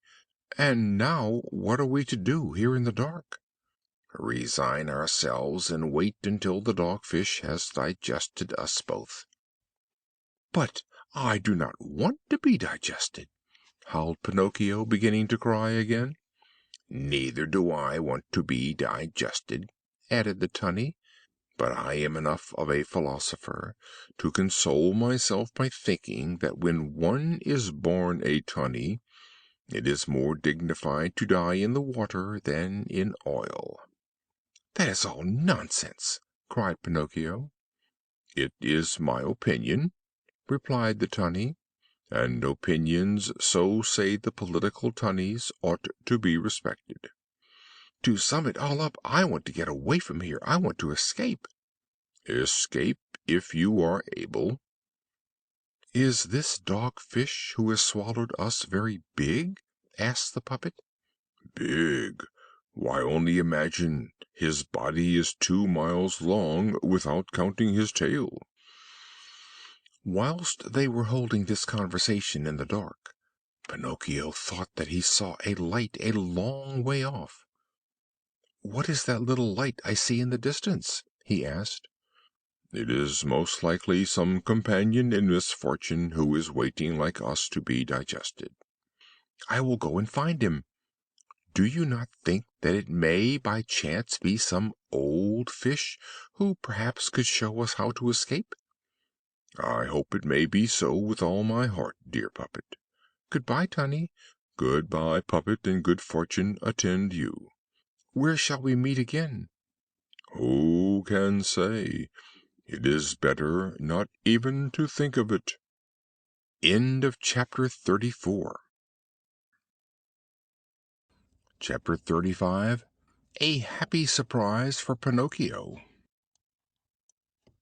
Pinocchio, having taken leave of his friend the tunny, began to grope his way in the dark through the body of the dogfish, taking a step at a time in the direction of the light that he saw shining dimly at a great distance. The farther he advanced, the brighter became the light, and he walked and walked until at last he reached it. And when he reached it, what did he find? I will give you 1,000 guesses. He found a little table spread out, and on it a lighted candle stuck into a green glass bottle, and seated at the table was a little old man. He was eating some live fish, and they were so very much alive that whilst he was eating them they sometimes even jumped out of his mouth. At this sight Pinocchio was filled with such great and unexpected joy that he became almost delirious. He wanted to laugh, he wanted to cry, he wanted to say 1,000 things, and instead he could only stammer out a few confused and broken words. At last he succeeded in uttering a cry of joy, and opening his arms, he threw them around the little old man's neck, and began to shout, "Oh, my dear papa, I have found you at last! I will never leave you more, never more, never more!" "Then my eyes tell me true?" said the little old man, rubbing his eyes. "Then you are really my dear Pinocchio?"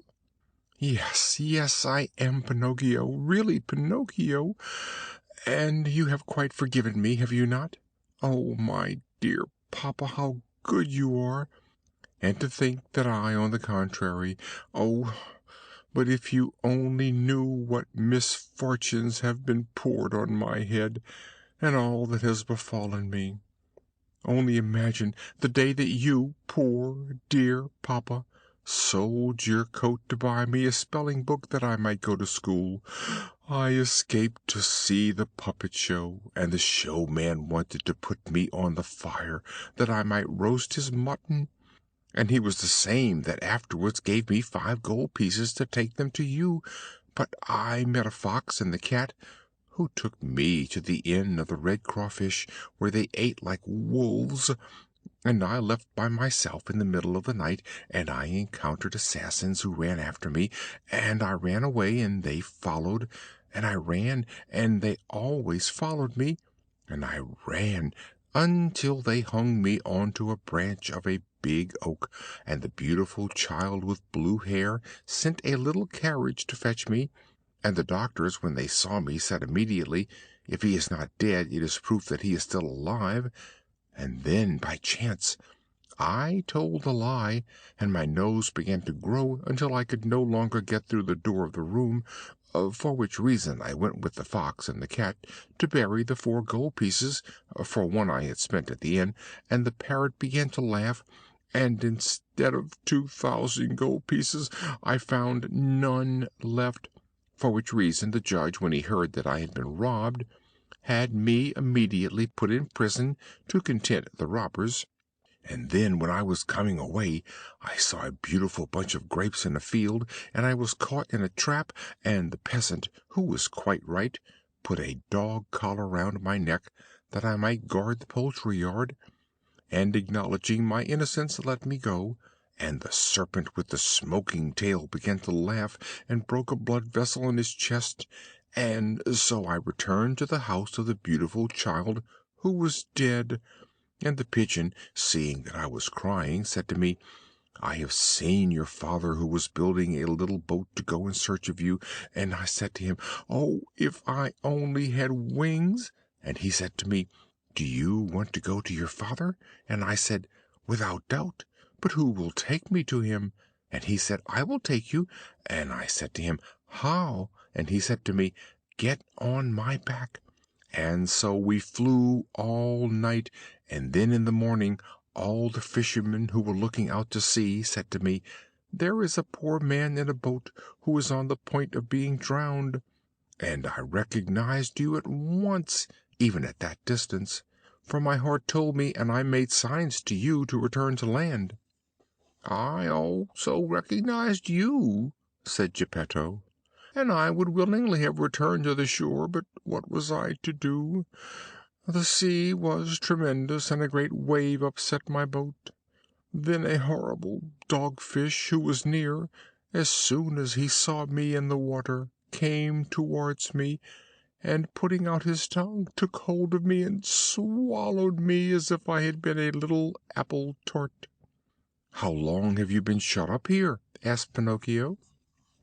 "Since that day. It must be nearly 2 years ago.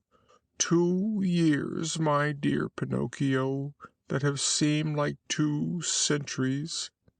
"And how have you managed to live? And where did you get the candle and the matches to light it? Who gave them to you?" "Stop, I will tell you everything. You must know, then, that in the same storm in which my boat was upset, a merchant vessel foundered. The sailors were all saved, but the vessel went to the bottom, and the dogfish, who had that day an excellent appetite, after he had swallowed me, swallowed also the vessel." "How?" "He swallowed it in one mouthful, and the only thing that he spat out was the mainmast, that had stuck between his teeth like a fishbone. Fortunately for me, the vessel was laden with preserved meat in tins, biscuits, bottles of wine, dried raisins, cheese, coffee, sugar, candles, and boxes of wax matches. With this providential supply I have been able to live for 2 years. But I have arrived at the end of my resources. There is nothing left in the larder, and this candle that you see burning is the last that remains." "And after that?" "After that, dear boy, we shall both remain in the dark." "Then, dear little papa," said Pinocchio, "there is no time to lose. We must think of escaping." "Of escaping? How?" "We must escape through the mouth of the dogfish, throw ourselves into the sea, and swim away." "You talk well, but, dear Pinocchio, I don't know how to swim." "What does that matter? I am a good swimmer, and you can get on my shoulders, and I will carry you safely to shore." "All illusions, my boy," replied Geppetto, shaking his head with a melancholy smile. "Do you suppose it possible that a puppet like you, scarcely a yard high, could have the strength to swim with me on his shoulders?" "Try it, and you will see." Without another word, Pinocchio took the candle in his hand, and going in front to light the way, he said to his father, "Follow me, and don't be afraid." And they walked for some time, and traversed the body and the stomach of the dogfish. But when they had arrived at the point where the monster's big throat began, they thought it better to stop to give it a good look around, and to choose the best moment for escaping. Now I must tell you that the dogfish, being very old, and suffering from asthma and palpitation of the heart, was obliged to sleep with his mouth open. Pinocchio, therefore, having approached the entrance to his throat, and looking up, could see beyond the enormous gaping mouth a large piece of starry sky and beautiful moonlight. "This is the moment to escape," he whispered, turning to his father. "The dogfish is sleeping like a dormouse, the sea is calm, and it is as light as day. Follow me, dear papa, and in a short time we shall be in safety." They immediately climbed up the throat of the sea monster, and having reached his immense mouth, they began to walk on tiptoe down his tongue. Before taking the final leap, the puppet said to his father, "Get on my shoulders and put your arms tightly around my neck. I will take care of the rest." As soon as Geppetto was firmly settled on his son's shoulders, Pinocchio, feeling sure of himself, threw himself into the water, and began to swim. The sea was as smooth as oil, the moon shone brilliantly, and the dogfish was sleeping so profoundly that even a cannonade would have failed to wake him. End of chapter 35. Chapter 36. Pinocchio at last ceases to be a puppet and becomes a boy. Whilst Pinocchio was swimming quickly towards the shore, he discovered that his father, who was on his shoulders with his legs in the water, was trembling as violently as if the poor man had an attack of ague fever. Was he trembling from cold or from fear? Perhaps a little from both the one and the other, but Pinocchio, thinking it was from fear, said to comfort him, "Courage, Papa! In a few minutes we shall be safely on shore." "But where is this blessed shore?"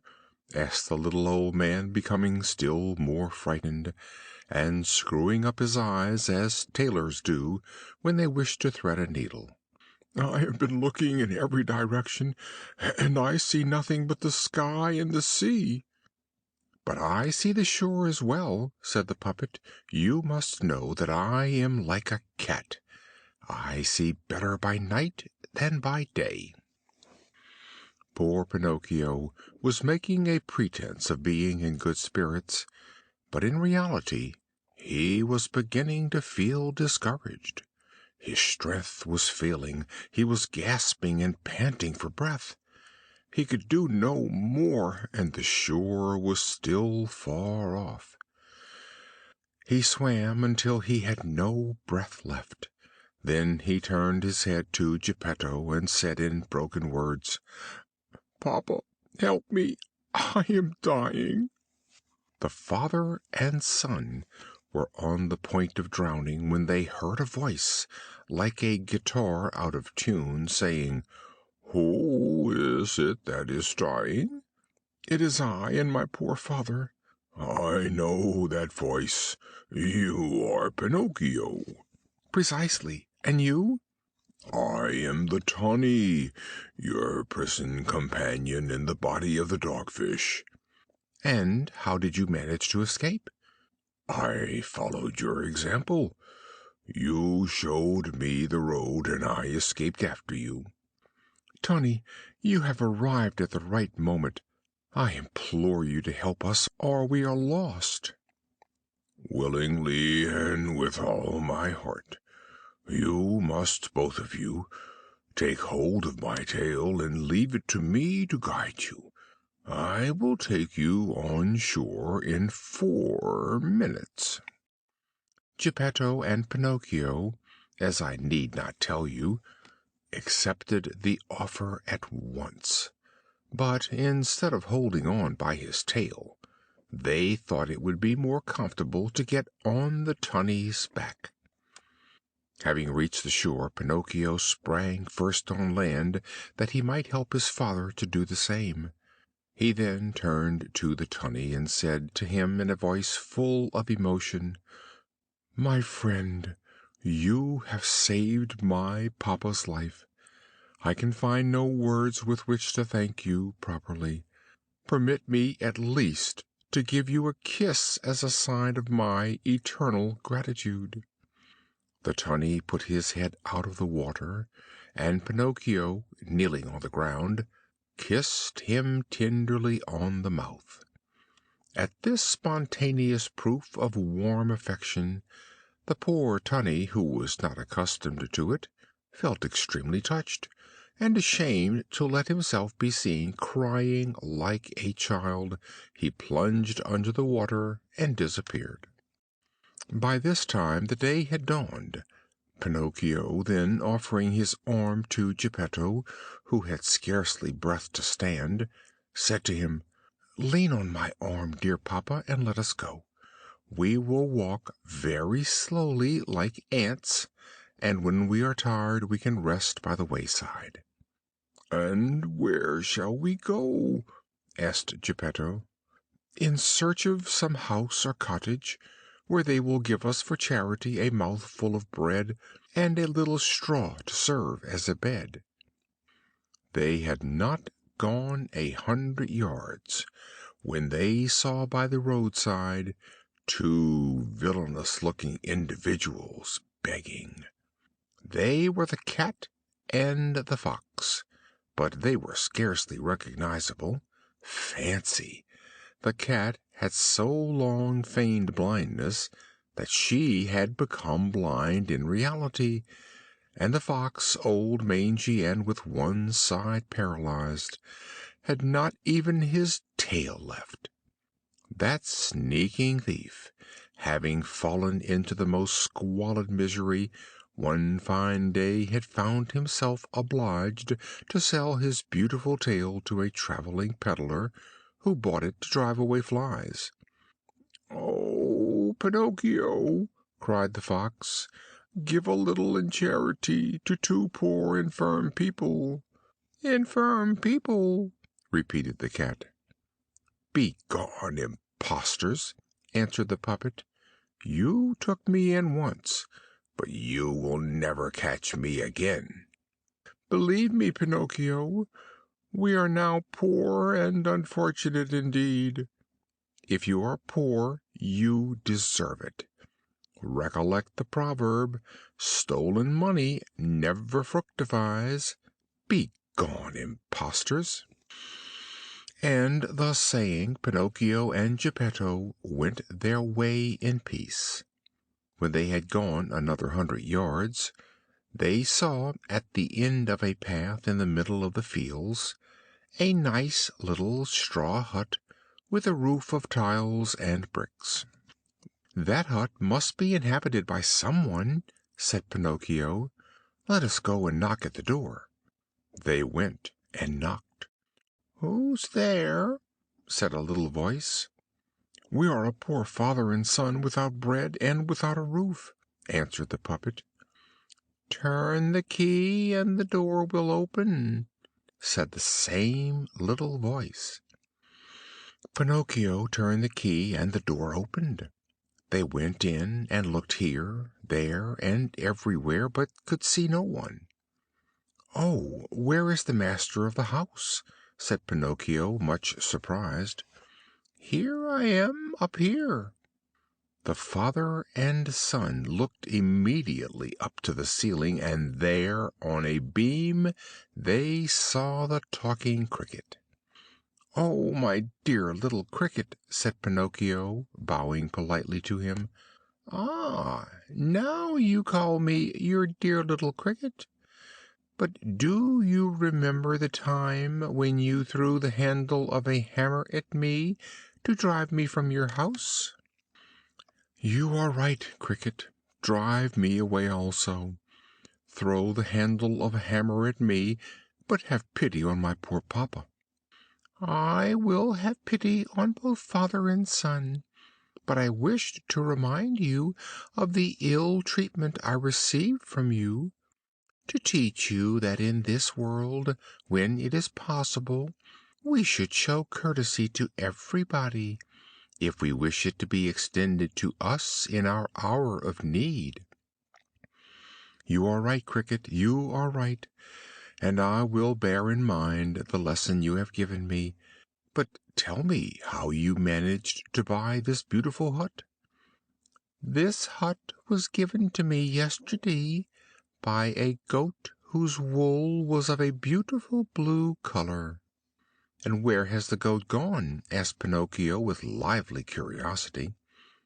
"I do not know." "And when will it come back?"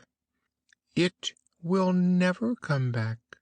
It went away yesterday in great grief, and bleating it seemed to say, 'Poor Pinocchio, I shall never see him more, for by this time the dog fish must have devoured him.'"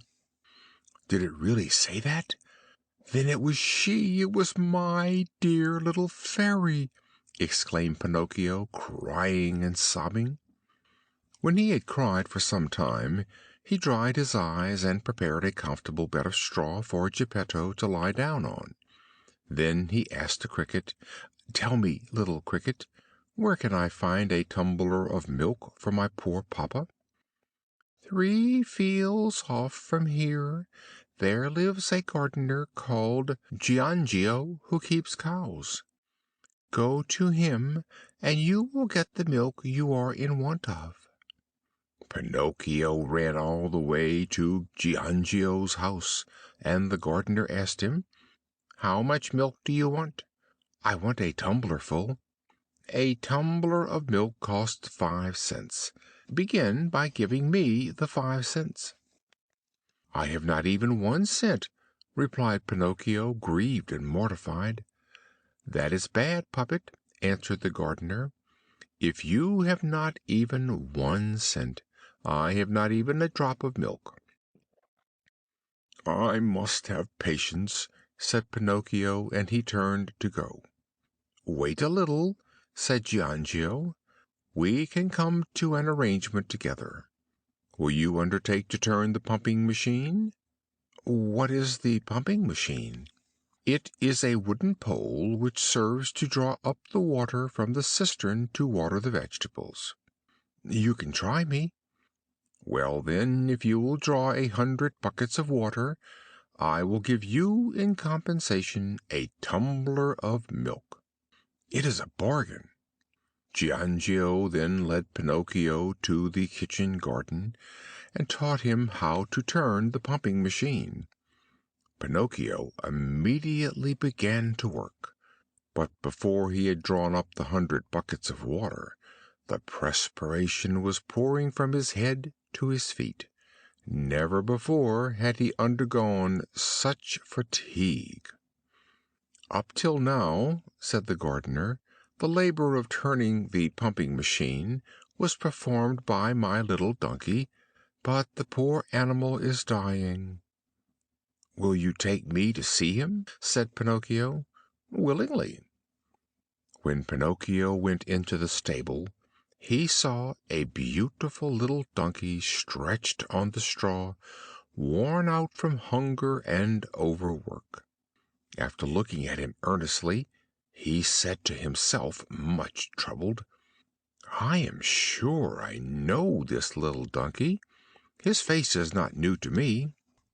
And bending over him, he asked him in asinine language, "Who are you?" At this question the little donkey opened his dying eyes, and answered in broken words in the same language, "I am Candlewick." And having again closed his eyes, he expired. "Oh, poor Candlewick!" said Pinocchio in a low voice, and taking a handful of straw, he dried a tear that was rolling down his face. "Do you grieve for a donkey that cost you nothing?" said the gardener. "What must it be to me, who bought him for ready money?" "I must tell you he was my friend." "Your friend?" "One of my schoolfellows." "How?" shouted Giangio, laughing loudly. "How? Had you donkeys for schoolfellows?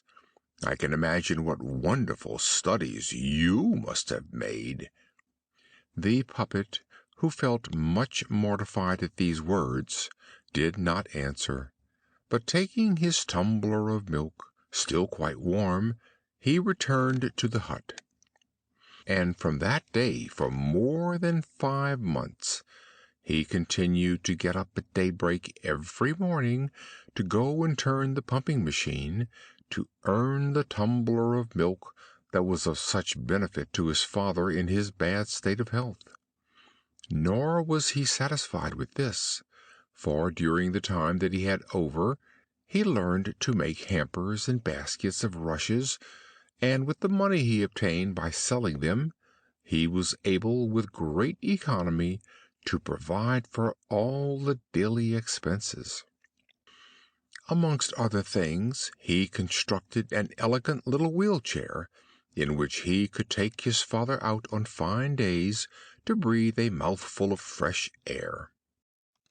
By his industry ingenuity and his anxiety to work and to overcome difficulties, he not only succeeded in maintaining his father, who continued infirm, in comfort, but he also contrived to put aside $5 to buy himself a new coat. One morning he said to his father, "I am going to the neighboring market to buy myself a jacket, a cap, and a pair of shoes. When I return," he added, laughing, "I shall be so well dressed that you will take me for a fine gentleman." And leaving the house, he began to run merrily and happily along. All at once he heard himself called by name, and turning around, he saw a big snail crawling out from the hedge. "Do you not know me?" asked the snail. "It seems to me, and yet I am not sure. Do you not remember the snail who was lady's maid to the fairy with blue hair? Do you not remember the time when I came downstairs to let you in, and you were caught by your foot, which you had stuck through the house door?" "I remember it all!" shouted Pinocchio. "Tell me quickly, my beautiful little snail, where have you left my good fairy? What is she doing? Has she forgiven me? Does she still remember me? Does she still wish me well? Is she far from here? Can I go and see her?" To all these rapid, breathless questions the snail replied in her usual phlegmatic manner: "My dear Pinocchio, the poor fairy is lying in bed at the hospital." "At the hospital?" "Ah, it is only too true. Overtaken by 1,000 misfortunes, she has fallen seriously ill, and she has not even enough to buy herself a mouthful of bread." "Is it really so? Oh, what sorrows you have given me! Oh, poor fairy, poor fairy, poor fairy! If I had 1,000,000 I would run and carry it to her, but I have only $5. Here they are. I was going to buy a new coat. Take them, snail, and carry them at once to my good fairy." "And your new coat?" "What matters my new coat? I would sell even these rags that I have on to be able to help her. Go, snail, and be quick, and in 2 days return to this place, for I hope I shall then be able to give you some more money. Up to this time I have worked to maintain my papa. From today I will work 5 hours more, that I may also maintain my good mamma. Goodbye, snail. I shall expect you in 2 days." The snail, contrary to her usual habits, began to run like a lizard in a hot August sun. That evening Pinocchio, instead of going to bed at 10 o'clock, sat up till midnight had struck, and instead of making 8 baskets of rushes, he made 16. Then he went to bed and fell asleep, and while he slept he thought that he saw the fairy, smiling and beautiful, who, after having kissed him, said to him, "Well done, Pinocchio! To reward you for your good heart, I will forgive you for all that is past. Boys who minister tenderly to their parents and assist them in their misery and infirmities are deserving of great praise and affection, even if they cannot be cited as examples of obedience and good behavior. Try and do better in the future, and you will be happy." At this moment his dream ended, and Pinocchio opened his eyes and awoke. But imagine his astonishment when, upon awakening, he discovered that he was no longer a wooden puppet, but that he had become, instead, a boy like all other boys. He gave a glance round, and saw that the straw halls of the hut had disappeared, and that he was in a pretty little room, furnished and arranged with a simplicity that was almost elegance. Jumping out of bed, he found a new suit of clothes ready for him, a new cap and a new pair of boots that fitted him beautifully. He was hardly dressed when he naturally put his hands in his pockets and pulled out a little ivory purse on which these words were written: "The fairy with blue hair returns the $5 to her dear Pinocchio, and thanks him for his good heart." He opened the purse, and instead of $5, he saw 50 shining gold pieces, fresh from the mint. He then went and looked at himself in the glass, and he thought he was someone else, for he no longer saw the usual reflection of a wooden puppet. He was greeted instead by the image of a bright, intelligent boy with chestnut hair, blue eyes, and looking as happy and joyful as if it were the Easter holidays. In the midst of all these wonders succeeding each other, Pinocchio felt quite bewildered, and he could not tell if he was really awake or if he was dreaming with his eyes opened. "Where can my papa be?" he exclaimed suddenly, and went into the next room. He found old Geppetto quite well, lively, and in good humor, just as he had been formerly. He had already resumed his trade of wood carving, and he was designing a rich and beautiful frame of leaves, flowers, and the heads of animals.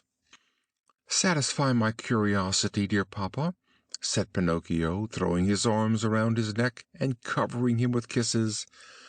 "How can this sudden change be accounted for?" "This sudden change in our home is all your doing," answered Geppetto. "How am I doing?" "Because when boys who have behaved badly turn over a new leaf and become good, they have the power of bringing contentment and happiness to their families." "And where has the old wooden Pinocchio hidden himself?" "There he is," answered Geppetto, and he pointed to a big puppet leaning against a chair, with its head on one side, its arms dangling, and its legs so crossed and bent that it was really a miracle that it remained standing. Pinocchio turned and looked at it, and after he had looked at it for a short time, he said to himself with great complacency: "How ridiculous I was when I was a puppet, and how glad I am that I have become a well behaved little boy." End of Chapter 36. End of Pinocchio by Carlo Collodi, translated by Carol della Chiesa. This book recorded by Phil Chenevert in September 2013, Baton Rouge, Louisiana.